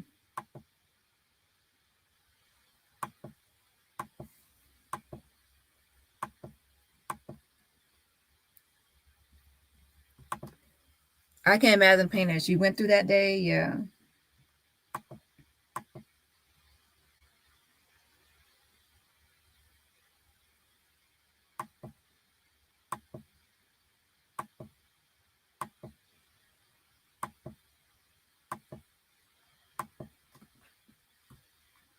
Yes, continue to pray for the family. Continue to pray for the family. Yes, everyone sign a petition, change.org/Shanquella. She was so jealous of Shanquella because Shanquella is beautiful and successful. Yes, I believe it was underlying jealousy. If he didn't have anything to do with it, how come he had not told her mama the truth? I think he has. He put out this video to tell everybody his side of the story.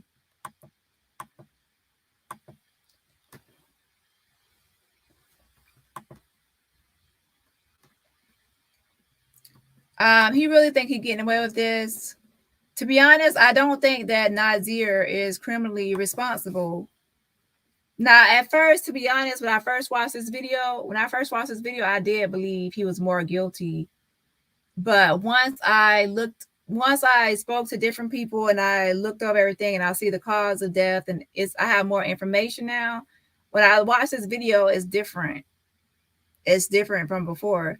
Now, I still see the narcissism and the lack of care and the negligence and everything else, but I don't see a lot of criminal responsibility in the video now. Before I did, but now I see more negligence and not really like a fake friend, not 100% genuine friend. And I see negligence and I see other things, but I don't see criminal culpability. They must have told him she did something when she was drunk. Yeah, that's what I think.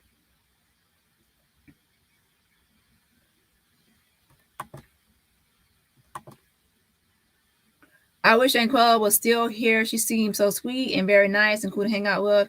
She definitely went to Cabo to have a good time, to have fun, and have a great vacation. And that's what she thought everybody was there to do.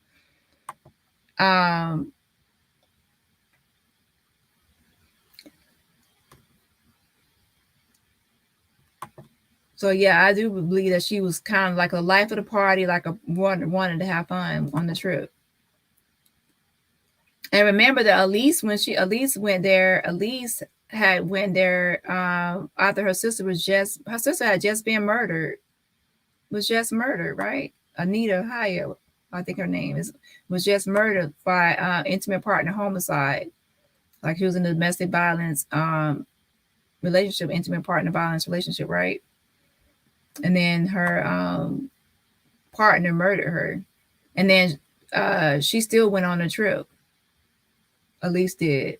So that's kind of like she's not, if being close to her sister, she's not going to really be in the right mind state to be partying on the same level as Shanquella because her sister had just been murdered and she still went on the trip.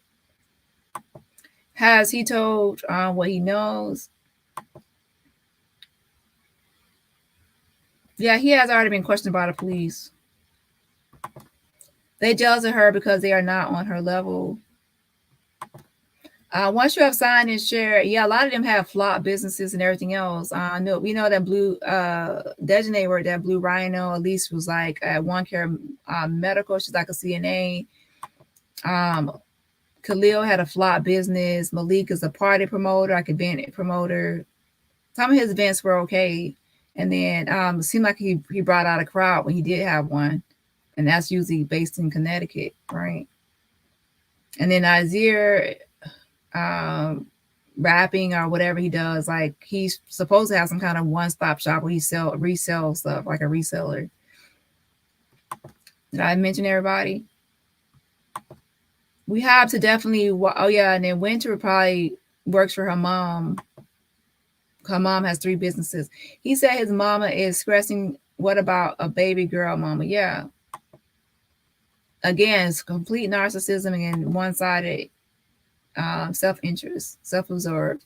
We have to definitely watch who we choose as our friends.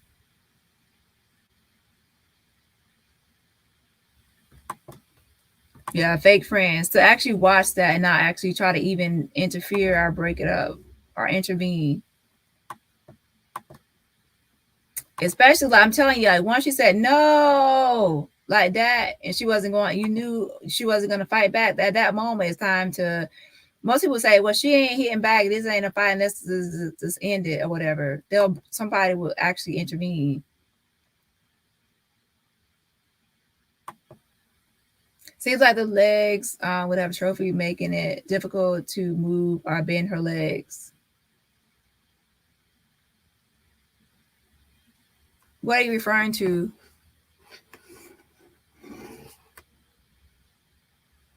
What are you talking about? Are you talking about if she was deceased? To me, to be honest, if she was deceased, it would be more.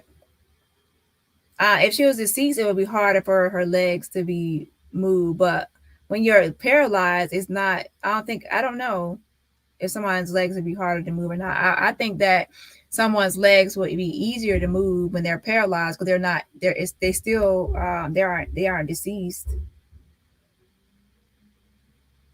right?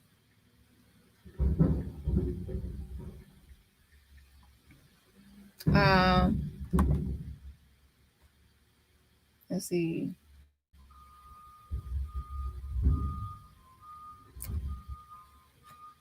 I would never watch my friend get beat like that. I would have helped my friend. Yes, most people would have said that. Let's see here.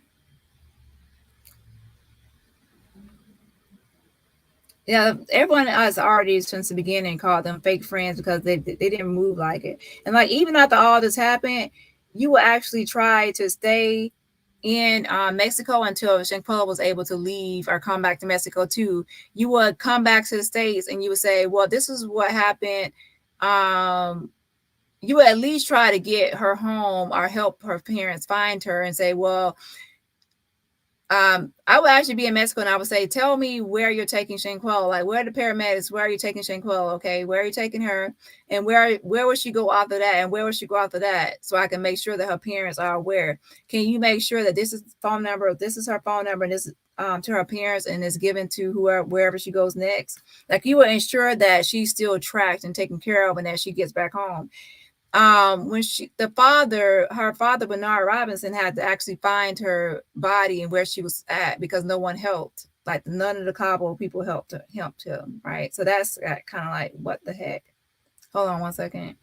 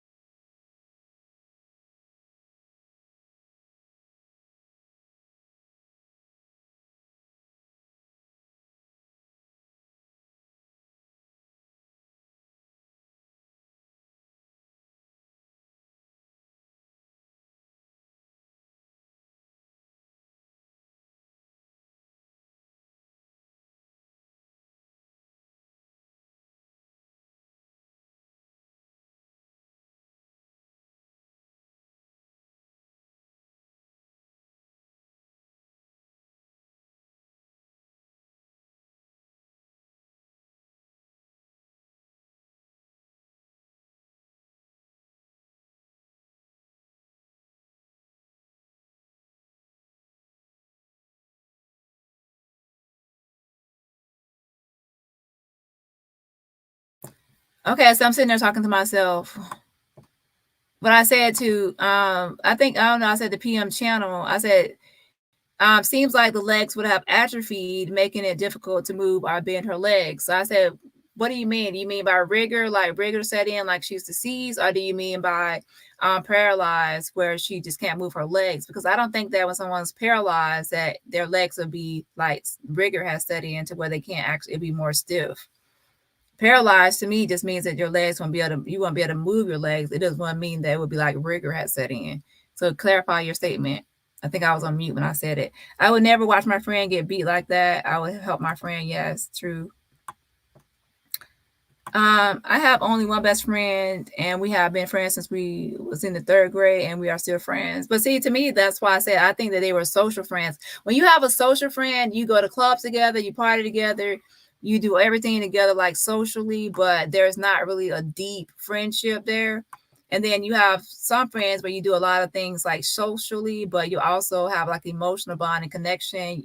Those friends, you usually are connected to your family and everything else. He says he knows the family that welcome him with open arms, but to me, it's still not a deep friendship there. And also keep in mind, he's also friends with Dejanay.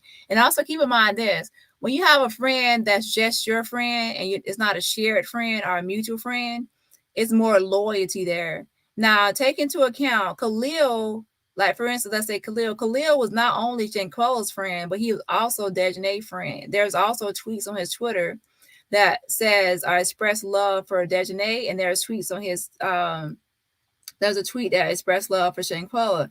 So when you have a mutual friend or a shared friend, it's not like, oh, I have 100% loyalty to Shanquella because, hey, I also love or like Dejanay, so she's my girl too. So Khalil actually liked both Dejanay and Shanquella, so he was in the middle. It wasn't like just there for Shanquella. And that's why I said it's good to go back and look at things, because once you know new information, like he said he loved both of them on his Twitter, right? That means that he wasn't just team Shanquella. He was he was like a mutual friend of both. It was a shared friend.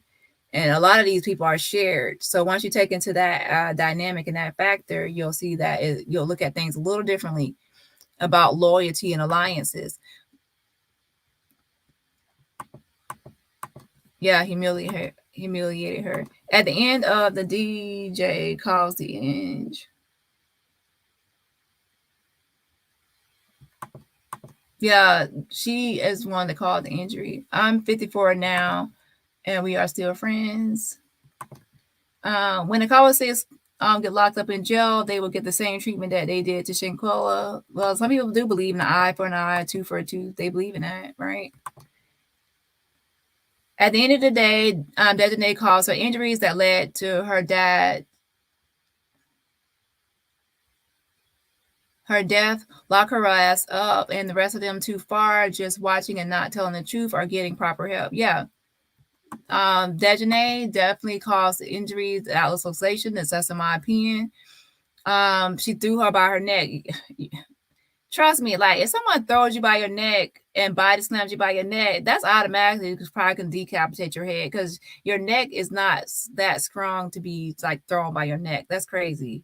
Like you don't pick somebody up by their neck and throw them by their neck. That's crazy. And yet the other one should also get cover up omission. Well, that's what Mexico calls it, but over here, obviously, like accomplice, accessory before, during, and after. Accessory after the fact, before the fact. Shanquella is a good inspiration. So in my opinion, she won. And to me, like I believe she definitely was hanging in there and trying to fight and survive with that. And I don't, to be honest, I'm happy that I actually listening to it once at least the medical examiner describe Atlas Luxation, but it's kind of like horrifying the way he described it as well, because when you put it into context, it's kind of like, wow, like to be able to still see around you and hear and understand. And he also said, make sure hear and understand what's going on around you. So you can he made sure it's not just like you just have auditory, like still you're, it's still working, that you can understand also. So you haven't lost your complete system of understanding and comprehension. You can understand what's going on around you still and hear. You can also feel the pain or feel your bones breaking or anything. You can feel things. But he said you couldn't speak. So to be able to not speak and then to be able to not move, that's like completely sad and heartbreaking and horrifying to actually experience. Let's see.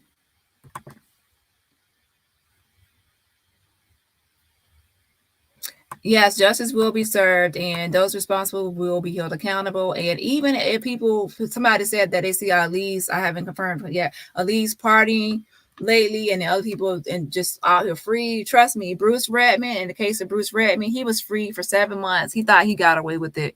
He thought he got away, but he was free for 7 months and enjoying life. I'm not going to go over the complete story because I'm about to get off here. But he was free for 7 months in America. He had a warrant in Mexico, a foreign arrest warrant. He was free. Nothing happened to him during that time period. And finally, he was arrested on a provisional arrest and then later extradited to Mexico. And he was miserable in the Mexican prison, but only for 7.5 years. But still, it was hell in that Mexican prison based on how his living circumstances were, especially since he was like a former producer of different shows for MTV. And that's definitely change of lifestyle for him, right? So he thought he got away because he had 7 months of freedom in the United States and nothing happening to him. Yep. Parading around like a free man and claiming he's innocent. And then boom, FBI and marshals came and got his ass. Ooh, he should have been that one to insist override all the rest and insist to get her to a hospital when others said treat her in a villa. Man up Nazeer should have spoken up right then. Oh yeah, that brings up a good point, Marion Adams. When the doctor was saying get her to the hospital, like Nazeer should have stood up at that moment and said, yes, let's get her to the hospital. So he got all knucking and bucking and talking about, if I was there, I would have did this. If I was there, I would have did this. If I was there, I would have did this. Where you were here, Nazeer, but good point, Marion. You were here when you were there when the doctor was insisting that she be taken to the hospital. And when the others were not like saying, yeah, let's get her there, you should have chimed in and said, let's go. We need to get her there. You should have insisted that she go. And also just to go at a different angle, because we were not there. So this is speculation and insinuating, right? It could be that some people in the room, because I want to make sure I go at all possible angles. Some people in the room could have been saying, yes, let's go, let's get her emergency help. And then some people were saying no. And then the whoever overruled or won the vote or like had the loudest or more voice or more power in this friendship, this group was a deciding factor, right? So we don't know like who in there was saying that's okay, yes, and then some people saying no, because you could be in a group of people and then some people are saying yes and some people are saying no, and then whoever like wins the vote, right? So we don't know. But if he was there, he definitely should be someone there saying, yeah, let's get her treated at the hospital. But what we do know is that Winter finally called, right? And that they always say, oh, we couldn't get her help, emergency help, because we didn't have money. Then that will always be true, right? But as we all saw, she actually called 911 later. So that means that 911 was always available to them. The 911 was available to them from early that morning when she was brutally attacked until whenever. Secondly, there was security in the area, so they could have called security, but they're not going to call security on their buddy Dejanay, right? They could have called the police. They are given the information when they check into the villa. They could have called the concierge for anything. And all of them were there. All of them were there when the concierge welcomed them to the villa and told them some bits and pieces of information and how to contact the concierge. So all of them had access to contact this concierge. And I mean by all, I mean the Cabo 5. When they first got there, they were informed of this information. They chose not to because they were going to, like I said, cover it up. And remember, ever since this whole thing happened, Daniel De La Rosa Anaya has seen the complete file. He has seen all the evidence. He has seen everything that has been collected thus far. And he's still saying that there was cover-up, omission, and it's femicide or direct aggression. So he's still wanting arrest, right? And that's a good thing. That's a good sign, because you would think that after someone sees all the evidence that has been collected, all the statements and all the testimony, all the video evidence and everything that they have that could be considered evidence, once they look over everything and they still say that they want Dejanay to be arrested, then that's a good sign. That means that justice is coming, but we just have to wait until it happens. Now, if he had looked over all the evidence they collected so far, Daniel De La Rosa Anaya, the state attorney, and said, oh, after looking at all the evidence, we no longer are seeking extradition of the direct aggressor. We are no longer seeking that. Then that will change things, because then that means that something in the file pointed to it not being murder, but that's not the case. It's everything in the file is still telling him that it's murder, so that's why he's seeking extradition. He put her clothes on her because she didn't have any on when they were in her room. When he got there, she was in a game room, not in her room. So I'm sure that they put clothes on her, because if the maid found her slumped over in the bathroom in her room, because she has the master bedroom with the queen, the king. She has the master bedroom with the king bathroom, like in her suite, right? Like conjoining like that. So the maid finds her in there, and she's probably still naked, to be honest, because to set things up, you have to pretend like she's in the bathroom and drunk and probably fell or whatever else. So you have to keep her naked, like she just got a shower or she did something in the bathroom while she's naked. The maid gets there, sees her slumped over and naked or whatever else. I believe at that moment is when they put clothes on her and take her out the bathroom, and tell the maid something. And then I do believe that at that point they put her in the game room. I think they put her in the game room for Nazeer to find her in the game room. When Nazeer got there, he said she's in the game room. I surely doubt they had her naked in the game room. Come on, like you really think that they had her naked body on the game room couch? For when Nazeer arrives, I believe they put clothes on her, so when Nazeer arrived, he would find her clothed with clothes on in the game room, right? I doubt he would find her naked in the game room, because that would be suspicious, like extra suspicious. So I believe that they put clothes on her and put her in there. And Elise is a CNA, right? And then other people, if you actually look at Dejanay's other video, they know about some medical things. But at least as a CNA, will have experience on putting on clothing people that cannot clothe themselves or put clothes on themselves, or actually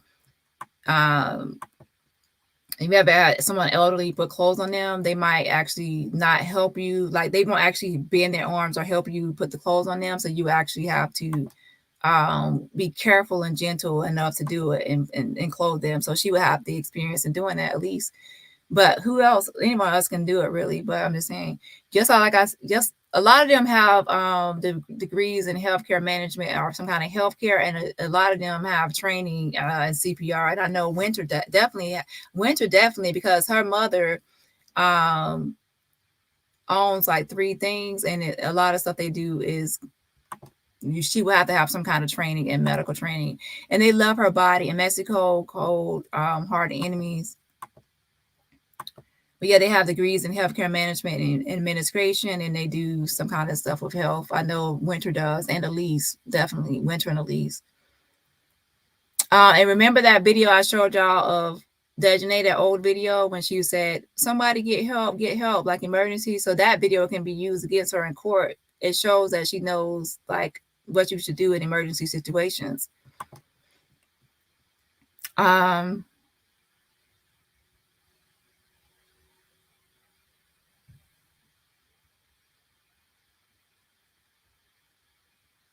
Our flight or flight survivor comes in without a weapon is very hard.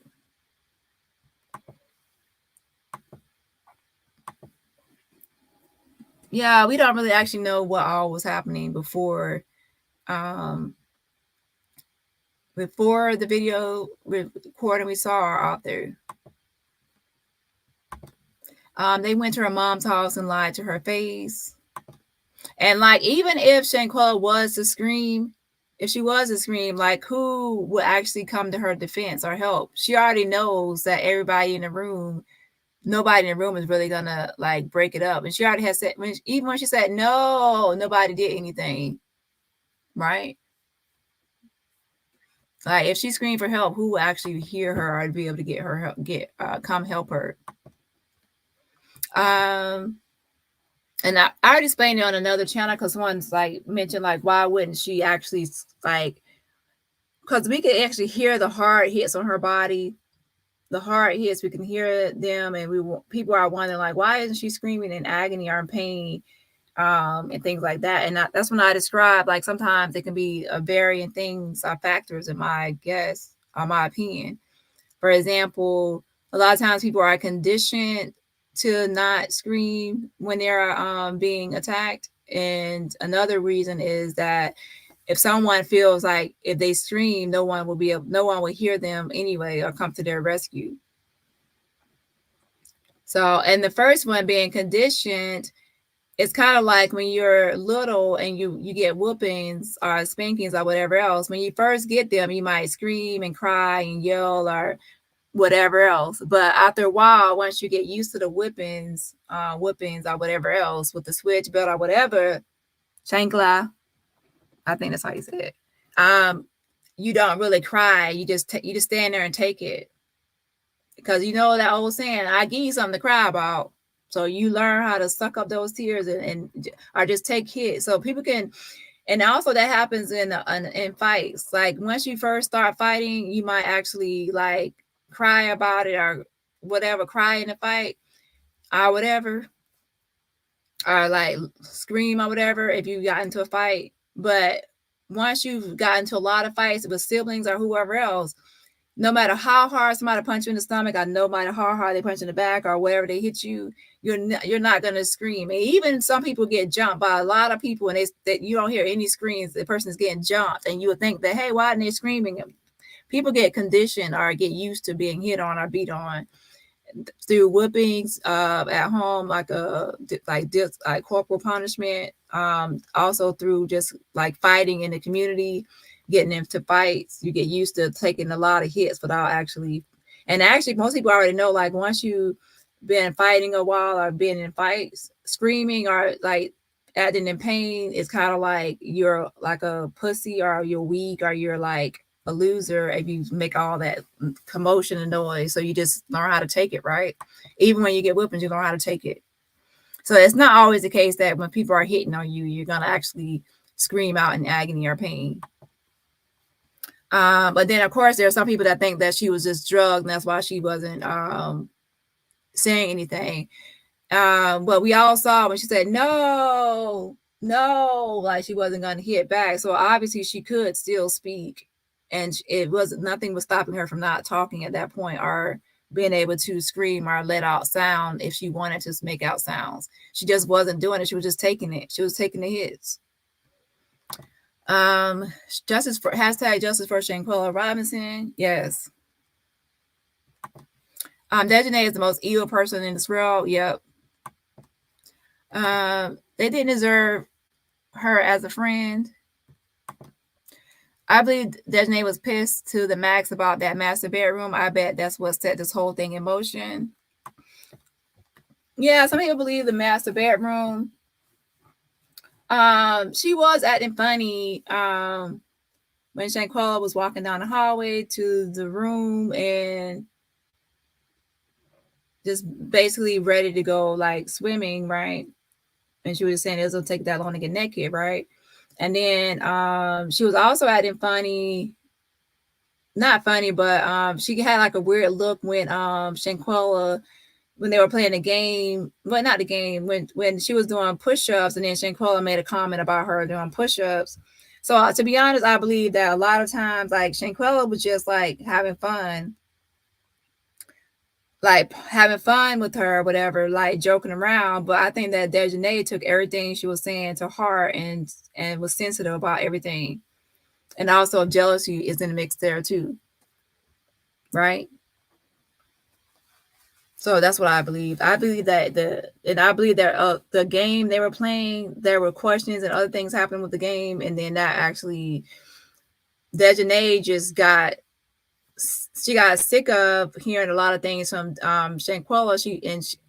And jealous too, because Shanquella went skinny dipping. I don't think that Dejanay is really that comfortable with her body to be going skinny dipping and doing all that, right? So I believe that after the whole trip, that she just since the time they were there, she just got sick of Shanquella saying certain things as jokes, and she didn't take it as a joke. Y'all know people like that don't really take things. They take things like to heart, and they take things like the wrong way, or they just get all nasty over some stupid stuff. So that's what I believe, that she got heated and she wanted to fight Shanquella. Because she did say something about sick of something, right? I have to go look at the video again. She did say sick of your shit or sick of something. So I believe that she got annoyed with Shanquella about, because Shanquella was like in a party mood. Let's be honest, she was in a party mood. And then Dejanay seemed like she was just like a party pooper, to be honest. Like even when she walked into the room and she's like, it don't take that long to get naked, right? And then Desjanae was already in a bad mood, and she had her hands like, everyone knows like the posture you have where you have your hands on your hip, like both your hands, right?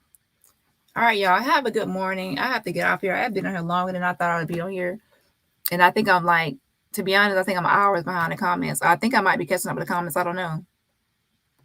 Yeah, she hit like a man. That's why a lot of people thought she was transgender in her size. But in pictures, we can clearly see that she's like, there's a size comparison, like a size difference between them. Desjanae is more taller and she's more big boned than Shanquella. Yeah, the video is hard to watch. But then that says that the girl either knew she was going to get out of it because in DB, they try not to hit your face so others know you're getting beat.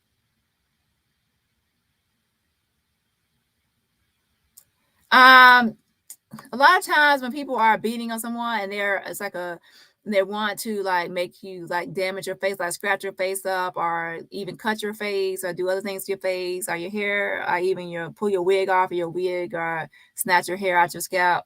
It's all things to try to ruin your beauty or your looks or whatever, because they know that when you look into the mirror, that's what you're going to see, right? A lot of times that's with rooting, and a lot of times with jealousy too.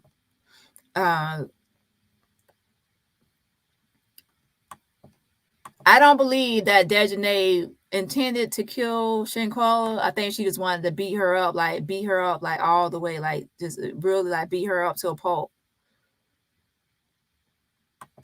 But she had so much rage and so much anger that she killed her. Yeah. Let's see. So that's why I said, since it wasn't like that's why I said it would be more like manslaughter, a manslaughter charge. They should stop her from practicing. I would hate to be the unfortunate person that will fall into that doctor's care. Well, she's no longer working there at Iowa One Medical. But that doesn't mean that she hasn't tried to apply somewhere else. We don't know.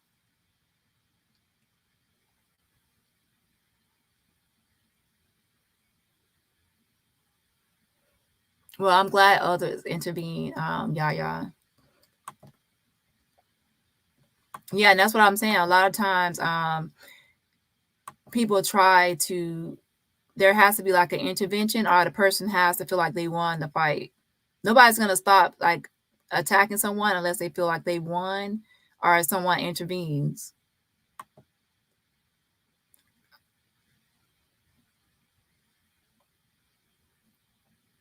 He arrived a day later due to deaths in his family a week or so before funerals are heard. Oh, okay. Desjanae is in the medical field, but attacked Shanquella. Desjanae graduated with a healthcare administration or healthcare management degree. However, she was actually at the time of this murder was working at Blue Rhino as a customer service representative. So she was at that time working at a healthcare. She was working at Blue Rhino as a customer service representative. So she wasn't working in the medical field at the time she attacked Shanquella. However, Elise Hyatt was working at Iowa One Medical. Yes, she was. At that time. They're all on borrowed time before going to prison. Hey, Scott. So weird. Yes, Cabo 6 time for jail.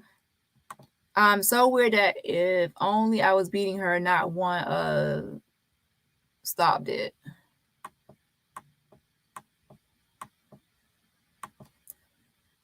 Shanquella is the smartest out of all of them. Desjanae has a degree in healthcare administration. She's not a clinical person, but Elise is.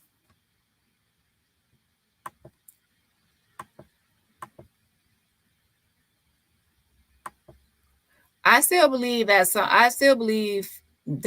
based on the video I saw before, the reason I say that is because even when somebody takes healthcare administration, sometimes like during the curriculum, they still offer someone to take like a CPR class as part of like not even just not needing it for their certification or to get their degree, but just as a part of like the class experience, like classroom experience. A lot of people take CPR classes, right? So I saw that one video of her even like in high school. I do believe for some reason that I believe that a lot of them do have at least some knowledge of to be able to do CPR. based on their degree, but obviously not actually working in like the like clinical aspect of it. But they can run, but they can't hide for long because they are going to get caught. Yeah, but we also have to remember, because some people said, why don't people turn themselves in? Now, I think when people say that, they're talking about confession, like why don't people confess? Now, confession would be good, but as far as turning themselves in, there's only one person with an arrest warrant. So until you have an arrest warrant, you're actually free to do what you want. You're free to do what you want. So right now, all of them are free to do what they want. The only person that's not free to do what they want is Dejanae. She can go. She can't really, like, if she goes to Mexico, she will be arrested because she actually does have a warrant. But in the United States, she's free to do what she wants. She doesn't have a warrant in the United States. I think he was on FaceTime Live and was watching. No, I don't think so. Again, that's something that can be, that's something that he can't lie about. And what I mean lie about, that means he can't get away with lying about. So let me say this. That's something he can't get away with lying about.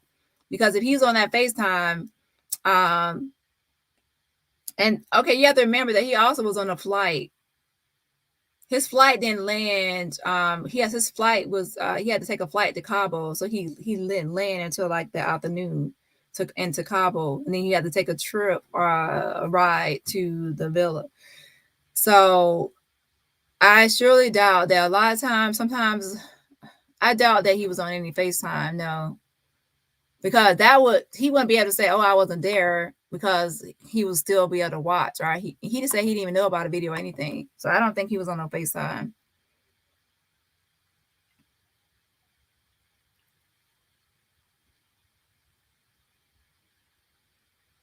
Again, there are some things people can lie about, some things he can't lie about. Anyone could easily come out and say, well, Winter could say, no, Nazeer, you were watching on FaceTime. So then that would throw away his whole lie right there. And then his device will actually show that he was on FaceTime too, because his device will show that he connected to Winter. He was on Winter's FaceTime on Winter, because his device would connect to her device, right? And it would also show a time. So that's something he can't lie about. And then they would have proof that he was on FaceTime with whoever. So that lie would be exposed. They could have got her more help. Yeah.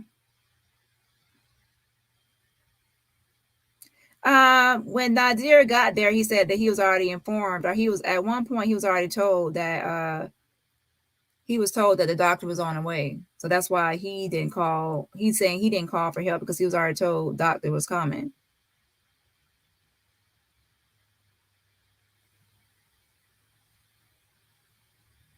Right. Okay. How could they sleep at night?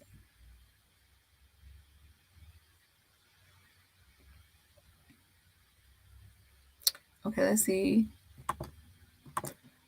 I'm hoping Jaquella hunts them until they turn themselves in. Weakest link.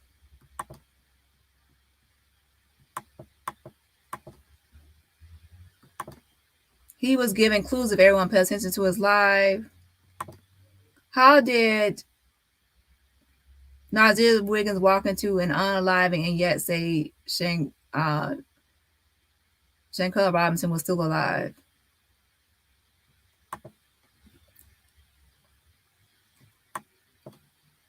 No, he's saying that he's not saying that he walked into them killing her. He said he walked into something stupid. That means he's saying that after the fact. Like right now, he's saying like it's kind of like if I was telling a story, like retelling a story, and I said, "Oh, I walked into something stupid." I'm telling you that when that happened, like when that had happened, I walked into something stupid, and I said, that's what he's saying. He's not saying that he walked in and saw them brutally attacking her and killing her. So he said he walked into something stupid, and then he also said Dave had jumped that girl, and then he said it was he didn't do murder or something like that. So he didn't say that he walked in on them brutally attacking her. He's basically saying that when he came to the villa, he walked in on what was going on, but he didn't say that he walked in on exactly when it's happening. He's saying, like, I don't know how to explain it completely, but it's like he's talking about it in like past tense. He's not saying like present, like it was like, oh, in the present at that time I was walking in on something. He's saying that I walked in on something stupid, as telling us what happened. Again, thank you, Shachelle, for the super sticker.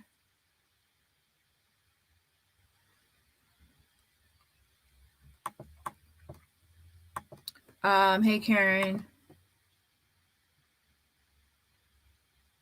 They probably just told Dr. Fall. Yeah, I have to actually find that article again, to be honest. I have to find that article again.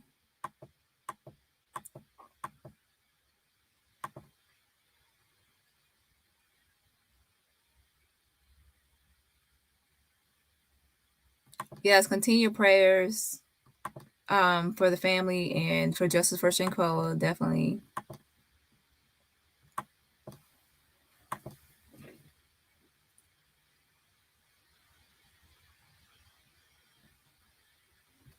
Yeah, he definitely should have. And we don't I already answered this, or I spoke on this right here. Okay, so.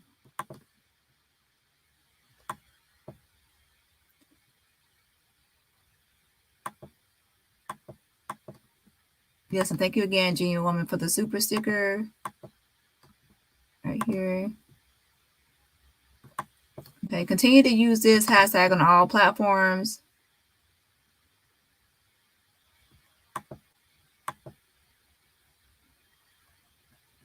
She did it while she was sleeping. It's possible that, yeah, it is possible that she came in there and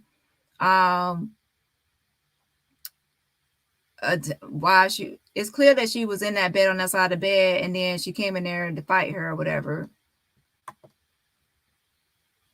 But we don't know. I'm sure that before the videos that we saw started, that there was she was already beating on her, and then I'm sure that after it ended, she was still hitting on her, right, beating her.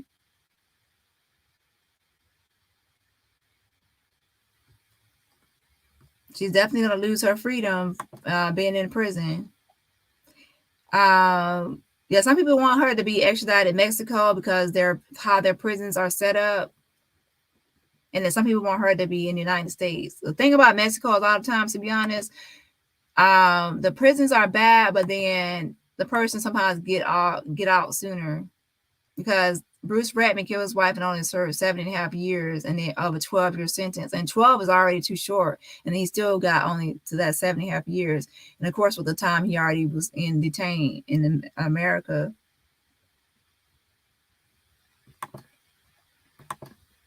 Good night, Karen. Well, I didn't see this before. My bad. Shanquella won because she's good and beautiful person inside and out. Yes, that's why we have to actually keep fighting for justice for Shanquella and be her voice. Definitely.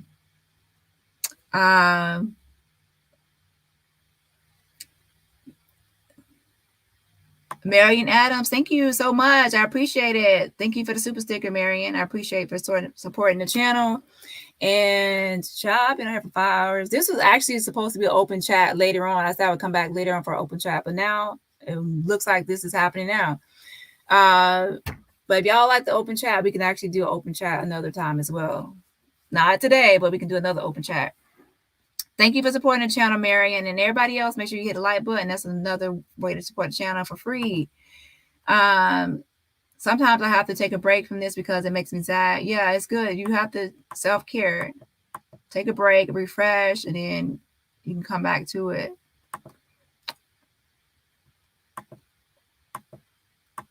He said he cried, Tanny, but I didn't see that video. He said that people saw him crying and they thought he was faking or whatever. I don't know. He watched a lot from out of the bushes. Yeah, you have to take care of your mental. This is a lot and it's heavy, and especially when It's taking too long for justice. It's taking too long, and we can be impatient. I mean, we want justice for Shanquella like now. And it is, trust me, it is heavy. It is heavy. And even to me, I probably will have to take a mini break from it as well.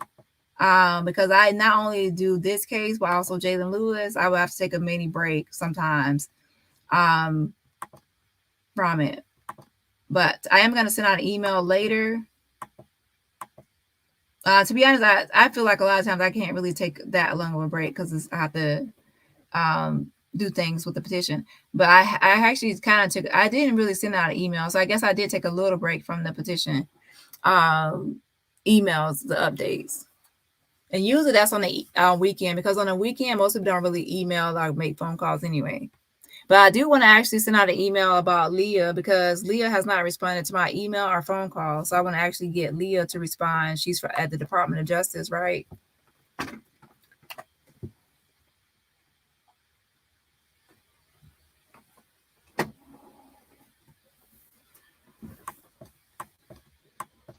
Okay, I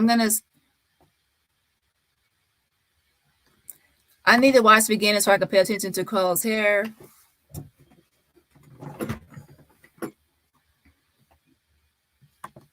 Yeah, it looks like to me she has a body wave. I have to actually pay attention again.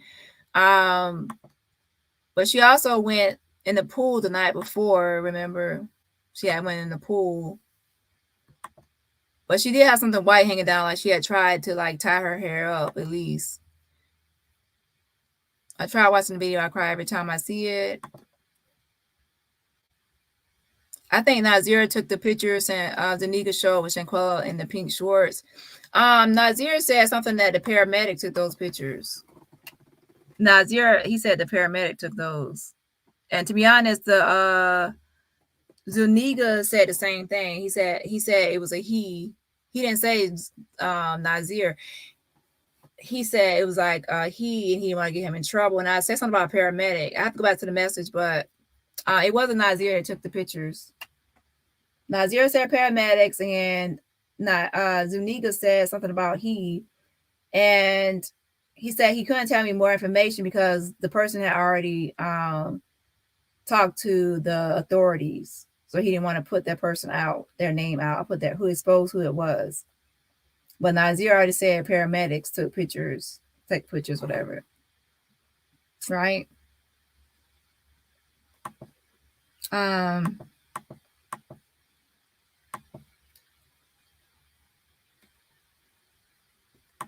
think they beat her for at least an hour. I don't know, but I do think it's way more than those 17 seconds. If you need to catch up on previous videos related to Justice for Shanquella, yes, this is my playlist.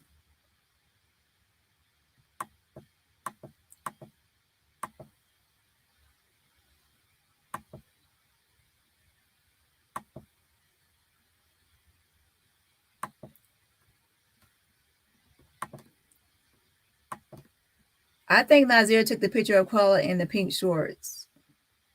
No, he didn't take those pictures. He said Nazeer said a paramedic, and Zuniga, and actually, to be honest, Zuniga was actually surprised. Yes, we love you, Sinquella. Rest in heaven.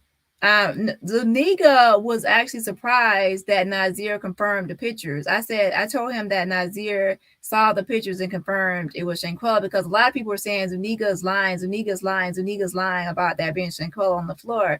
And then when I told him that Nazeer confirmed, he was like, he was happy that he had confirmation. It wasn't just him and his word, Nazeer. But I'm like, well, most people are not going to believe Nazeer either. So that's when I actually looked at the Dr. Carolina in the picture. I looked at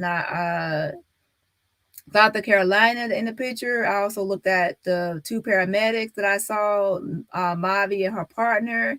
I also looked at the furniture and everything else. And that's when I said, that's Shanquella, because everything else was real in the picture. So then I said, that's Shanquella. And then after looking at everything, yeah. But some people, of course, still don't believe that's Shanquella on the floor. But after I looked at everything, I believe it is her. But Nazeer didn't take the picture. It was a paramedic based on Nazeer, and Zuniga just said it was a guy. He didn't say who it was. He just said he. You know how some people don't tell you like everything, but they're like, I can't say nothing because he already went to the authorities. So then that told me it was a he. Why do CPR on a corpse? Huh?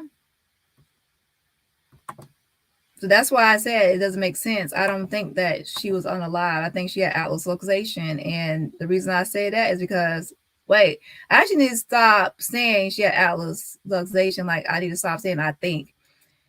She had Atlas luxation. So it's not I think or my opinion. She had Atlas luxation based on her death certificate. Look at her death certificate. It says Atlas luxation. So she had that. So she had Atlas luxation. And that would cause somebody to be unresponsive. So that's why I said that I believe that she was unresponsive. She could see and she could hear, but she couldn't speak. So that's unresponsive. And she also couldn't move her body. Again, unresponsive. Those were not her friends. They were associates. Yeah, I believe social friends. The family should sue the Cabo 6 for pain and suffering. Yeah, they can actually do lawsuits, but people actually mention that a lot of times too. Sometimes people actually sue before a criminal investigation is complete, but most people actually do a criminal investigation and then also a lawsuit. They do a lawsuit after they find someone like a criminally responsible. So sometimes people actually do wait until they get like a confirmation if someone is guilty or something, and then they'll sue people. Like if they find out like a police officer is guilty or something, they won't actually sue the police officer. They'll actually sue the police department or the city, right? That way they can have somebody to sue. Because a lot of times the cop might not actually have whatever, but that's why they'll sue who the cop was working for or employed with. So in order to do that, first you have to make sure the cop is found guilty, and then you can actually sue the police department or the city, right? So it depends on how the lawyer goes about things. And that's just on my opinion, okay? So that actually a lawyer probably better suited to answer that question or go over that. So it is possible. A lot of times people do wait until a criminal, somebody is found guilty, then they bring up lawsuits. Definitely effed up way to go. Yeah, she really suffered. That's because they knew she was already dead. That's why they didn't check for a pulse. How do you know someone is dead without checking for a pulse?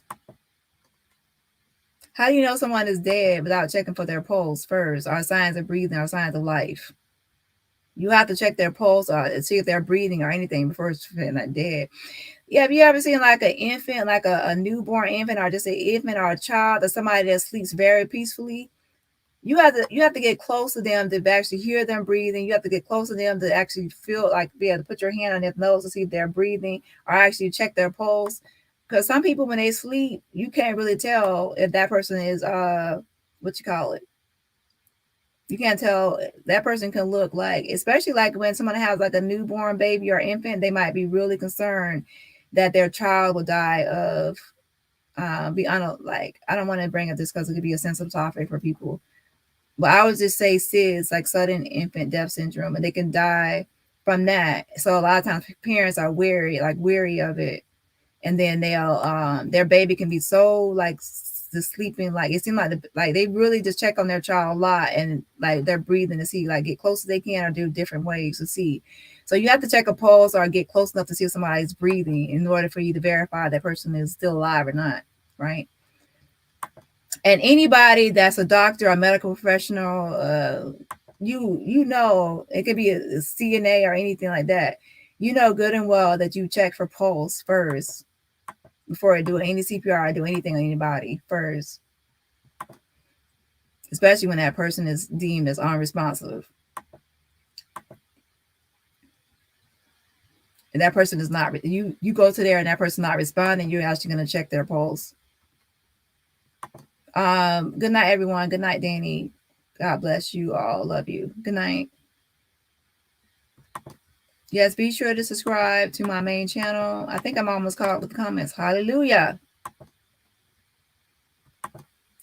She was Dani. Man, it's so heartbreaking. Just keep on using this hashtag on all platforms. Mexico didn't do anything for our baby girl Quella, because if they did, we would have seen it like we've seen everything else on YouTube. Mexico dropped the ball. They found the ball. They messed up on this investigation. They definitely did mess up on the investigation.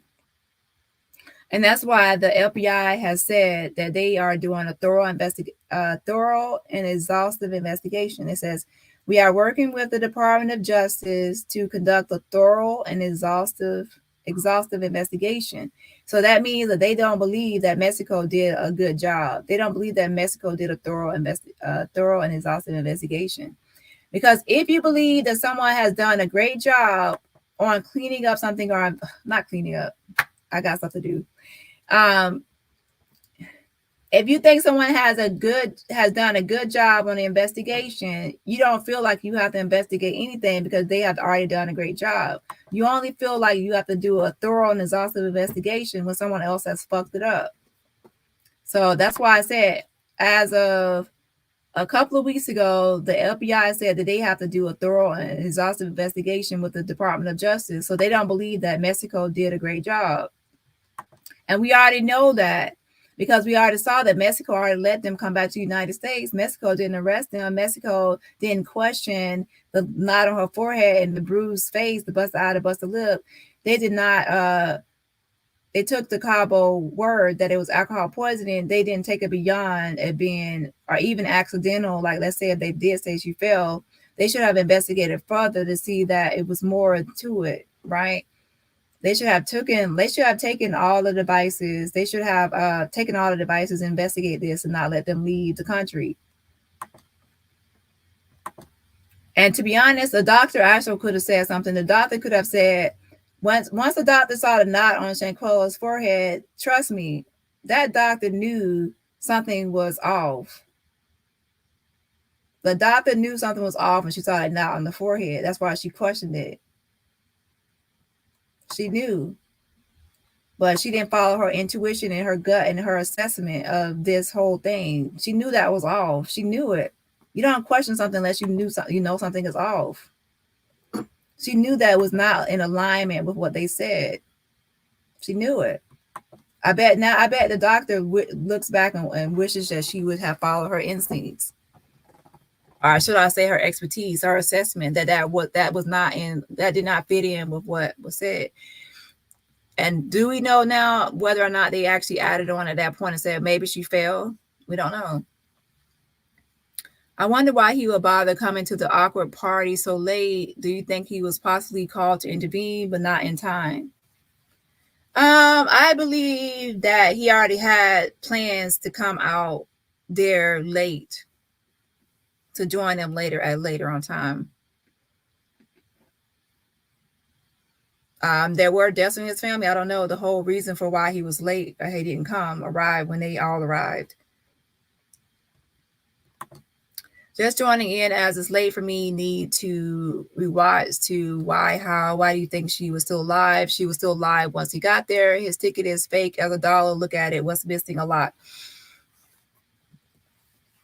Now you can also actually call the airport and get information on his flight information. It's not his information is not fake. He actually got there when he got there, and he cannot lie about that. You cannot come around somehow without proper medical attention.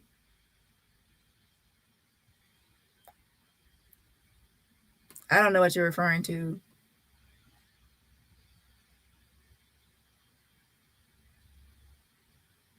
I don't know what you're referring to, but I think that you got here late, and you probably, when you get here in the middle of live, you probably already, some questions are already probably answered.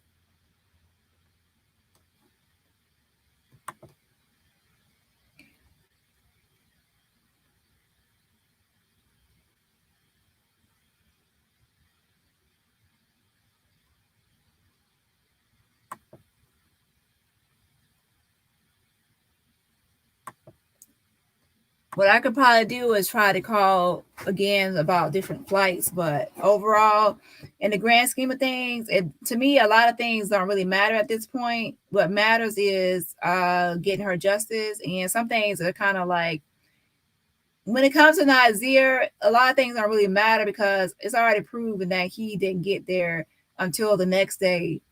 And that's something he can't lie about. And it's already been proven that he didn't get there till the next day. So I'm not really to be concerned about, to be honest, what time Nazeer got there. I'm not concerned about Nazeer. What I mean is, I'm not concerned about what time Nazeer got there as far as him being there when the brutal attack occurred. There's a lot of people that believe that he was there when the brutal attack occurred. I don't believe it because I already confirmed and I already know that he could not have been there when the brutal attack occurred. Okay, so I'm not going to really go over and over about Nazeer. Now, as far as Nazeer's responsibility once he got there, then I'll discuss that. But I'm not going to keep going over Nazeer's flight time and tickets, because the reason I'm not is because if you actually go through my playlist, I already went over that already. So I'm not going to rehash that. That's one thing I will not rehash is Nazeer's whole flight tickets and all that, because I already went through all that. Woo child, that was enough. I'm not going to go back. To me, that's further back in the beginning stages of all this. If I dig a little deeper, I would actually want to know more information about the maid, about who owns the actual villa. I actually want to pick up where I left off at. I don't want to revisit everything. I'm only revisiting this, but I'm not going to revisit all Nazeer, whole flight ticket and all that stuff. You want to watch that? You have to watch my old videos. What she drank or took does not matter. What has caused, but that is not. Yeah, I already stated that. I think you came late. I already stated that earlier on this live. I've been on this live for 5 hours, and that's something I stated earlier on. Good night, the red lipstick hustler.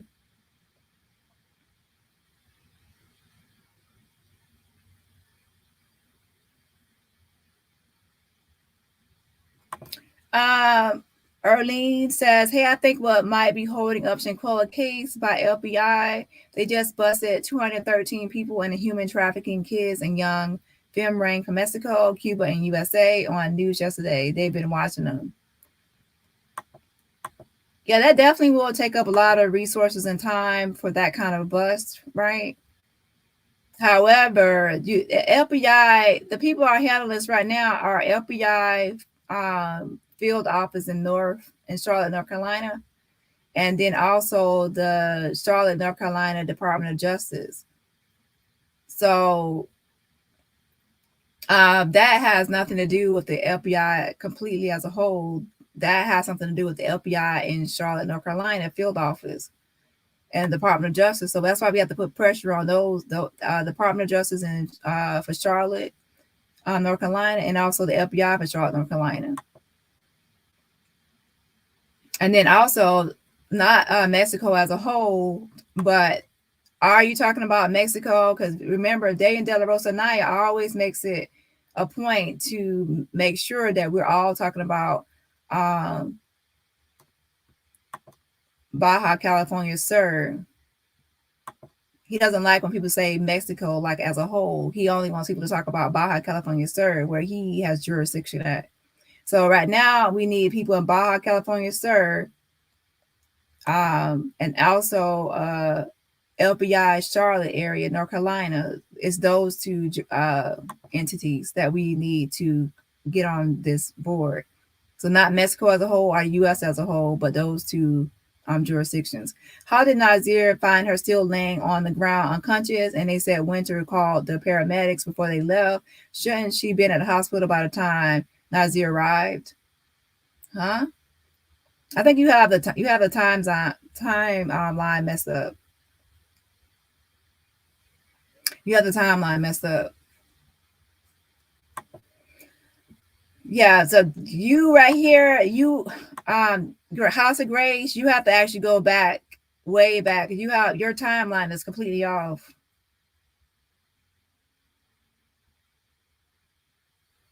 Nazeer didn't say that he found her. He's the one found her. He said the maid found her. He said that when he came to the villa, that she was on the game room couch.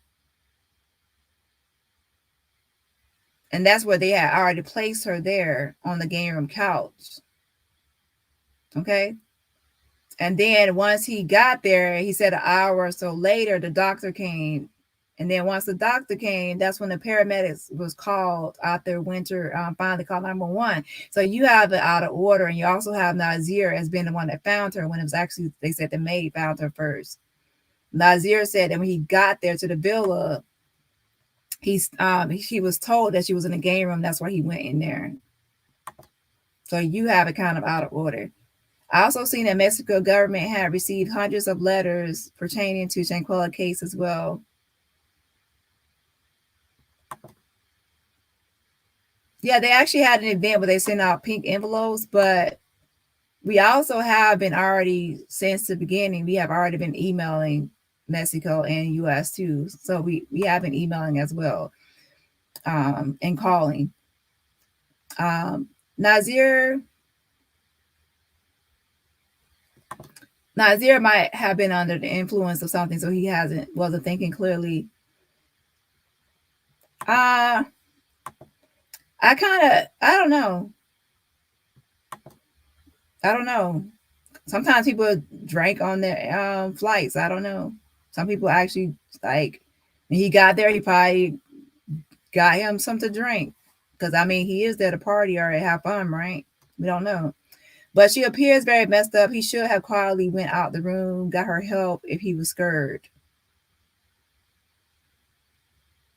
I don't think he was scared, because he was amongst friends. He's friends with all those people. Like, when I look at their Twitter pages and everything else throughout their history, they were all friends. And Nazeer and Khalil were roommates in college, so he trusted him and to tell him that, hey, it's alcohol poisoning, right? He's also friends with Dejanae, and mainly a lot of what they have in common is being college buddies at Winston-Salem State University, right? Do you think it's true they wanted to make a fight video and went too far? Word was said Malik was into making fight videos for money. No, I don't think it was planned to make a fight video, but I do believe that it was 2022, and in most days, people these days, when people are fighting, people put out their phone to record it. They pull out their phone and record it. However, like I said before, I believe that in this case, there are some times when someone wants to fight you and you might not want to fight them, and the person still wants to fight, so then they'll still like start attacking you or hitting you, even though you don't want to fight, right? So that's what I believe happened. And then Shanquella was not hitting back. She didn't want to fight. Dejanae was the one wanting to fight, and we saw how angry she was, how rageful she was, and everything else. She had a lot of hate in her at that moment, right? So she wanted to fight, and Shanquella said no. She said she didn't want to. Good morning, all. Good morning, highly favored. Good morning, Brenda. Me too, Dani. I would have been asking Quella too if that was my friend. Why this? Why that? Who this? And why? Yeah. Good morning, D. Rusher.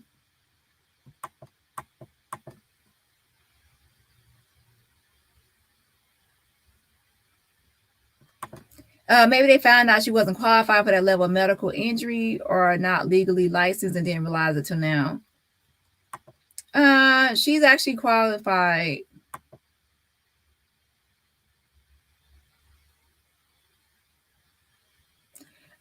She's actually qualified to be a doctor. I mean, she passed. She has all her credentials to be a doctor, and he's also certified to be a midwife as well. Now, she's inexperienced. So when I say somebody is inexperienced, to me, if you're a doctor and you are, especially like emergency room doctor, you get a lot of experience fast. You know why? Because you have all types of patients coming in for all kinds of emergency situations. So you get a lot of experience under your belt, and rapidly and fast. You have different people coming in with all kinds of illnesses and sicknesses and diseases. So all of a sudden you start getting more experience, like knowing like how to spot different like ailments and what this symptom is and what symptom this symptom is or that symptom is. if you're a doctor and you're new, and let's say you're just working as private practice or something else, a lot of times you might not have that much experience with someone working emergency, because you're not going to have so many different patients with so many different illnesses and different things you have to diagnose. And the same way with this, and then also as far as experience goes, a doctor with 20 years of experience will have a whole lot of more experience than somebody with 2 years of experience, right? To me, because they would have more experience with like diagnosing people and spotting out with diagnosis, right? Yeah. So anyway, she had like she was at American Medical Center, the job that she was last at. I think she was there for like a year and a half, and she had just graduated, I think, in maybe 2 years before that. Like, so maybe 2 years of having a medical license, and then only at that last job for a year and a half. She's a new doctor. She doesn't have a lot of experience. And who knows, during her whole time of being a doctor, she might not have ever had a patient with Atlas luxation. She might have never had that, right? To even know what it is, or who's to say? But she definitely has a medical license, but she's inexperienced, in my opinion. But she's still common sense told her that she had a knot on her head, and she questioned it. She questioned it, and she also knew that Shanquella. She at some point she actually realized this was more serious than alcohol poisoning, and that's why she said she needed emergency medical attention. She realized it was serious, more serious. And at that point, when they refused, she should automatically just call 911 herself, and not to say, "Well, I'm just gonna not do it." Like, to me, it's just inexperience, a lot of inexperience, and letting others control her when she's the one that's supposed to be an expert.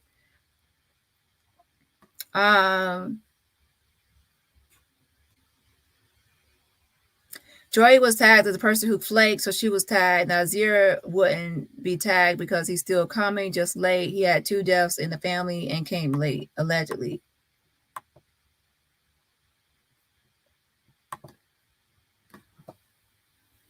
From the report, they called the concierge 2 hours after the maid allegedly found her. I would actually, to be honest, I need to actually pull up. Now that I have more information on certain things, I actually need to look at I need to actually look at the police report again. Well, I would say the unofficial police report. That's not the official police report. That's actually something that Gerardo Zuniga posted, and it's not the official police report. But I need to relook at it anyway, so I can actually see if there's anything I can point out now that I know different things. Hi, no bias. Dani, do you know if an autopsy can be completed within 5 days, or do you know the earliest time frame and autopsy results can come back?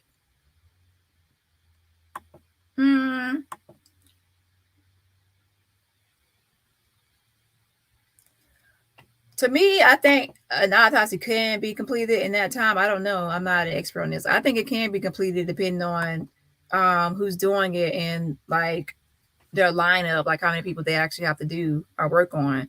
But I do believe it can be performed in that time frame. But I don't know. That's a question for a medical examiner. I don't know. But I do believe that the doctor, based on a medical examiner that I had on my channel, he stated that the doctor that did the autopsy doesn't have all the credentials to be a medical examiner, but he does have the credentials to be a surgeon. And that's when I said, well, as a surgeon, he still has the credentials to diagnose someone with Atlas luxation and know the cause of death is Atlas luxation. He said, yes, but that doesn't mean that he's able to he's actually supposed to do it, right? But we all know, like in the community, we have people that they don't have a license, like they're not a licensed cosmetologist, but they can still do great hair because they have experience. Well, this guy has been a surgeon since 1980, so he has a lot of expertise and experience on being a surgeon, and most likely since 1980 he has someone with Atlas luxation, so he's overly qualified. And in fact, in the United States, that same surgeon, I forgot his name now because it's not in front of me. That same surgeon will be overly qualified to be a medical examiner in the United States in some parts. Now, in some areas, he will actually have to take courses in forensics to actually be able to be a medical examiner. But in most parts, he will actually be overly qualified to be a medical examiner in the United States.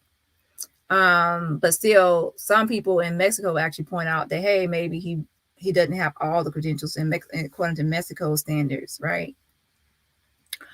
With that being said, there is a way to get the exact time of death, but I don't know if this doctor actually carried through with actually using the scientific and mathematical reasoning and everything else you needed to actually figure out the time of death.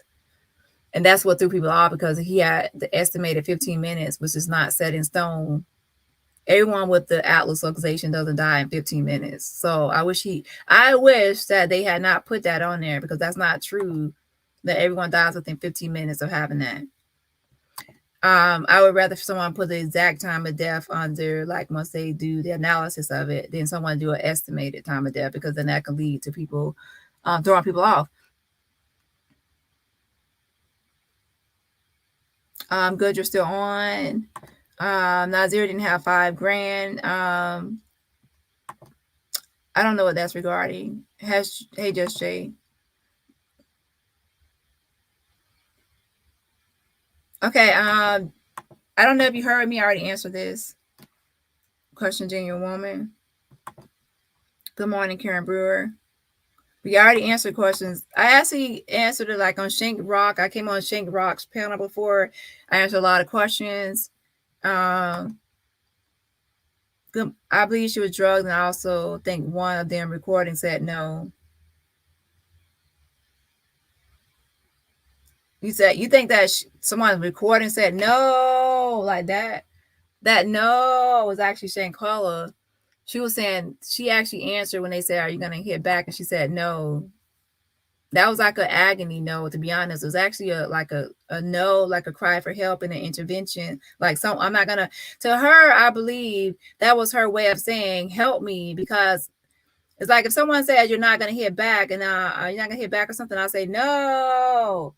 That means like I'm not gonna hit back. So hello, step in, intervene, help me. Hello. Right? But then no one did. No one stepped in. So I believe she was drugged, and I also think one of them recorded said no. Who actually recorded and say no? Because only the female in there. Well, we don't know. And that's another thing too, because we see that we see Khalil, we know Malika's recording, we see Winter right there, but at any angle, because he doesn't spin all the way around, he doesn't do like a complete 360 of the whole room, so we don't know if anyone else was where was Elise. Where was Elise at, right? Was Elise in the room, but he didn't span the camera 360, or was she in a back room or somewhere else or another room, not in there? Mainly when they already low-key jealous. So that's another question for another day. But yeah, a lot of people don't know where Elise was. And please don't say that Elise is that those belongings, all that stuff in the corner, because that's not a real person over there by that curtain. Get some rest, Dani. We love you. Good night, all. Yes, good night. Well, good morning. You can clearly see he was reading what he was saying. Snooky says that. You think he had notes out?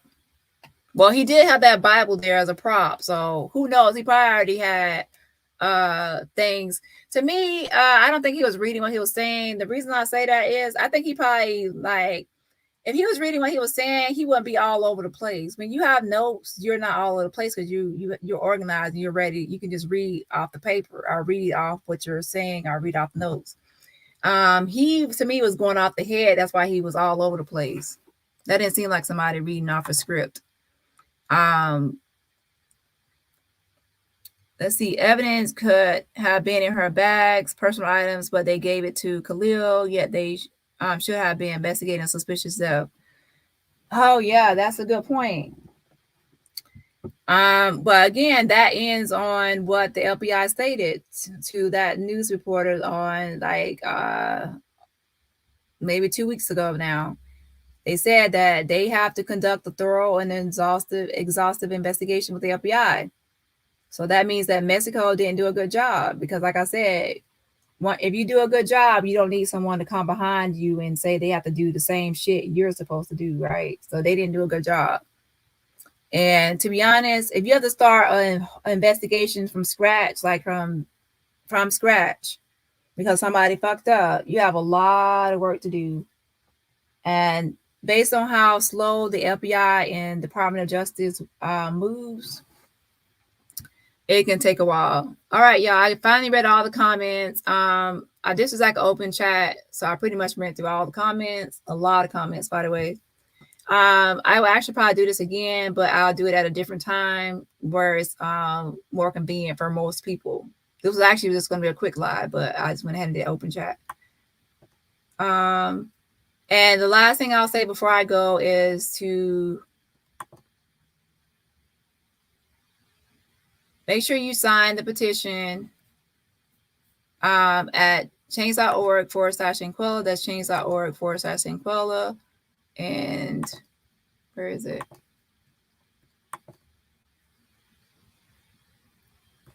So here's the petition, change.org/Shanquella. And we're currently at 36,603 signatures. And look forward to an email tonight. I'm going to send out an email. It's pretty much going to be kind of the same email as before. Yeah, the last email I'm going to resend again because I want to make sure that more people are emailing Leah from the Department of Justice because I actually need Leah. Now, the FBI spokesperson has been nice to me and giving me updates, but I also want updates from the Department of Justice because I'm spoiled. And I just feel like I should be treated special. Give me some privileges, right, Hunty? Yes, Hunty, yes. Give me some privileges. So I actually want Leah to give us updates too. So Leah, Department of Justice, she's like the spokesperson on public relations for that department. And I want her to give us periodic updates, right? So the FBI will give us updates and the DOJ. So we got to try to get her on board, Hunty. So I'm going to have everybody email her to put pressure on her so we can at least have updates because we already are impatient already waiting all this time for justice for Shanquella. And then when we don't get updates, that makes us seem like nothing is happening. But at least even like a small, minute update can actually help us out, right? All right. Good night, y'all. Bye. Or should I say good morning? Bye. And hit the like button on your way out.